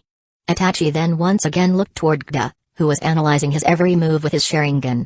He is trying to find my counter style in between the match, Itachi thought, a concept so absurd that he didn't even want to believe it. No Uchiha had ever used Sharingan like that because it needed quite some time to analyze an opponent's style and create counters. If you could get your opponent to fight that long, and if he was strong enough that you had to do that, the amount of life you had to sacrifice for that analysis wasn't worth it. But Kda, with his shadow clones, didn't have to worry about the life cost. With his high chakra, he could do this for hours because every time Itachi dispersed a clone, Kda got some of his chakra along with his memories back. If I give you more time, I am sure I will lose, Itachi said. Everyone was so silent while watching the match that his voice resounded in the stadium, and everyone understood that something was about to happen. As soon as he said that, he made various hand signs. Kda, who had seen these hand signs multiple times by now, understood what they meant. The clone went full throttle in attacking Itachi to stop his hand signs, but before it could reach him, a fireball appeared in front of it, dispersing it in seconds. Another went straight to the clone Kda had created as backup. Even though they tried to dodge and create earth walls to defend against the fireball, it just increased the amount of fireballs needed to disperse them. Itachi threw 5 fireballs at the same time, destroying the area where the clones and Kda were standing.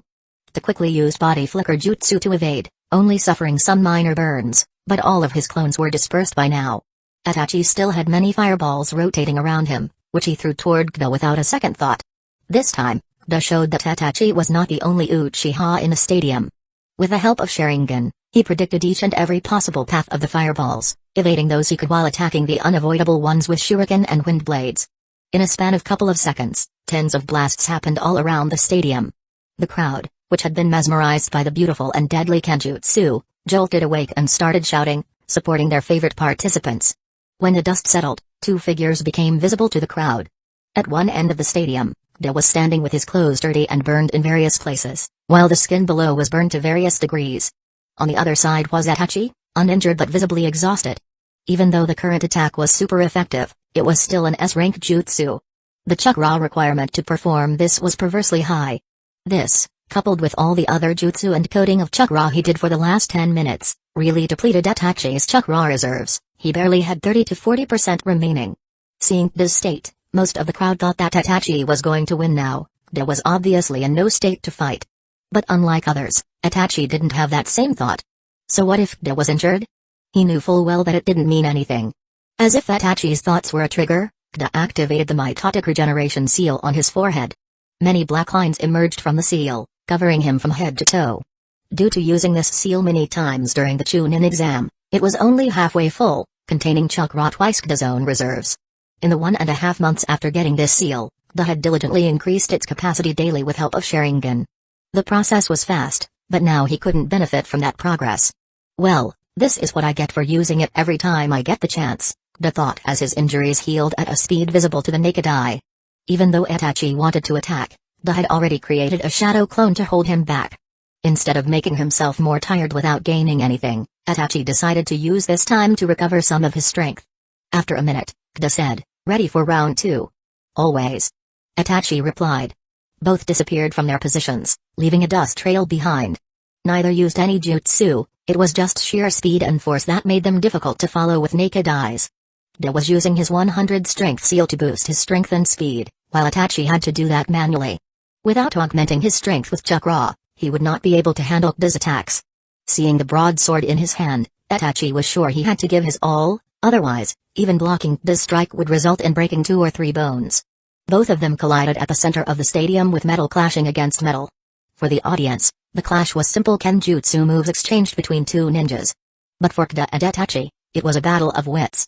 Both were using genjutsu and kenjutsu in conjunction to get just one good hit. For Itachi, it would lead to further decreasing Kida's chakra, and even a chance of winning. As for Kida, a single hit would mean winning the match. But both were at a stalemate. Even though Itachi was able to strike a few times using his superior genjutsu skills, Kida was not weak in this field either, coming out of genjutsu in fractions of seconds, dodging the attacks sufficiently so that his seals would heal them in no time. After 5 minutes of constant exchange of genjutsu, Itachi's chakra reserves were bottoming out. Having no other choice, he decided to go for the last reserves he had. Demonic Illusion, Mirage Circle Jutsu, an S-rank genjutsu. This technique creates a wide-range mirage where the surroundings appear distorted, shifting terrain and altering distances. Targets trapped within this area find that their attacks or movements appear futile, as distances stretch infinitely or shrink unexpectedly. And the most lethal thing about this is the brain becomes disoriented, so the target will not come out of this genjutsu even if they have the means to do so. Itachi created some distance between them once again using Fire Stream Jutsu and then started making hand signs. What is he planning this time? Kida thought, getting ready to tank any attack. Because of having a Sharingan himself, Kida was looking toward Itachi normally, not avoiding his Sharingan like others at all. Itachi utilized this opportunity fully, casting the genjutsu with his Sharingan. Kida felt something was wrong as soon as Itachi completed his hand signs, but before he could do anything, the distance between Kida and Itachi grew, and the surroundings of Kida started to rotate. What the fuck?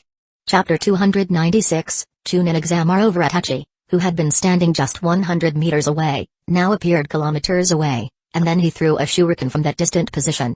Kida was initially surprised, as Itachi would never normally do that, he could easily dodge from such a distance. But to Kida's shock, the shuriken traveled nearly 2 kilometers in a second, appearing right in front of him as if it had teleported. Using his full speed, Kida dodged sideways, but he moved much farther than he would have liked. What the hell is happening? And what is? Wait, I can't form any thoughts, Kida realized. Itachi knew that if he gave Kida just a few more seconds, he would break free of the genjutsu, as the Sharingan was that effective against it. Not even an S-rank genjutsu could keep an Uchiha with a 3 Tomoe Sharingan under its effect for long. Not wanting to give Kida the precious time he needed, Itachi ran forward at full speed. With everything happening around him, Kida could only dodge and flee, trying to make sense of the situation, but Itachi was constantly on his tail. He cursed his luck. Had he not used most of his chakra, a single jutsu would have ended the match in his favor. While running, Kida forced himself to calm down and think. Clearing his mind made things clearer, and he quickly dispersed his chakra. Normally, that would have been a good move, but in an S-rank genjutsu, even breaking free had consequences. If a regular shinobi tried that, They would likely pass out from the after effects, but with the Sharingan's formidable defense, he only felt slightly disoriented and had a mild headache. Before he could regain his balance and clarity, he felt cold metal against his neck. "Can you heal yourself, even if your neck is sliced?" Itachi asked. "Maybe, but I don't want to find out now," Kida replied, raising his hands. "I surrender." "Winner of the match, Itachi Uchiha," the proctor announced, and the whole stadium erupted in excitement. Many who hadn't bet simply enjoyed the intense battle. It was a roller coaster of emotions, with no clear victor until the end. Even those who lost money betting on Kida weren't too disappointed. The match had been that entertaining. And those who won by betting on Itachi were thrilled. "Man, I should have followed the old advice about the never looking an Uchiha in the eyes," Kida muttered as he and Itachi made their way back to their team, where Jiraiya, Shisui, and Kabuto were waiting. When they arrived, Kida saw Shisui and Jiraiya clutching their checks as if they were precious treasures about to be snatched away. "What are they doing?" Kida asked. "They nearly lost their money. They had bet on a match. They're just happy it didn't came to that," Kabuto explained with a chuckle. A vein bulged on Kida's forehead as he thought about how his own brother had bet money on his losing. But before he could say anything, Itachi also headed toward the betting stalls. "Where are you going?" Kabuto asked. "To collect my winnings," Itachi said as casually as talking about the weather. He bet on himself winning? Now I really wish I had won the match, Kida thought. But then, considering that Itachi's money would have been lost too, he simply sat at the corner in resignation. Shisui and Jiraiya overheard this but were too delighted to care, as both had made a fortune in the Chunin exams. After savoring their winnings, Shisui approached Kida to console him. "You did really well, Kida, you almost won. There's no need to be down." "How much?" 32 million. "Profit?" "Yeah." "Then that's great," Kida replied, going from gloomy to fully excited. 32 million was a fortune, even a Kage would be envious. Losing for that much was no issue at all. In fact, he was even happy now that he thought about it. If he had won the match, there would have been no reward. There wasn't even a prize for this competition, it was just an exam to become a Chunin. With this much money, everything felt worthwhile. Itachi returned after collecting his prize, just as a judge responsible for analyzing the battles stepped forward to announce the results. The matches have been truly exceptional in this Chunin exam, with some participants performing well beyond what we expect from a Chunin, he announced. However, some fell short of the standard for now, though I'm sure they'll reach it in the coming years. Now, those who have qualified to become a Chunin will be called forward to receive a gift from Lord Daimyo himself. First, Itachi Uchiha. Second, Uchiha. Third, Kabuto Yakushi. Fourth, Deodara. Fifth, Darui. Ninth, Suiran. The judge announced the list, with Hidden Leaf Village securing the top 3 spots. It became clear that the tiger was emerging from its den. After a brief speech, the daimyo presented a box to each ninja called to the stage, and the event concluded. Hidden Clouds Village clearly didn't want to prolong it, as their own participant hadn't made the top 3. "I am sorry, Raikage-sama. I failed your and everyone's expectations," Darui said, bowing before A. "It's not your fault, Darui. Those two are out of your league. Even a veteran elite Jonin would struggle against them. You just weren't ready for this challenge. Don't dwell on it, focus on recovering your health," A said, still gazing toward the now empty stadium. Darui bowed one last time and left the room. "We lost face this time, didn't we?" A remarked. "Yes, sir. Even Lord Daimyo is upset, as he lost a lot of money due to us," Mabui replied. "That greedy fool, still thinking about money. Make sure the plan to dethrone him is put in motion as soon as possible." "Yes, sir." Also, many merchants who attended the Chunin exam are now considering giving missions to Hidden Leaf Village, further hurting our reputation. Some even said it feels like the era of other villages is ending, with Hidden Leaf Village rising again. Mabui reported, sharing the observations gathered by ninjas within the crowd. "Games, huh? Let's see how much they're willing to pay to play games like this against us," A said. Chapter 297, Request Man, "We did all that, and in return, we just get a kunai? I know this wasn't a competition, but still, this reward sucks," Da said, spinning the kunai around his finger. "Try channeling your chakra into that kunai," Shisui said with a smirk. "Whoa, it's so smooth, there's little to no resistance at all, like." "Yeah, these kunai are made of an alloy of chakra metal and black iron, one of the toughest combinations. Just a single one would cost at least 150,000 to 200,000 ryo. Even if they made it themselves, just the material cost for all 9 kunai would reach around 1,000,000 ryo, so this reward is not small by any means," Shisui explained. "Well, Now I don't feel so bad about getting this. De said, placing the kunai in his storage seal.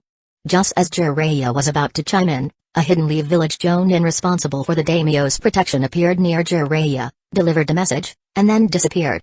The only reason a shinobi from another village could use these jutsu, even movement jutsu, was due to the daimyo's orders. Otherwise, using any jutsu in an enemy village could be very dangerous. After receiving the message, Jiraiya turned to the group. It's great that you liked your gift, but there's a chance you may get another one as well. Lord Daimyo is calling us. Jiraiya said. All of us? Yes. The four of them looked toward the VIP area where the daimyos were seated during the matches. Noticing this, Jiraiya added, he's not here, we have to go to his lodgings. Then let's go. Shizue said, and everyone began moving. Oh, Jiraiya, welcome, welcome. Have a seat. The daimyo said, obviously in a good mood. Thank you, Lord Daimyo. Jiraiya replied, taking his seat, while Shizue and Team Hidden Leaf Village stood before the daimyo. You guys did great in the exam, even better than what I expected from Hidden Leaf Village. I am very happy with your performance. The daimyo said with a kind smile on his face.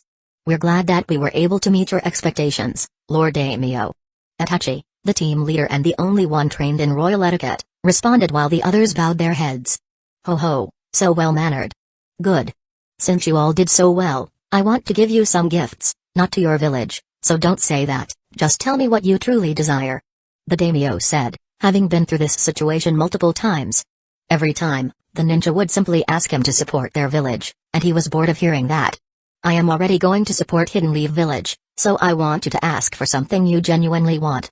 The daimyo said, eager to hear something different. Itachi and Kabuto were silent.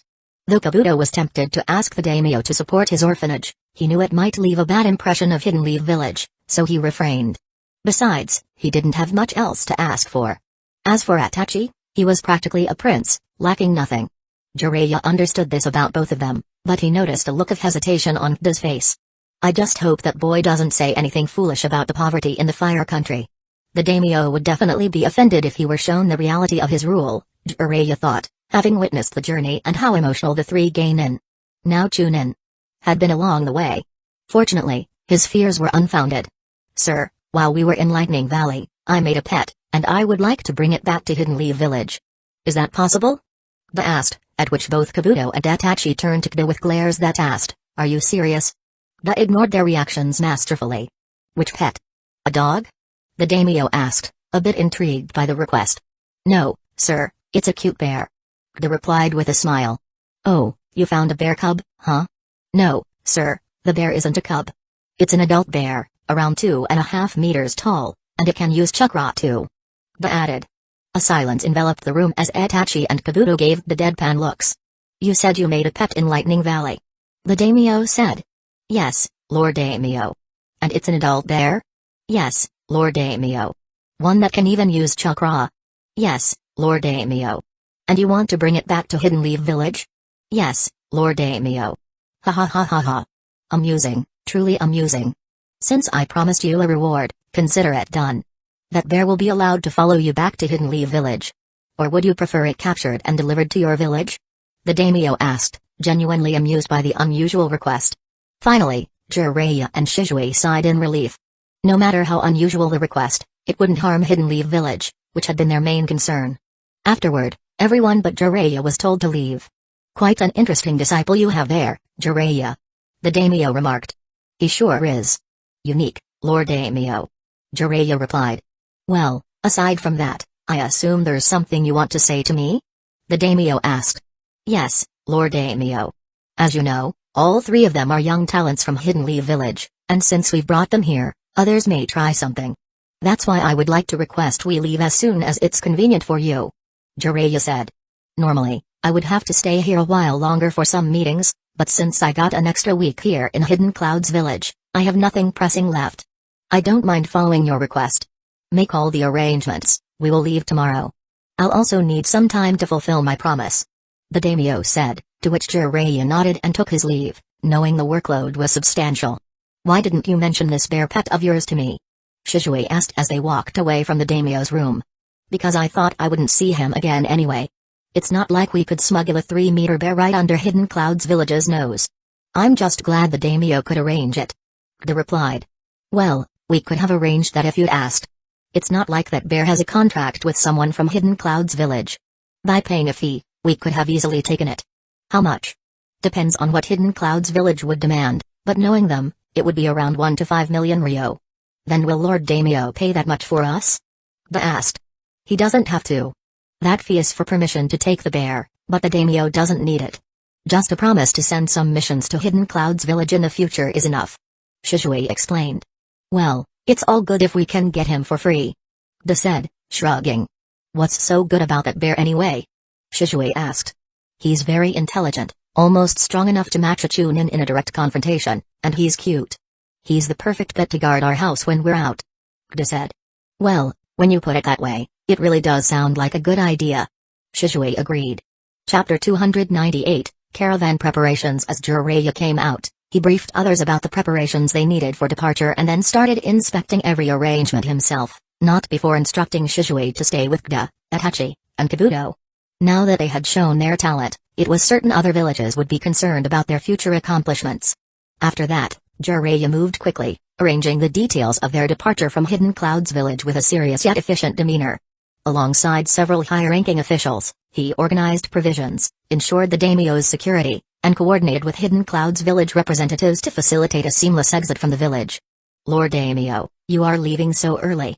Please give us a chance to cater to you a little longer. One of Hidden Clouds Village's officials, who was also an elder, said in a meeting with the daimyo. I would have loved to enjoy my stay here a little longer as well, but I have urgent business to attend back at the fire capital. The daimyo replied. I agree with you, Lord, but I am sure a single week will not have much effect on the fire country, since it is so prosperous under your rule. The elder tried his best to persuade him, using his silver tongue. The daimyo, however, understood and had already guessed the reason behind such attempts. I would definitely have stayed, but I already extended my stay by 2 weeks due to the accident during the 3rd stage, so staying further is not possible for now. But perhaps next time I visit. This sly fox, the elder thought, realizing that with the daimyo bringing up that topic, there wasn't much left to argue. Then I, and all of Hidden Clouds Village, will eagerly await your next visit, Lord Daimyo. The elder said, then took his leave. I apologize, Raikage-sama, but the fire daimyo is insistent on leaving Hidden Clouds Village tomorrow. The elder reported, sitting in front of A in his office. No need to apologize. I already suspected Jiraiya wouldn't risk staying here. But what is this about taking a bear with them? Raikage asked, reviewing the report in front of him. Apparently, the Hidden Leaf Village team tamed a bear when they were in Lightning Valley and want to bring it back with them. It's not surprising, they're still children, after all. Mabui said, standing behind Raikage. Interesting.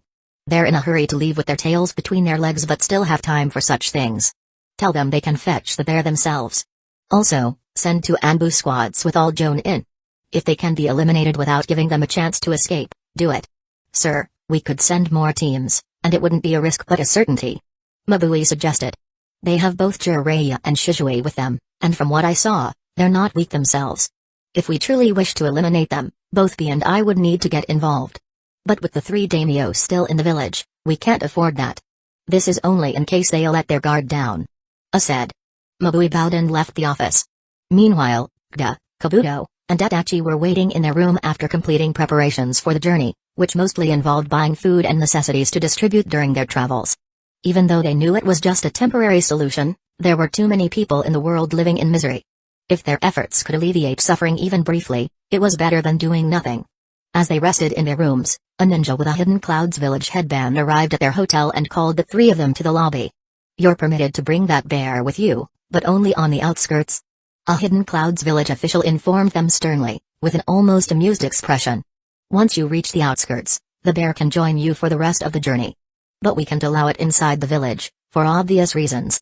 Kta grinned. Thank you. This is perfect.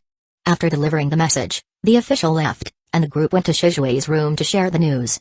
Then we'll go to Lightning Valley 2 hours before the caravan leaves. That should give us enough time to bring the bear back, right? Shizue asked. Yes, brother. Kda replied. Do all 3 of us need to go? Only Kda should be enough since the bear typically listens to all his commands. Kabuto said. Good point. Only Kda and I will go to Lightning Valley. If they have any plans, it's better for only 2 of us to go. I can protect one of you more easily than all 3. Shizue replied. For some reason, this feels like an unnecessary risk. Kabuto muttered, noting how unwise it seemed to separate in an enemy village, especially for a bear. It's fine. I can handle this. Shizue reassured him with a smile. The next day, preparations were complete, and the caravan was ready to move. The daimyo was having a final meeting with a few ministers before departure. Shizue, ensure you and Kda stay alert. While I doubt Hidden Cloud's village would be foolish enough to attack now, if anything happens, prioritize escape over confrontation, as it may be a trap. Take this seal as well. If anyone attacks, burn it, and I'll come to you as fast as I can. Jiraiya instructed. Don't worry, Jiraiya-sama, we'll be back in no time. Shizue assured him. Yeah, sensei. Kda added. With that, they left Hidden Cloud's village, heading toward Lightning Valley at full speed. The bear was in his cave, looking toward the new cave next to his, previously occupied by his friend who used to feed him such tasty food that he no longer wanted to eat raw meat. What was once a delicacy, deer meat, had become mundane. When his friends left, he wanted to follow, but they had something important to do and couldn't bring him. They had promised to return for him, but it had been so many days now. Are they going to leave me too, like my mother? He wondered when he heard a sound outside his cave. Gwa. With a roar, the bear emerged, ready to crush whatever made the sound, but as soon as he saw the boy in front of him, his expression transformed into pure joy. Gwa. He said, nuzzling his head into Kda's chest. I'm back, buddy. Kda said, patting the bear's head. Wow, he really is docile. Shizue remarked from behind, at which the bear suddenly became alert. Don't worry, he's my brother, a friend. Kda soothed him. The bear tilted his head, looking from Shizue back to Kda, then nodded. So smart. Shizue commented. Yeah, I was surprised too. Kda replied. Well, this is great, but we should get going now. We don't have much time, remember? Shizue reminded them. Gwa. The bear said urgently. Don't worry, you're coming with us this time. We're going back to our village. It's better than here, the forest there is lusher, with more animals. I'm sure you'll enjoy it more than here. So, do you want to come with us? Kda asked. The bear nodded vigorously, then had a look of realization and went back to the cave, bringing out a deer carcass. We don't have time, buddy, I'll cook it on our journey. Kda said, seeing the bear nudge the deer carcass. Gwa. The bear nodded, then went back inside and returned with the mattress Kda's group had left for him. You don't have to bring that, I'll buy you something better in the village. Kda smiled. As this was happening, Shizue suddenly looked to his left. Chapter 299, Return Journey Captain, are we not going to make a move? A ninja in a completely black uniform asked. Can't you see who's accompanying that boy? It's Shizue of the body flicker. Even if we could assume we might overpower him, there's no way for us to stop him if he decides to retreat. If that happens, our village could only sacrifice us as rogue ninjas before the daimyo since they're technically his escort. The group leader, an experienced war veteran, explained. Sorry about that, Captain. The ninja apologized. Then what are we going to do now? The captain of another squad asked. Let's just follow them quietly. If we get a chance to find that boy alone, we can complete the mission. If not, there's nothing we can do except return empty-handed. Since they were the most efficient stealth squads in Hidden Cloud's village, they believed they could quietly follow Shizue and Kda. But when they saw the pair reaching the bear's cave, Shizue suddenly looked directly at their location, not just in a general direction but exactly where they were. All the ninjas immediately became alert, preparing to fight for their lives. However, Shizue did nothing for 30 seconds. Our cover's blown. This mission is over. Retreat. The leader of one team said, and all 8 of them flickered away. Is there something there, brother? Kda asked, noticing Shizue looking at a spot for some time. Nothing, just some rats. They ran away. Shizue replied. That's great. But if that's the case, we should hurry back. Kda said. By now, the bear was also ready to go with them. Kda stored the food in the storage seal, and they headed toward the outskirts of Hidden Cloud's village. Is everything ready? Jiraiya asked the 8 jonin standing before him. Yes, Jiraiya-sama. We checked all supplies twice, and the caravan was scanned twice. One of the Anbu jonin replied. Good. Then we'll leave in half an hour. Jiraiya said, going to inform the daimyo that everything was ready and they could depart whenever he was prepared. After half an hour, the royal caravan of the fire daimyo was on the move again. As they left Hidden Cloud's village, the caravan slowed down. Soon, they spotted a brown dot approaching quickly, and those from the Uchiha clan recognized who it was. Jiraiya-sama, Shizue and Kda are back. A jonin reported. Good. Have them handle the rear security with Itachi and Kabuto. I'll take the front. You all cover the left and right. Jiraiya ordered, moving to the front of the caravan. The security was tighter now, as there was a real threat ahead. Though the chances were low, there was still a risk of an attack to eliminate at least one of Hidden Lee Village's talents. Thus, the security was as much for themselves as for the daimyo. Kida and Shizue joined the group 10 minutes later, where Itachi and Kabuto waited at the rear. "Hello, buddy." Kabuto greeted, patting the bear's head. It responded with a small roar. The other ninjas found it cute, but the daimyo's servants and guards were terrified of the 3-meter-tall beast. Ordinary bears don't grow this large, so the sight of one like this unsettled the civilians, especially the daimyo's personal guards.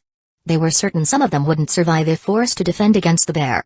Fortunately, the bear seemed friendly, allowing them to focus on potential enemies rather than worrying about friendly casualties.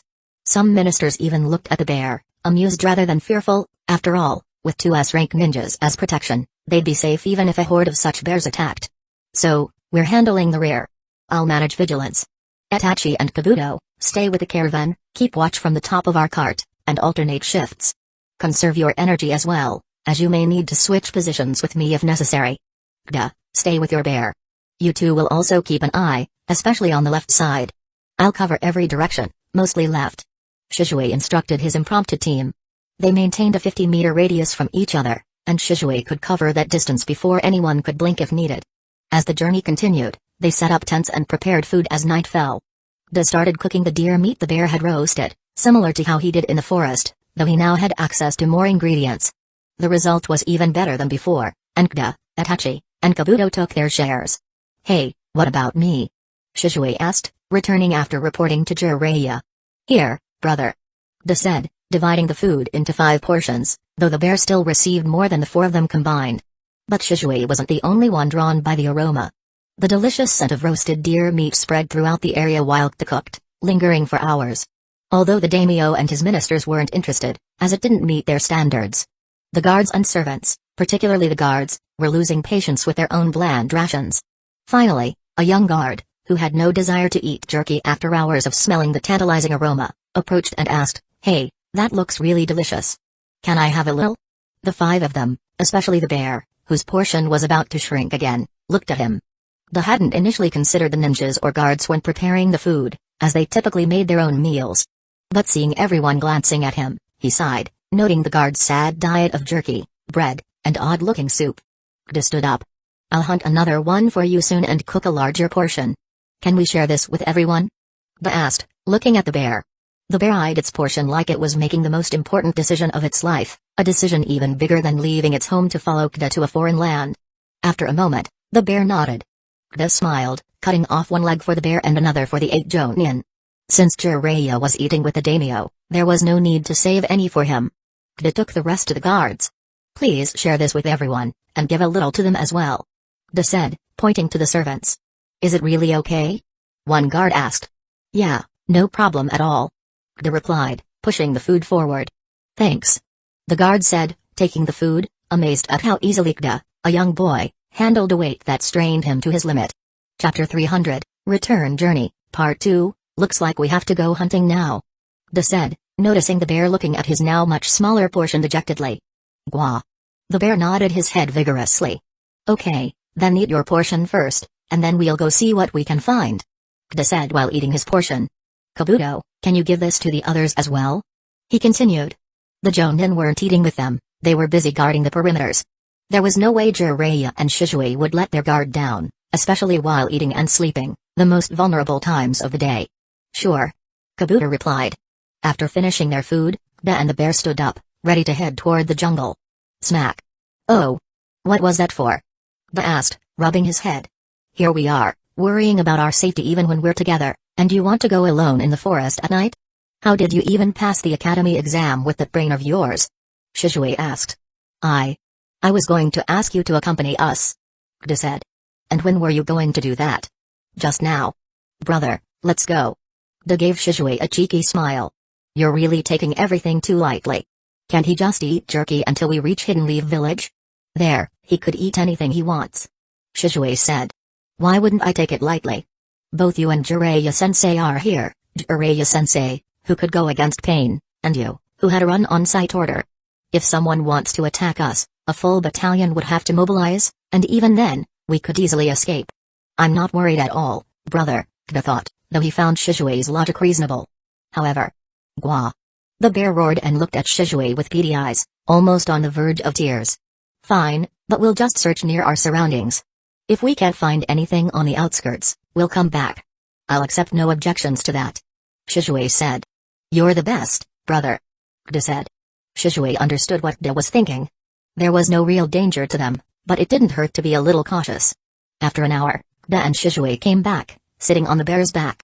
You guys didn't find anything? Kabuto asked. Since they'd been gone a while, it seemed unlikely they hadn't found anything.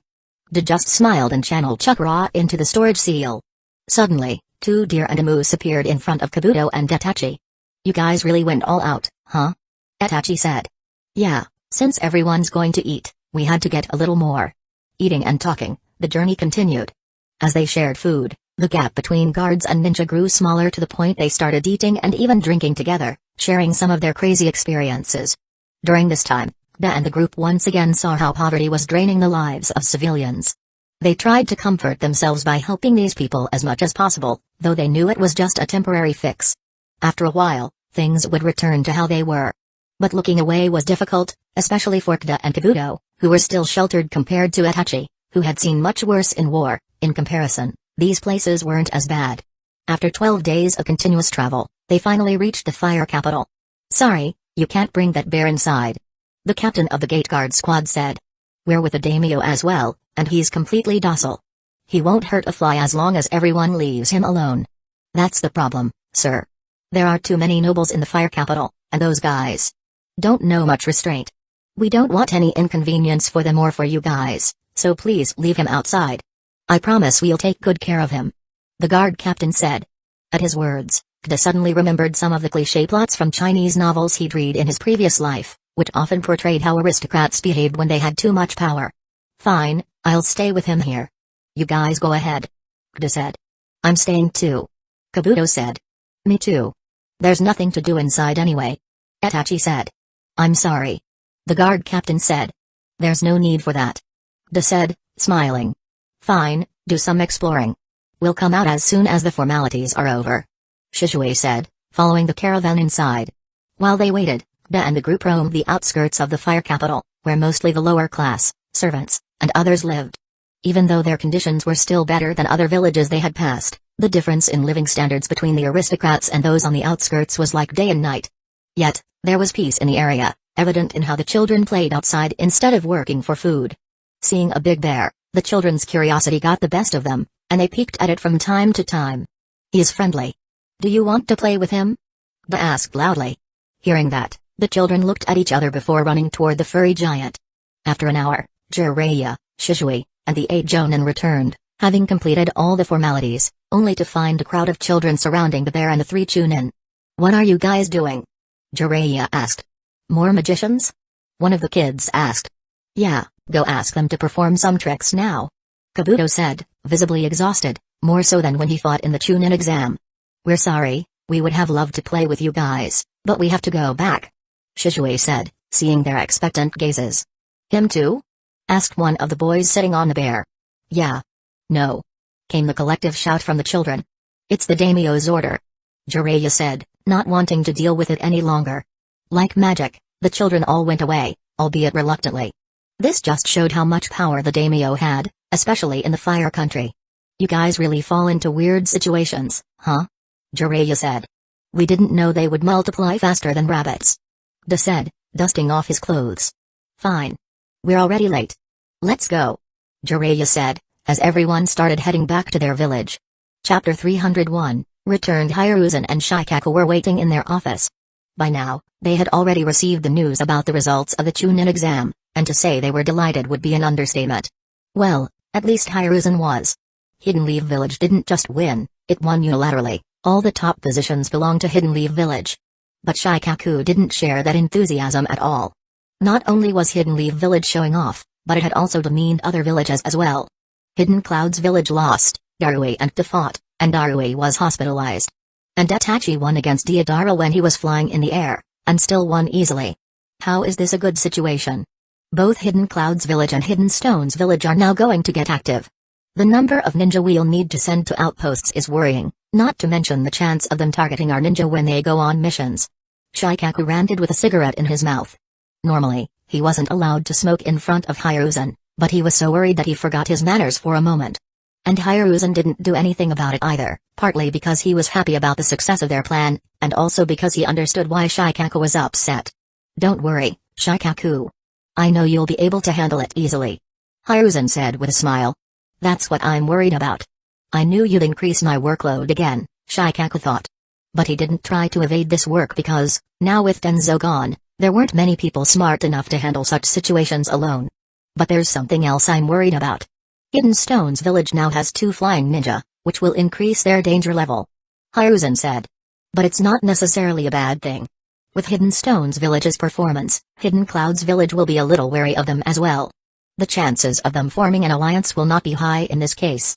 Also, both of them are still not ready for war, so there isn't anything major they could do anyway," Shikaku replied. "But once war starts, that boy's flying birds will be very lethal on the battlefield," Hiruzen said. "Yes, Lord Third. And with his performance report, it's only a matter of time before he's classified as an S-rank ninja. He might even lead Hidden Stone's village at Aranoki. If he participates in battle, we'll have to deploy at least 2 S-rank ninja to counter him," Shikaku said, analyzing the possibilities. "Yeah, unless the younger generation produces someone like Minato, then such threats will become meaningless," Hiruzen thought. But Shikaku didn't sense any longing in Hiruzen's words. Instead, there was anticipation, as though it was not a mere wish but a certainty. Before he could ask further, "Knock, knock. Come in," Hiruzen said. "Sir, Jiraiya-sama and the others are here. They're requesting to meet you," Hiruzen's secretary said. "Send them in," Hiruzen replied, a natural smile replacing his serious expression. The secretary nodded and left. After 10 minutes, Jiraiya and the 3 newly promoted Chunin entered the Hokage's office. "Good evening, Lord Third." All 3 of them greeted, followed by Jiraiya's "Hello, Sensei." "Good evening," Hiruzen replied, nodding to Jiraiya. "Good job, no, great job, everyone. I have to say, you exceeded my expectations by a lot. Your performance in the Chunin exam was spectacular, and it had the desired effect. Hidden Leaf Village's reputation, which had taken a hit, is now bound to improve as merchants and spectators who saw the matches start to spread the news far and wide. It was all possible because of you, so as promised, you may each request a jutsu from me," Hiruzen said with a smile. "Lord Third, I don't know much about the field I want to pursue at the moment, so I would like to ask for a jutsu after some time," Kabuto said. "I'm perfectly fine with that. Explore everything you can, and when you're sure what you want to learn, just come to me," Hiruzen said with a grandfatherly smile. "Okay, Lord Third," Kabuto replied. "What about you, Itachi?" Hiruzen asked. "I've already learned an S-rank jutsu, Lord Third, and I need some time to master it. So I would also like to wait before choosing," Itachi said. "Okay, then we only have Kda, who already has a jutsu in mind," Hiruzen said, turning to Kda. He remembered when they had taken Kda's aptitude test to see if he had any potential for space-time jutsu. Flashback. Kda had just completed his training for the day, and though he was exhausted, he felt anticipation. Hiruzen had asked him to come to his office after training to check if he could learn the Flying Raijin jutsu or not. So after finishing up, he went to Jiraiya. "Sensei, I should head to the Hokage building. Lord Third asked me to come to his office at 5. It's already 4:30. "Yeah, let's go," Jiraiya said. "You're coming with me, too, Sensei?" Kda asked. "Of course. I also want to know if you can learn that jutsu," Jiraiya replied.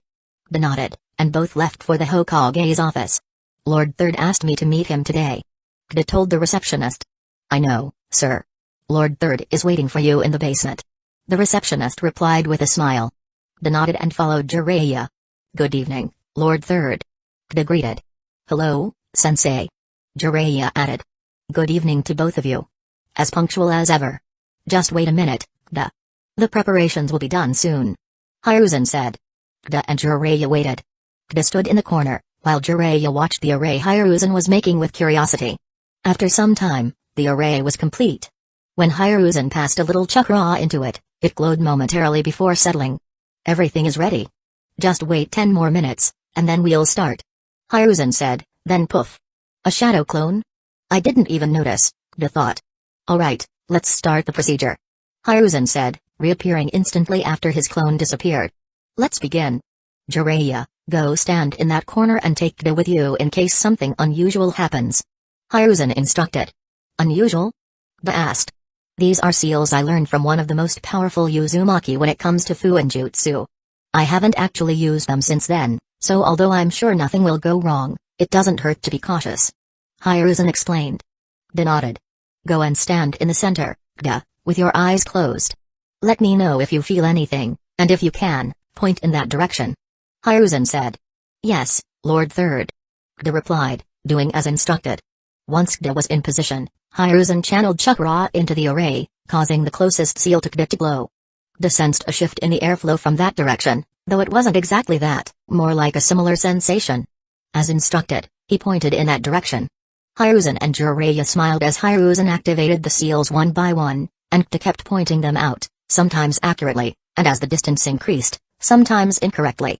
Good job, Kida. You can open your eyes now. Hiruzen said. How did I do? Kida asked eagerly. Chapter 302, Modified Seal. How did I do? Kida asked eagerly. Much better than we expected, you were able to get 68 out of 100 marks. Hiruzen said with a larger than usual smile, indicating his happiness with the result. But Kida, not understanding the significance, felt a little disheartened by the score. Doesn't that mean I'm not actually that talented in this field? He asked. What nonsense are you spouting, boy? Even Minato, whom you were praising so much, couldn't achieve 100 out of 100. Though he scored higher than you, it was only 76 out of 100, and he was the best space-time jutsu user I've seen in my life. Believe me, you're the second best. Jiraiya said with a smile as well. Really? Then that means I can learn the Flying Raijin jutsu, right? Kida asked. Of course. Once you come back from Hidden Cloud's village, we can discuss it more. Hiruzen said. Though he didn't give a definitive answer, Kida felt his chances of learning the jutsu were now sky high. Enough of your dreaming, boy. Let's go back, you still have an exam to train for. Jiraiya said as he and Kida headed back to Training Area 2 after thanking Hiruzen for his time. Flashback ends. I assume your choice of the jutsu you want to learn is still the same? Hiruzen asked. Yes, Lord Third. Kida replied without a hint of hesitation. Is there even a jutsu more impressive than the Flying Raijin that I could ask for from Hiruzen? Maybe Eto Tensei could compete with it in usefulness, but only the version modified by Orochimaru, not the one Hiruzen has. So Flying Raijin is the best I could ask for and, honestly, hope for as well. In this world, it doesn't matter if you're strong, the only thing that matters is who's alive at the end, and Flying Raijin will help me with that, Kida thought, but before his thoughts could wander further, Hiruzen turned to Itachi and Kabuto. Since you've traveled so far, I won't keep you here without reason any longer. Both of you can go back and take some much-needed rest. Decide what jutsu you want to learn after careful consideration, there's no need to hurry. I'll also notify you when your promotion to Jonin rank is scheduled. Thank you, Lord Third. Both of them said as they left the office, understanding that Hiruzen had sent them away for more than the stated reasons. However, they understood why and had no problem with it. Now, only Hiruzen, Jiraiya, and Kida remained in the office. Hiruzen turned back to Kida. Kida, it's not that I don't trust you, but the jutsu you want to learn is one of Hidden Lee Village's most important military resources. Once you master this jutsu, you'll become an even bigger target for other villages. Not only will your life be at risk, but so will this jutsu. We can't let any other village get their hands on it. Hiruzen explained. Kida went silent after hearing that. Is he refusing my request? I understand his fear, but then why was Minato allowed to learn the jutsu, especially when the war was ongoing and other villages had plenty of chances to capture him and acquire it? Well, not that they could even catch him, Kida thought, considering how he should act if refused. Should he accept it and try again later? So we'll need to place a seal on the jutsu, which will make it impossible for others to learn it, even if they get their hands on your notes. As for your brain, I'll give you a seal you can learn and apply yourself. This will prevent anyone from reading your memories. If you're killed, your brain will become a puddle, making it impossible for anyone to retrieve information. Hiruzen stated matter-of-factly. Isn't that the seal route used to use? Kida asked, remembering the explanation he'd heard when the Uchiha were still dealing with Denzo. Yes, and it has its benefits. There were many reasons Root was so feared, and this was one of them. Even though I disagree with Denzo on many things, the effectiveness of this seal is undeniable. Hiruzen said. Kida stayed silent, knowing that besides protecting the user's brain, the seal had a darker purpose, controlling people and even killing them from a distance if necessary. Though Kida tried to hide his discomfort, Hiruzen, With decades of experience dealing with crafty ninja, both allies and enemies, could read the subtle shifts in Kda's facial muscles and small changes in posture. It made him chuckle.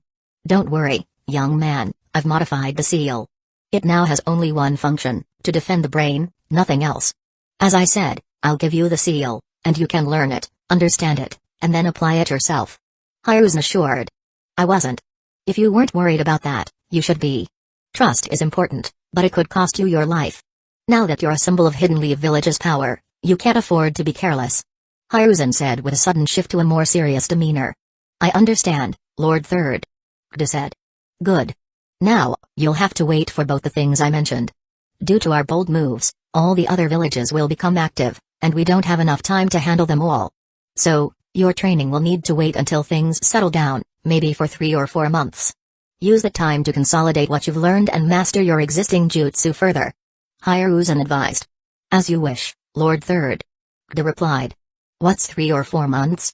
Naruto is still only 5 years old, which means I still have more than enough time to build my strength before the main storyline begins, Kda thought, honestly pleased. Good. As I said, you can also go back and get some rest. I'll notify you when the time for your Jonin promotion is set. Hiruzen said. Thank you, Lord Third. Kda replied, leaving the Hokage's office and rushing to the gate where the bear was waiting with Shizui. Brother, you're still here? Kda asked upon reaching the gate after following the path they'd taken to enter the village. I'm not bringing him with me, Mother would disown me. Now that you're back, he's your mess to handle. Shizui said before suddenly disappearing. Coward. Kda muttered. Gwa. The bear tilted its head. To the bear, Kda was much stronger than him, and Kda's brother was even stronger still. Both of them being afraid of someone made the bear wonder just how strong that person must be. Kda gave Izumo and Kotetsu a casual nod before bringing the bear with him into the village. Unlike in the fire capital, there was no issue here, as large dogs were common in Hidden Leaf Village thanks to the Unyuzuka clan, and other ninja also had summoned beasts. Seeing a bear inside the village was unusual but not unacceptable, especially since Kda had already gotten permission to bring it inside, way before they reached Hidden Leaf Village. Chapter 303, Welcome back. I want to welcome you, but that can wait. Let's first discuss this. He said, standing in front of her house, where Kda was standing, followed by a large bear and a crowd of children riding it or following it. And, I can explain. This bear is brother's pet. Yeah. Kda said. That's a lie, Mom. He was the one who picked it up, I had no role in this whatsoever. Shizui said, appearing right next to Kda as soon as he tried to shift all the blame. I was wondering where you were. Welcome back, son. He said with a smile that didn't actually look like a smile at all. Oh. I went to submit my report to the clan head. Shizui said, which was not entirely a lie, but it could have been delayed if Shizui had wanted to. Which he clearly didn't. Good. Now, about the bear, what do you want to do with it? He asked. Sigh. And, during my Chunin exam in Hidden Clouds Village, we had to spend 3 days in Lightning Valley. It was there that I found him, and he became my friend. We caught food and stayed together for 3 days, and I also promised him I'd bring him with me. Kda admitted honestly. So, it's a wild bear. What will happen if it goes on a rampage? Gwa. The bear quickly shook its head, denying the possibility. As you can see, and, he's very intelligent and also very friendly. He would never do something like that. Plus, he can use chakra, so he's the perfect bodyguard for you when both of us are out of the village. Kda said, over-promoting the bear while patting its head. Wow, so cute. Yami said, coming out of the house as well. Kda instantly felt happy seeing her after more than a month and a half, a really long time. It was the first time they had been separated for this long since he had came to this world. But the first thing she did was mention the bear's cuteness, going toward him to pet it. Kda would never admit it, but he felt a tinge of jealousy, which both Shizui and he noticed. Youth. Fine, we can keep it, but you two will be responsible for its hygiene, and I won't be able to cook so much food either. He said. Don't worry, and, I'll take care of that. Kda said with a smile. Good. Now come inside. He said as they started heading in. Kda then sent the children away with a promise to bring the bear back so they could play afterward. Gwa. But a cry from the bear caught their attention. They turned only to find it stuck in the gates, unable to come through without destroying the fences. Great. He said. Since the house belonged to Kagami Uchiha and then Shizui Uchiha, both elite Jonin and from the prestigious Uchiha clan, the house was not small by any means. In fact, the backyard was spacious enough for the bear to stay, which was why they'd brought him here. But they hadn't considered the pathway to the backyard, designed for humans, not a 3-meter-tall beast.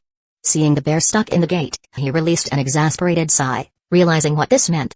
Go and make an entrance in the backyard and bring a big gate for it as well, he said, glancing toward the bear. Hearing this, Kda was about to go when he placed a hand on his shoulder. No, not you, Kda. I was talking to Shishui, he said. But why me? It's his pet. Shishui protested. Because I said so. Do you need any more reason? He asked. No. Shishui replied and was about to head out when Kda offered, I can help. Sure you will. Let him bring the gate first, then both of you can work on installing it. Meanwhile, I'll finish my cooking, he said as she went inside, shaking her head. Shishui went out to bring a large enough gate for the bear to enter, leaving Kda and Yami with the bear. Hey! Yami greeted, a faint blush coloring her cheeks. So, you finally noticed me. I thought you'd forgotten about me after so long, Kda said, turning his face away. Hey! What's so funny? Kda asked. Nothing. You look cute when you try to act angry, Yami said with another chuckle. Well, you look cute all the time. I don't laugh at that, Kda said, raising a smirk as he saw the redness deepen on Yami's cheeks. What's the name of our new friend? Yami asked, trying to change the topic. But Kda didn't respond. Yami looked at him. I forgot to ask him, Kda admitted, scratching his head. Then let's ask him now, Yami suggested. Kda nodded, and both of them approached the bear, who was sitting in front of the house. Though not showing much, he was also tired after traveling for so long.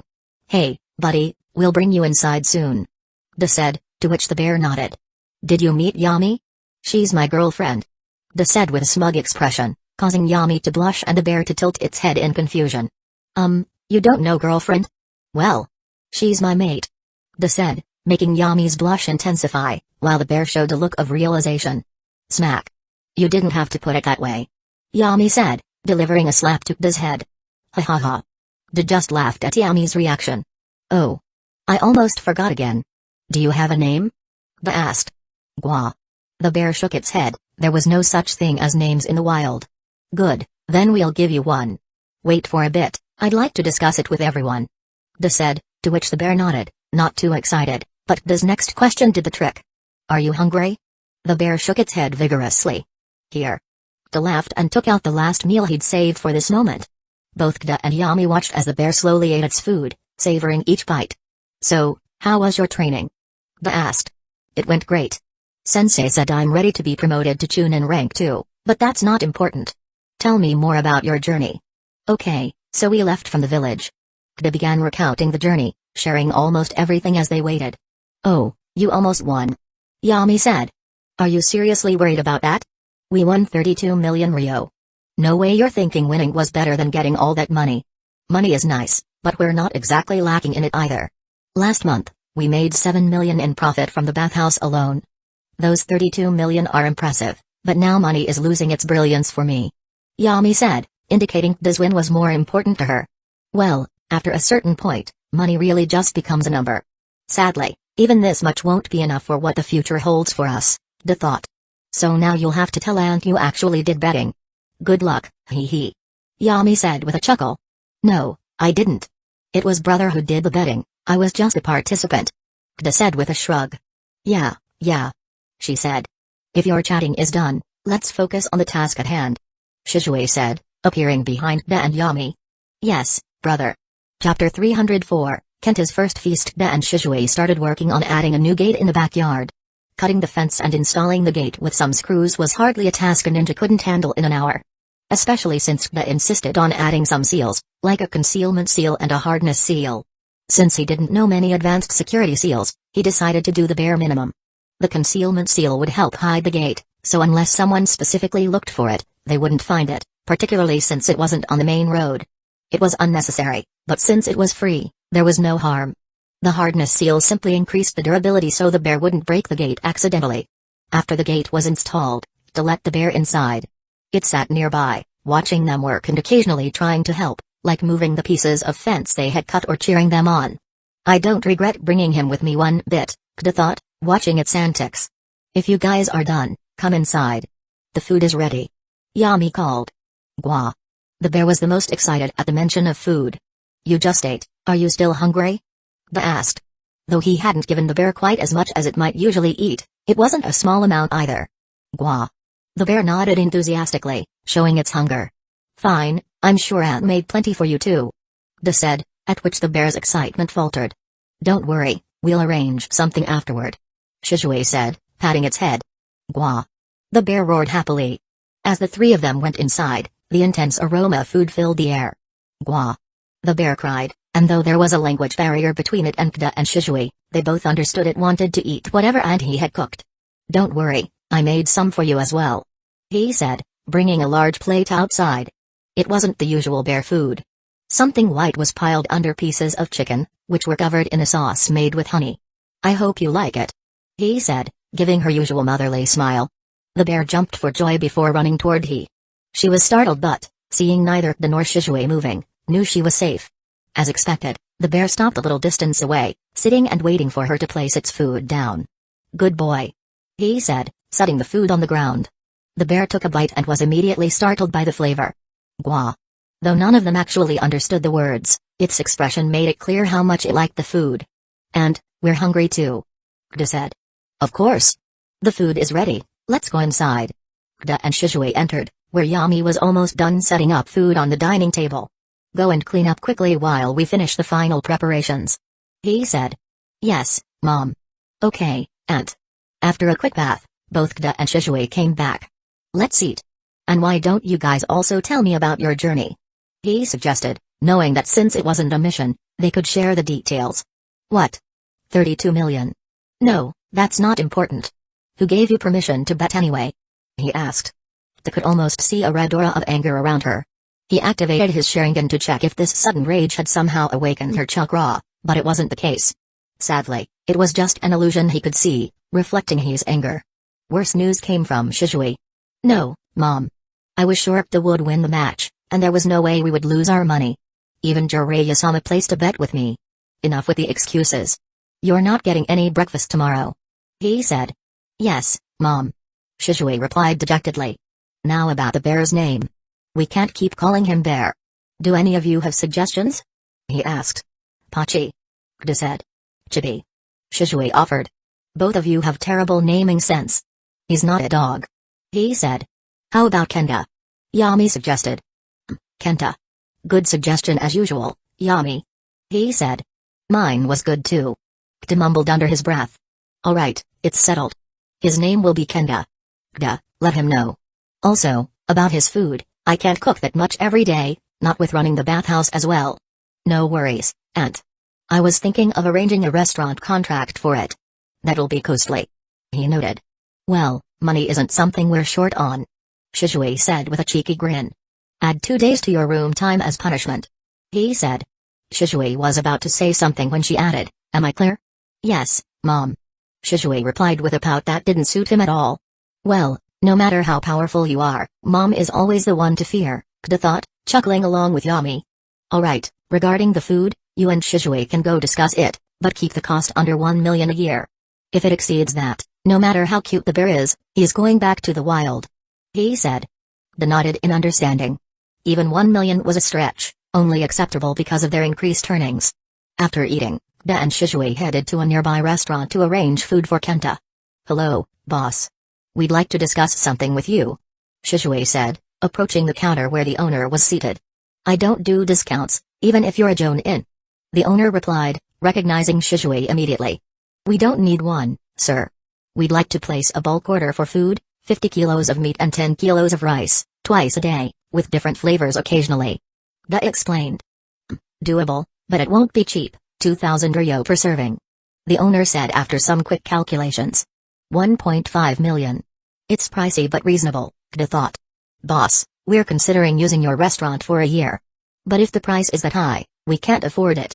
Gda said. The owner pondered this, then did some further calculations before saying, 1,400 per meal. I can't go below that. Take it or look for another place. No need, that's fine.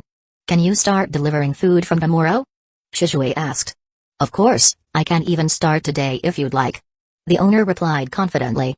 Alright, then I'll deposit the advance tomorrow. Would a month's payment suffice? Gda asked. Of course. Then we have a deal. Gda said with a big smile. You're better at this than I am. Shishui admitted.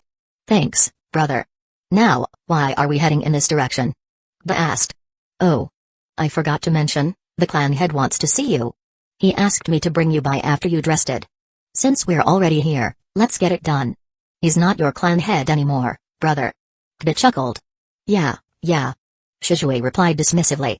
Good evening, Fugaku-sama. Da said, bowing slightly. Good evening, Da. I'm very impressed with your performance in the Chunin exams. You did well, improving the reputation of both the village and our clan. Thank you, clan head. Da replied. I also heard you almost defeated Itachi? Fugaku inquired. That was only because it was a friendly match. I used my excess chakra to my advantage. In a real battle, things might go differently. Da said, not trying to be modest. It was the truth, and Fugaku knew it. Itachi hadn't shown his true capabilities in the exams, knowing well the risk of exposing all his skills to potential enemies. Well, I'll leave that to you. But as clan head, it would be shameful if I congratulated you with just words. Here. Fugaku said, flicking a paper towards Kda, who caught it without issue. This? Kda asked, genuinely shocked by the reward. I heard that, although you're quite powerful for your age, you know very few jutsu, unusual for someone with your talent. I wanted to give you some jutsu, but since I didn't know which ones you'd want to learn, take that instead. Fugaku explained. As Kda looked at the paper in his hand, he saw it was worth 1 million contribution points. No matter how impressed Fugaku was, wasn't this too much? Clan head, this is 1 million contribution points. Kda said, wondering if Fugaku had made a mistake. Haha, yes, I know. Do you know why I'm so pleased to give you this reward? Fugaku asked. Chapter 305, Jutsu List Clan Head, this is 1 million contribution points. Kda said, wondering if Fugaku had made a mistake. Haha, yes, I know. Do you know why I'm so pleased to give you this reward? Fugaku asked. Considering how big this is, I don't think I know. Kda replied. It is because your performance in the Chunin exams not only helped the village get its reputation back but also increased the Uchiha's credibility. Whenever someone gives a Ni rank or S rank mission to Hidden Leaf Village, they can specifically request a particular ninja or clan to take on the mission. This will not only increase the clan's revenue but also boost its reputation, so the previous situation will not happen again. Fugaku said. A look of realization appeared on Kda's face. He knew that, although mission revenue was not much for a large clan, they could still earn millions of ryo from one business without taking missions for money. But that didn't mean they had no other motivations. If they were weak, someone within the village might have gotten ideas about their bathhouse business. But with Shishui, and now Kda, no one would even think of it. Similarly, the Uchiha clan also needed to maintain its reputation, and Kda had helped with that. If that was the case, he had no problem taking such a large contribution point reward. If that is the case, then I can only thank you for the contribution points, Fugaku-sama. Kda said. Good. You can learn any jutsu you want, aside from S rank, because for that, you need permission from both me and Lord Third. Fugaku said. If I can get Lord Third's permission, can I learn any S rank jutsu then? Kda asked. Technically, yes. But since you've just learned one, I wouldn't recommend learning another one so soon. Even though S rank jutsu are powerful, they have little use if you haven't mastered them, especially since you're already going to learn another one soon. Fugaku said. Yes, Lord Third allowed me to learn the Flying Raijin jutsu, so focusing on another S-rank jutsu now isn't a good idea. Kda said, not hiding the details. Since no one had told him to, and Hiruzen himself had mentioned it in front of everyone, there was no reason for Kda to keep it secret. Though having 1 or 2 hidden cards would be great, it won't matter once I learn Flying Raijin anyway. With Flying Raijin, even a kunai will become deadlier than any hidden card I could have. At least until the start of the main storyline, Kda thought, but pushed the thought aside. Fugaku-sama, can you recommend which jutsu I should learn? Kda asked directly. Fugaku was not just anyone, he was the head of the Uchiha clan, a clan with hundreds of jutsu thanks to the Sharingan. As such, Fugaku was likely the best person to ask this question after Hiruzen himself. What are your elemental affinities? Fugaku asked. Fire is my main affinity, wind is secondary, and earth is third. Kda said. Quite a nice combo. And what jutsu do you already know? Fugaku asked. Fireball, Fire Stream, Wind Blade, Hiding in a Mole, Earth Wall, Gale Bomb, Shadow Clone, and Wind Instantaneous Movement Jutsu. Kda replied, not hiding anything since none of these jutsu were secrets. It was better not to hold back when he was receiving help. Interesting. First, do you know anything about supercharging your jutsu? Fugaku asked. No, Fugaku-sama. First ask Shizue to teach you that. Then, learn Iron Skin Jutsu, one of the best defensive jutsu. Even though you have mitotic regeneration, prevention is always better than cure. Fugaku advised, and nodded. Then focus on fire style. Learn at least 3 more attack jutsu, I'll leave it to you to decide which ones. For wind style, learn Great Breakthrough and Rotating Shuriken, both are C rank but will give you more attack variety. For lethality, learn a Divine Mountain Wind, which, combined with fire style, becomes one of the most destructive attacks. Also, learn Spiraling Wind Ball and Beast Tearing Gale Palm if you can, both are difficult but very powerful among wind style jutsu. As for earth style, Bottomless Swamp, Rock Shelter, and Earth Spear should be enough. And since you have the strength of 100 seal, add Fist Rock Jutsu to your list as well. All of these combined will make you one of the most versatile ninja, not just in the clan but in the entire village. Fugaku said. De was shocked by how easily Fugaku had identified the perfect jutsu for him to learn. Although De didn't know most of them, his superficial knowledge was enough to tell him how unpredictable he'd become if he mastered them. Thank you, clan head. I will try to learn them as soon as I can. De said. There is no need to hurry. You are still young, take your time. Fugaku said with a smile. Sadly, time is something I actually don't have, especially since I'll need to take some risks soon, De thought but then nodded at Fugaku's advice. You can leave now. Give the list of jutsu to the receptionist, and he'll arrange teachers for you according to your schedule. Fugaku said. Thank you, Fugaku-sama. De said and left the office, leaving Shizue inside, as Fugaku and Shizue had something else to discuss. As De left the Uchiha headquarters, he went to a training area and sat on top of a tree. A lot has happened, but my initial plan remains the same, reduce enemy strength while gaining powerful allies. It's the best plan I have. Sadly, I can't leave the village until we become Jonin, but luckily, I have things to do until then. I just hope nothing happens to both of them in the meantime. Orochimaru's situation is unpredictable, but Karen should still be in a hidden grass village. As for Kimimaro, it would be great to find him. If not, well, there's nothing I can do about it. For now, let's focus on one thing at a time and start learning new jutsu tomorrow, he thought. Meanwhile, elsewhere, a discussion about De's future was taking place. Are you sure you're not overestimating those two? A man in an orange spiral mask asked. Not at all. I may have underestimated them. They're both talented enough to become S rank in the future, strengthening the Uchiha and Hidden Leaf Village. The white and black Zetsu combo said. The Uchiha are growing stronger by the day. Shizue alone was tricky, now even Fugaku is rumored to have the Mangekyo, along with these two. Capturing the 9 tails may become harder in the future. Yes, Madara-sama. So, should we eliminate them early, before they get a chance to develop? Zetsu asked. No. Hidden Leaf Village won't take it lightly, especially since both are being protected by Hiruzen himself. I don't want Hidden Leaf Village poking around our activities, at least, not until we're ready to move. But keep an eye on Hidden Leaf Village, we'll need some way to destabilize it. Madara said. As you wish, Madara-sama. Zetsu said as a Venus flytrap-like plant emerged, swallowed him whole, and disappeared into the ground. Interesting, Madara thought. Chapter 306, Undercurrents. While this discussion was happening in an unknown location, many other discussions were taking place in famous places around the world. Hidden Stones Village, Sushi Kage's office. Is he still training? Onoki asked. Yes, Lord Third, he hasn't taken a single break since he returned. Onoki's secretary said. It's good that he's finally serious about his training, but the cost of his change in attitude is too much. Onoki said. The elder sitting in front of him seized the opportunity to voice his opinion. Yes, Lord Third, the merchants we had poached from Hidden Leaf Village are going back. Even the subtle threats we presented aren't working anymore. The elder said. Well, they've had good relations with Hidden Leaf Village for ages.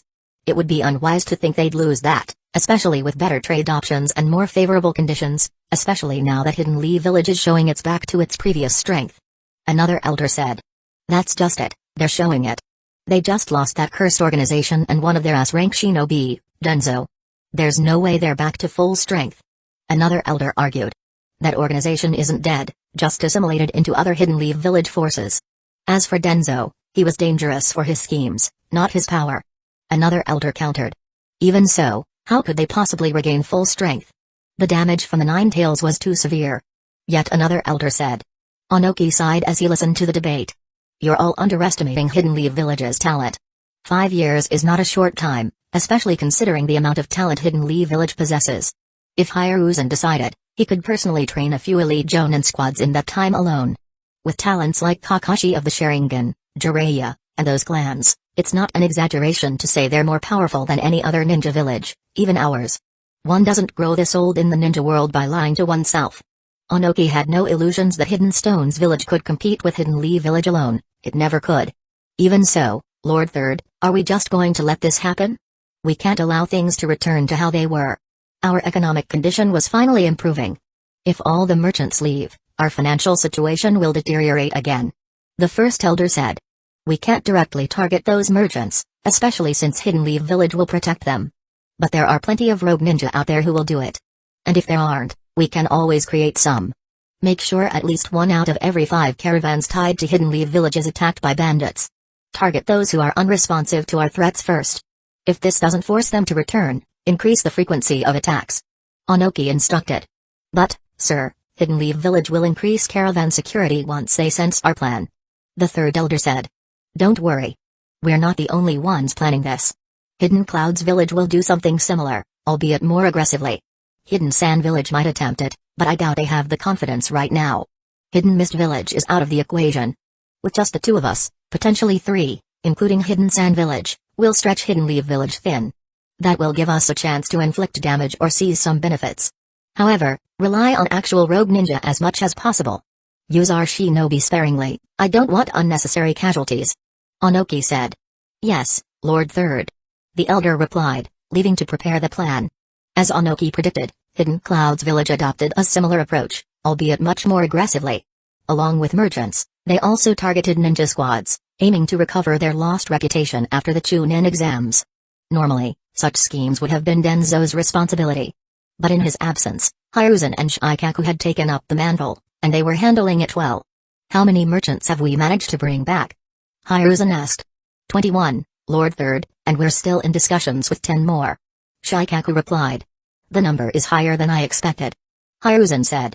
Well, we've offered them better terms, safer routes, and enhanced security.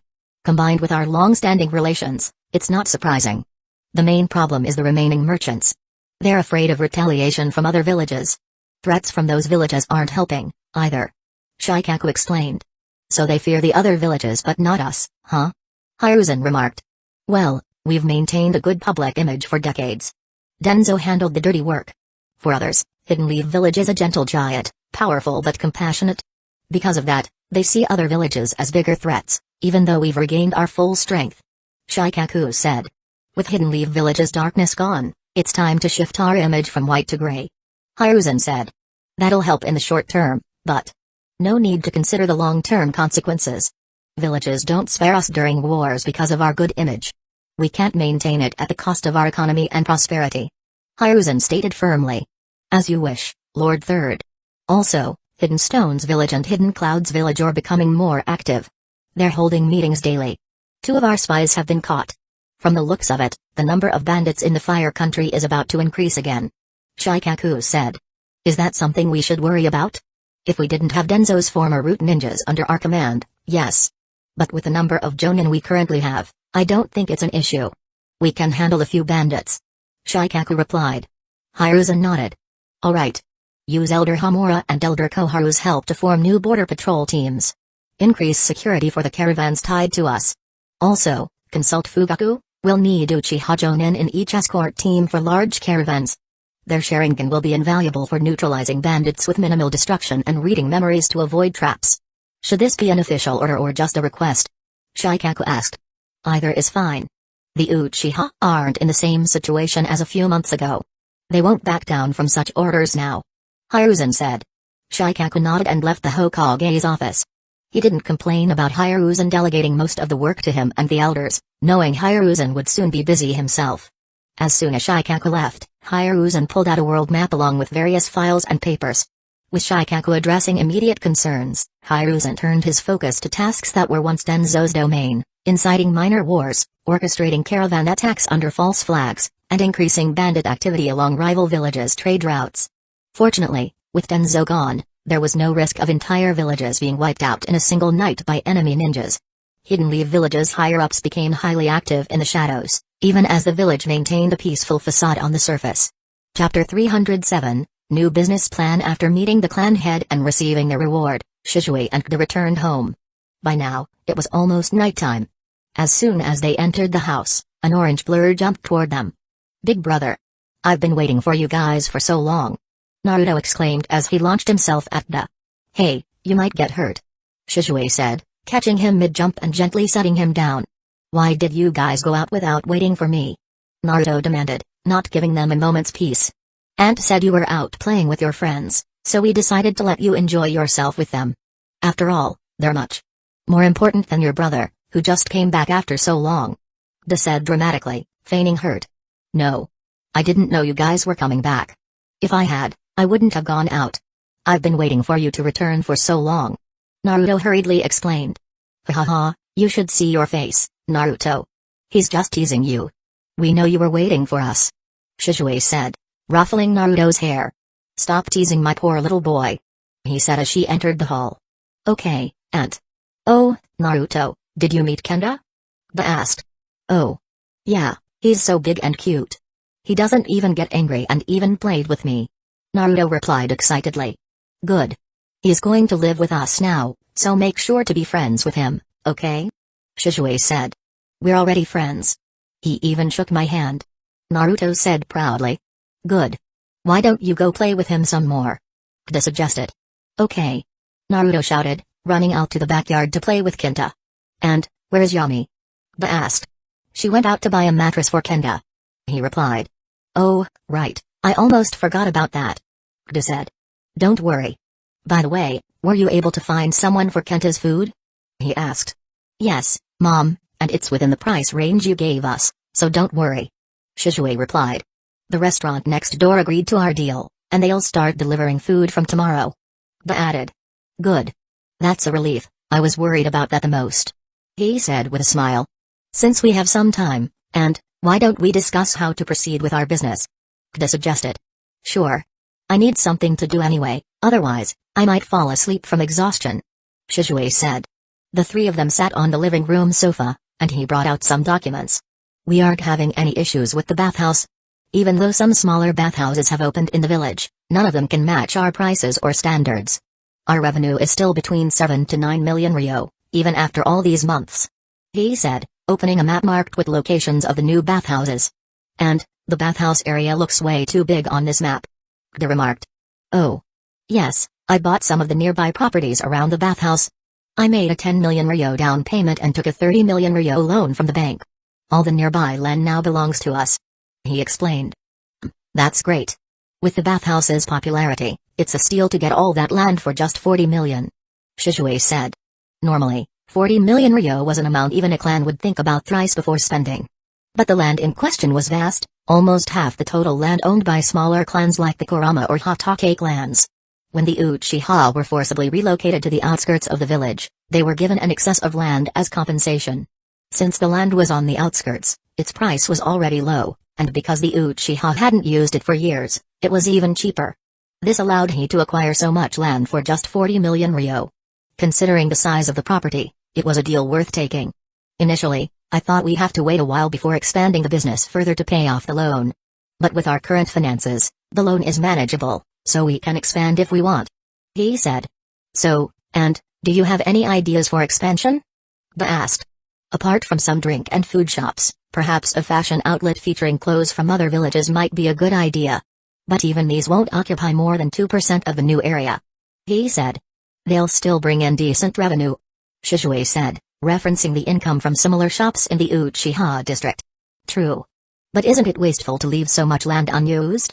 Kda asked. "You've got something planned, don't you?" Shizue said, recognizing the tone in Kda's voice. With a big smile, Kda went to the backyard and brought back some dirt.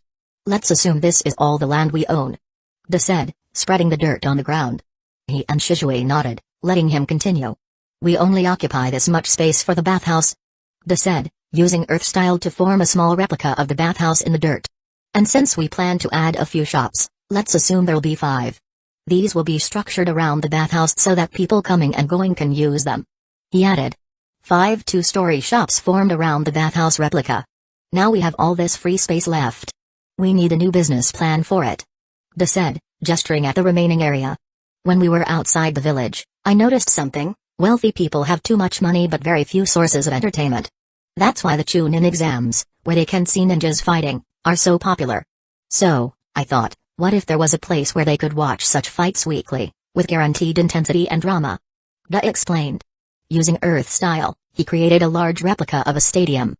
It resembled a Roman Colosseum but with modifications, including a fighting platform and audience seating. You want to host fights? He asked. Not fights, and just spars. Nothing brutal. These will be normal ninja spars, but with the added incentive of earning money. To clarified. But I know, Aunt. Don't worry. We'll ensure it's all legal, with betting monitored by the clan head and village higher-ups. Da assured her. I don't know. Unlike the bathhouse, this involves the interests of many people. We'd need permission from several authorities even to consider something like this. But the chances of its success are almost certain, and the revenue it generates will dwarf our current income. Da argued. And how will you find new ninjas to participate every week? Shizue asked. Money, brother. Genin level spars could earn 8 to 16,000 ryo. Chunin level spars could pay 20 to 30,000. For Jonin level fights, we could offer 300 to 400,000 ryo, and for famous ninjas, the prize could go even higher. Da explained. You've really thought this through, huh? He said, studying the stadium replica. After some time, she pointed to a platform within the model. And what's this platform for? She asked. Fights alone could get boring over time. We'll need to add some drama and storytelling to keep the audience engaged. Da said. Chapter 308, Investments. Now you want to make it even more complex. How will we even find the actors and musicians and all? Shizue asked. The world is very large, brother. We just have to search a little. Otherwise, even normal people could be trained by the time the construction of the theater or stadium is over. Da replied. I don't know. It's too much workload. Shizue said, leaning back on the sofa. Actually, finding the troupe for the drama is not hard. There are many nomadic troupes who occasionally perform for daimyos and nobles. We just have to convince one of them to work for us. As for music and other parts, that's also not a problem at all. If we combine this with our bathhouse structure, like separate places for nobles, merchants, and normal people, this will be another hit, way more than the bathhouse. He said after some time. So, can we do this? Da asked. Sadly, no. He replied. Why, Aunt? Da asked, a little confused. I mean not now. Even though we have a stable source of income, the new plan you've proposed will become a money sinkhole once we start construction.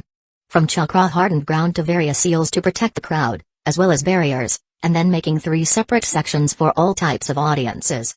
And the sheer scale of the stadium. All of this combined will increase the construction cost so high that we may have to take another loan from the bank.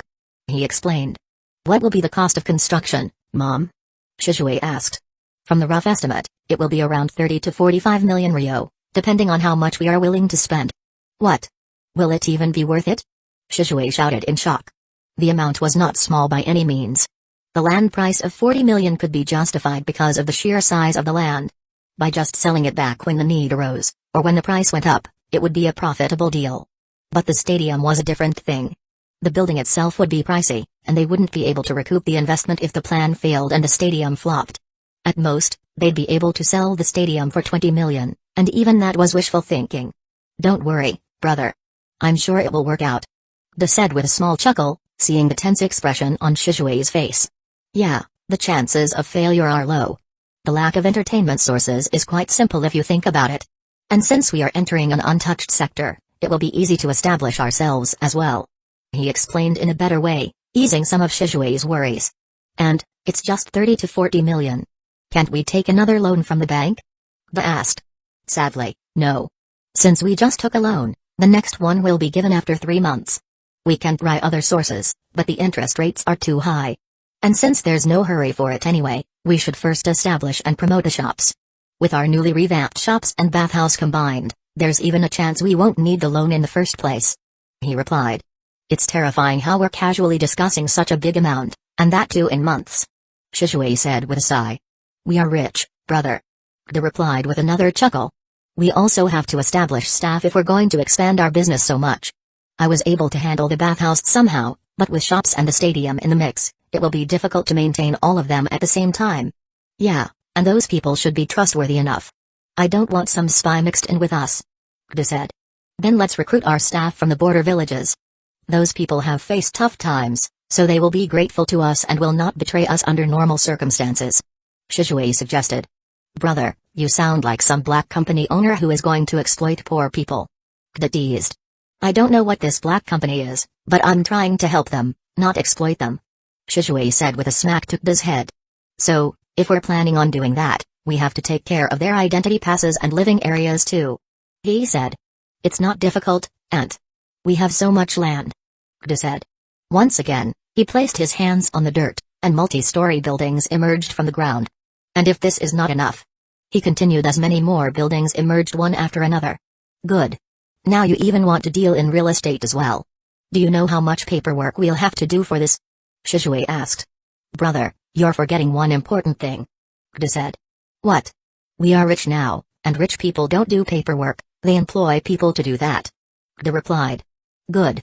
I really don't want to handle all of that. He said, knowing she'd be the one responsible for the paperwork if it came down to it. Then let's finalize this plan.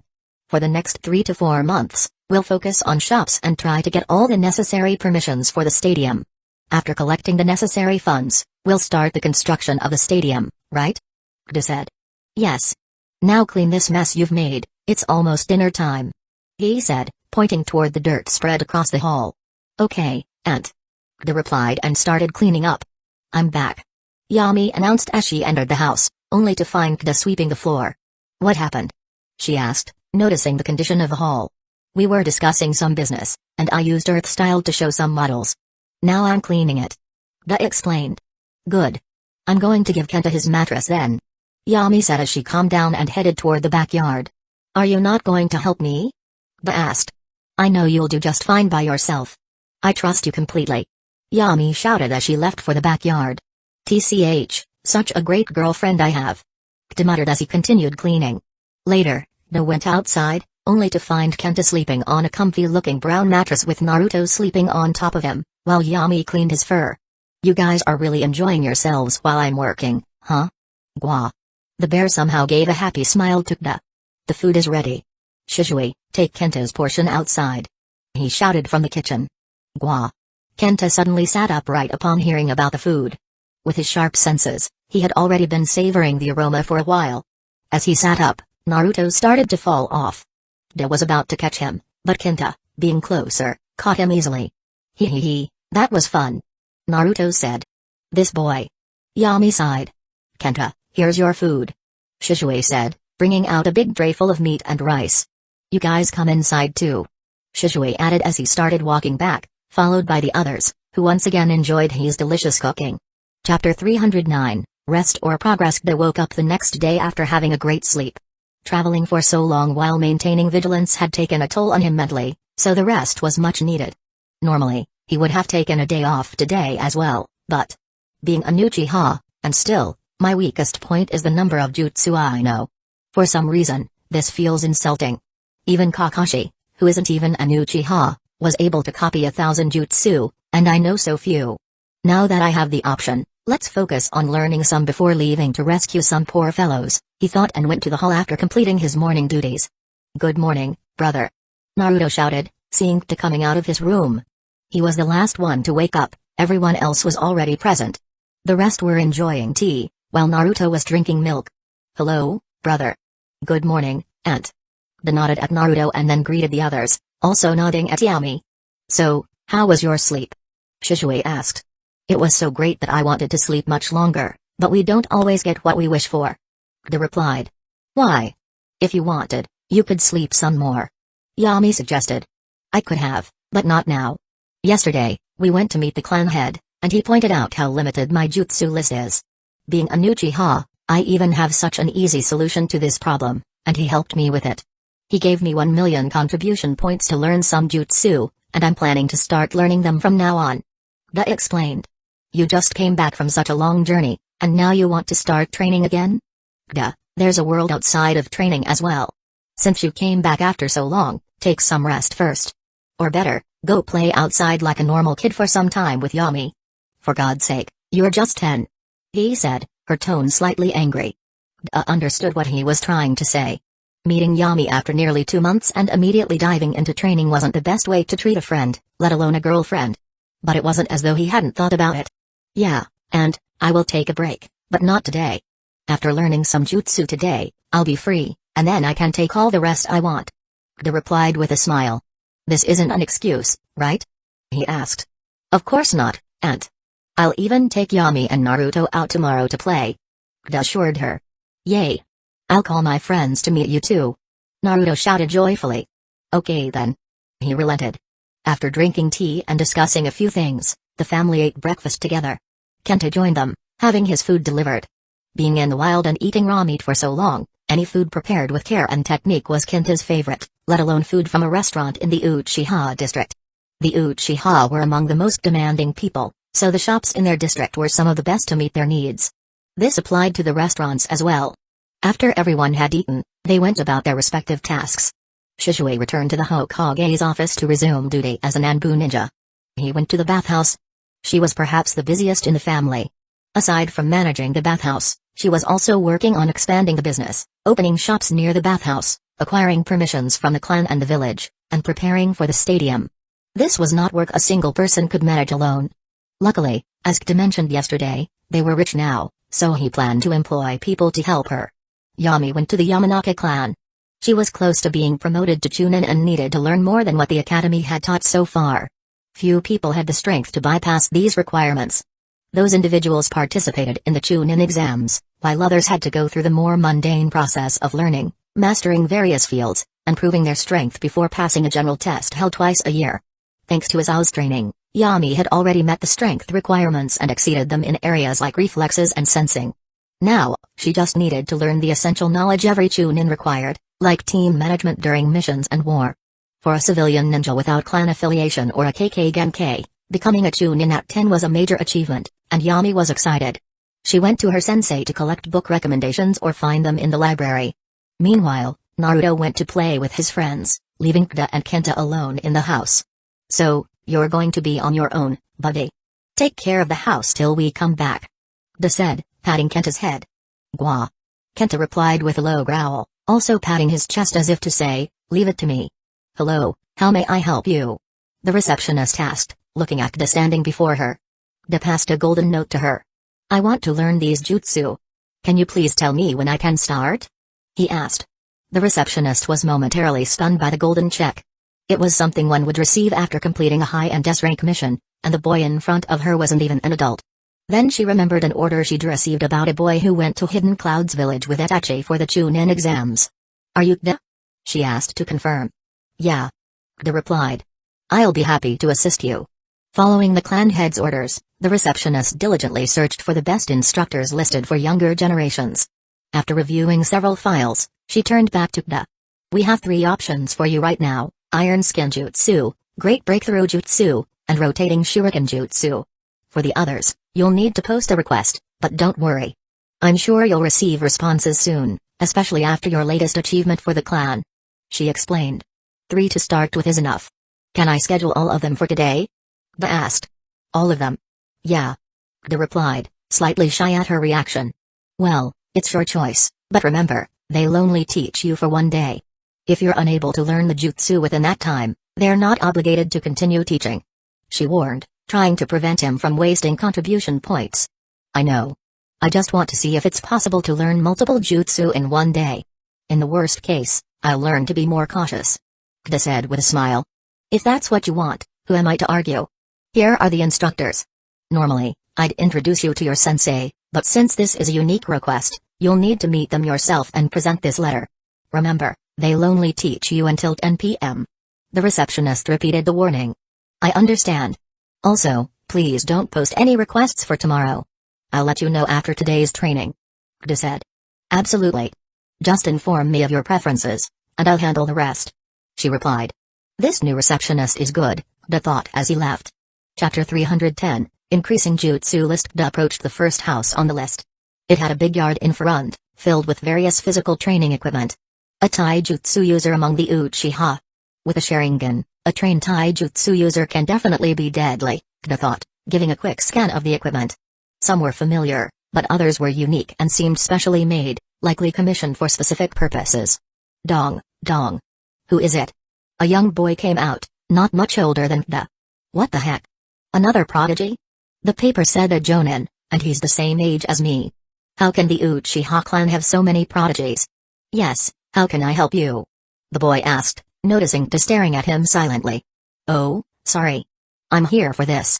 De said, handing over the letter. Okay, take a seat. Dad will be here in about 10 minutes. The boy said, pointing to some chairs in the yard. Would it be a bother if I used one of those? De asked, gesturing toward the machines.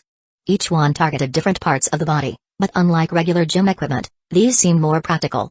Instead of just building aesthetic muscles, they helped develop functional strength. However, this didn't mean the muscles they built were not aesthetically pleasing, quite the opposite. The results looked more natural and balanced, no matter how large or dense the muscles became. No, not at all. Feel free to use any machine you like. Dad is really proud of his creations and always boasts about them. He'll be thrilled to see someone using them. The boy replied. Your dad made these machines? De asked, genuinely surprised. No, not exactly made them. He designed them according to his needs and then commissioned the Uchiha clan's blacksmith to build them. The boy explained. Still, designing something this precise requires a keen eye and a lot of experience. I can see that each machine is made to maximize gains with minimal effort. De said, starting to use a machine for his arms. It increased resistance while punching, with gloves in place of handles. Quite a good observation, young man. I see you got a knife for taijutsu. A voice said from behind. A man, blurry in appearance but with an impressive presence, approached them. He had likely been listening to their conversation. Thank you, sir, but I'm currently focusing on ninjutsu. My name is Uchiha, sir. De said, bowing politely. Saburo Uchiha. And this is my son, Suzaku Uchiha. The man introduced himself. Wait a minute, you're Uchiha. The one who went to the Chunin exams with Itachi, right? Suzaku asked. Yeah. De replied. Oh. How were the finals? Was your fight with him really so close? What were your chances of winning?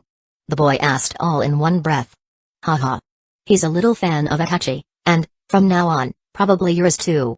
Saburo said with a light laugh. I'm not his fan. I'm his rival. Rival.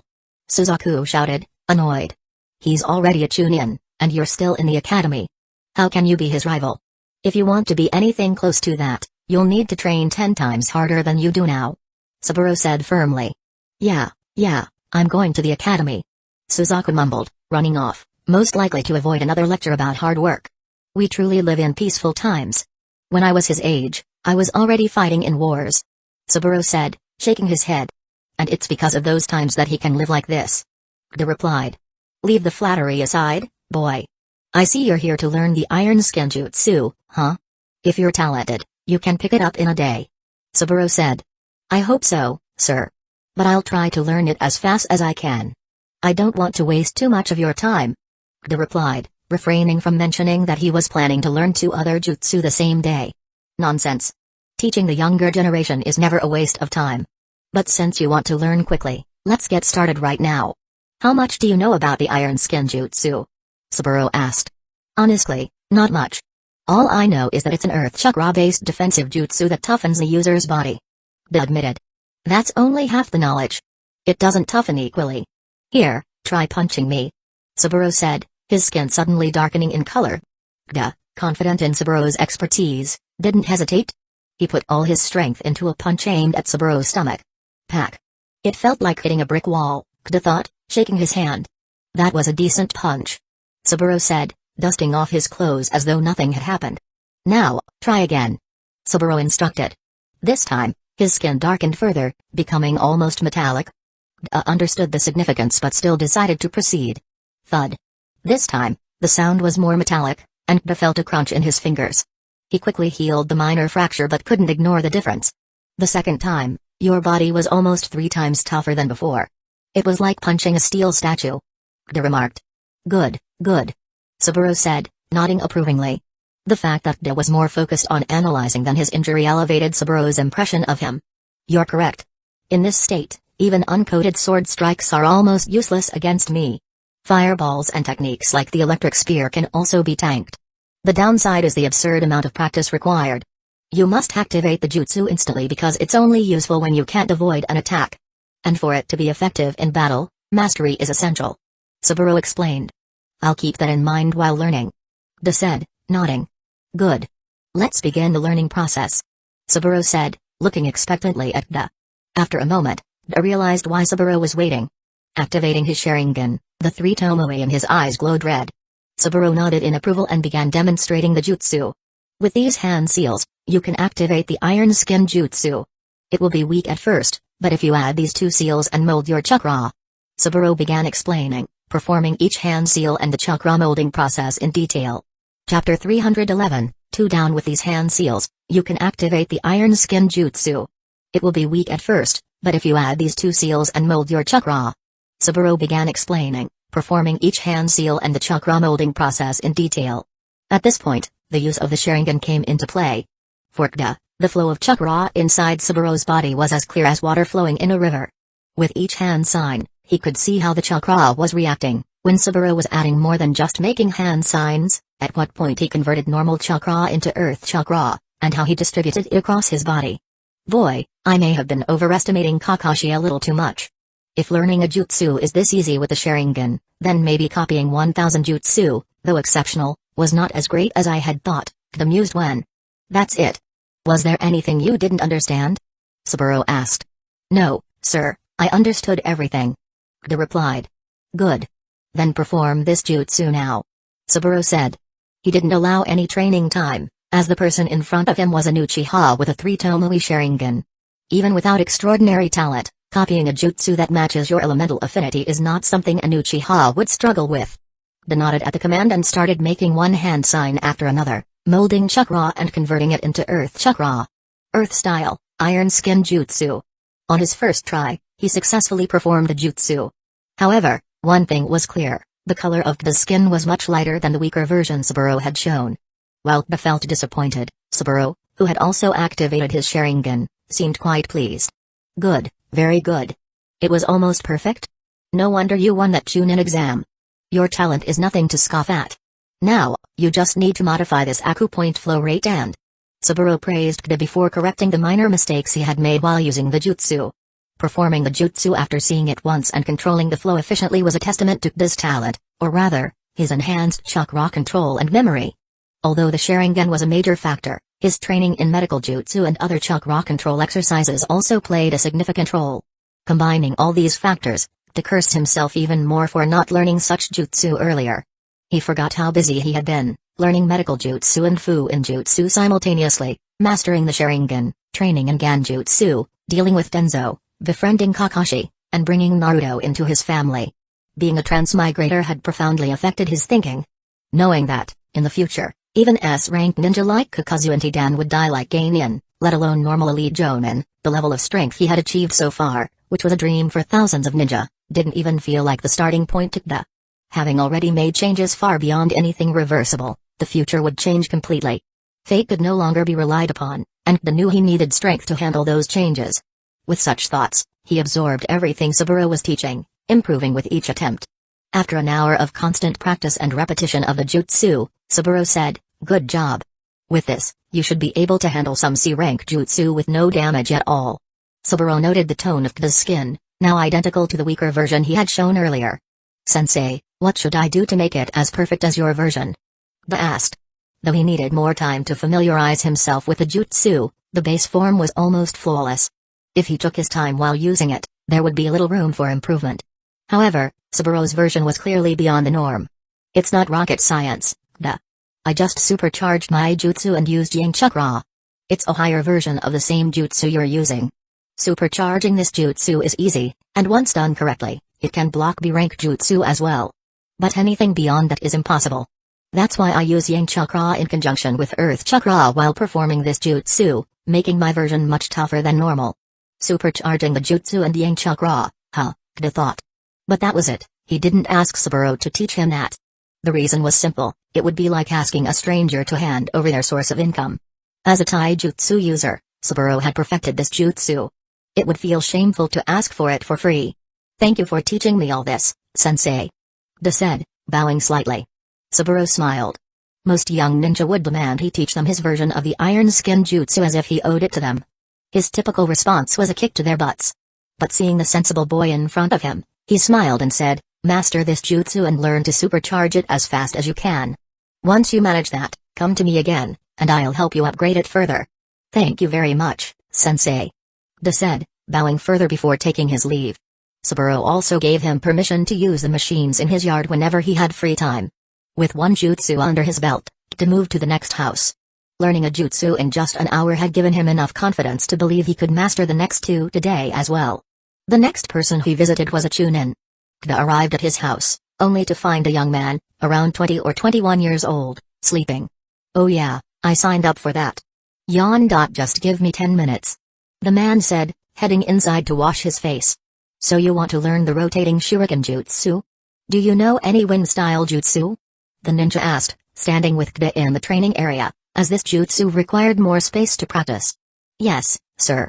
I know the wind blade jutsu and the wind instantaneous movement jutsu. Show me. The ninja said, activating his two Tomoe Sharingan. Kid nodded and performed both jutsu one by one. You have nice control over both of them. This shouldn't be too difficult for you. The ninja said, making hand signs with one hand while holding a shuriken in the other. Swish. With a flick, the shuriken flew toward a nearby tree but suddenly changed trajectory, evading all the trees in its path. It then made a 180-degree turn, returning to the ninja's hand. This jutsu works well during ambushes or for creating openings. My current best is controlling 5 shuriken at a time, but my sensei can do 10. It depends on how many you can manage simultaneously. The ninja explained. Kid nodded, activating his Sharingan in the middle of the demonstration. Observing the chakra molding process, he realized it was not overly complicated but quite intricate. The required chakra control was comparable to medical jutsu and ganjutsu, but thankfully, Kid didn't lack in that area. Let's start with one shuriken for now. The ninja instructed, teaching step by step. Despite his young age, he turned out to be an excellent teacher. In just 2 hours, Kid managed to control 3 shuriken simultaneously. You're quite a monster. It took me months to reach this stage, and here you are, doing it in just 2 hours. Man, I wish I had a 3 Tomoe Sharingan. The ninja remarked. Thank you for the compliment, sir. Kid said, bowing slightly. With 2 jutsu mastered, only 1 remained. Chapter 312, Training with 2 jutsu under his belt, Kid made his way toward the last location. Similar to the previous one, this sensei was also a chunin, though he was not a youngster but a seasoned ninja in his 40s. Not every Uchiha could become a Jonin. Even with the Sharingan, becoming one was difficult. However, if they had activated their Sharingan, even at just 1 Tomoe, it was almost certain they would reach Chunin level in the future. And the last person Kid was meeting fell into that category. It's great that I'm learning these jutsu now. If I started this after becoming a Jonin, things would have gotten awkward with many people, Kid thought as he knocked on the door of the last person on his list. Knock, knock coming. Came a rough voice from inside the house. Good morning, sir. I am Kid Uchiha. I'm here for this. Kid said, pushing the paper in his hand forward. The man standing in front of him took the paper and gave it a cursory glance. So, you're Kid Uchiha. I've heard a lot about you, both now and from Sora as well. You know Sora-sensei? Know him? I'm his guardian. After his parents passed away, I was the one who took care of him. Oh. I didn't mention my name, did I? My name is Yoshio Uchiha. Yoshio said, ruffling Kid's hair like he'd known him for a long time. So, you want to learn great breakthrough jutsu, huh? Nice choice. Just give me 10 minutes. Take a seat till then. Yoshio said as he went inside.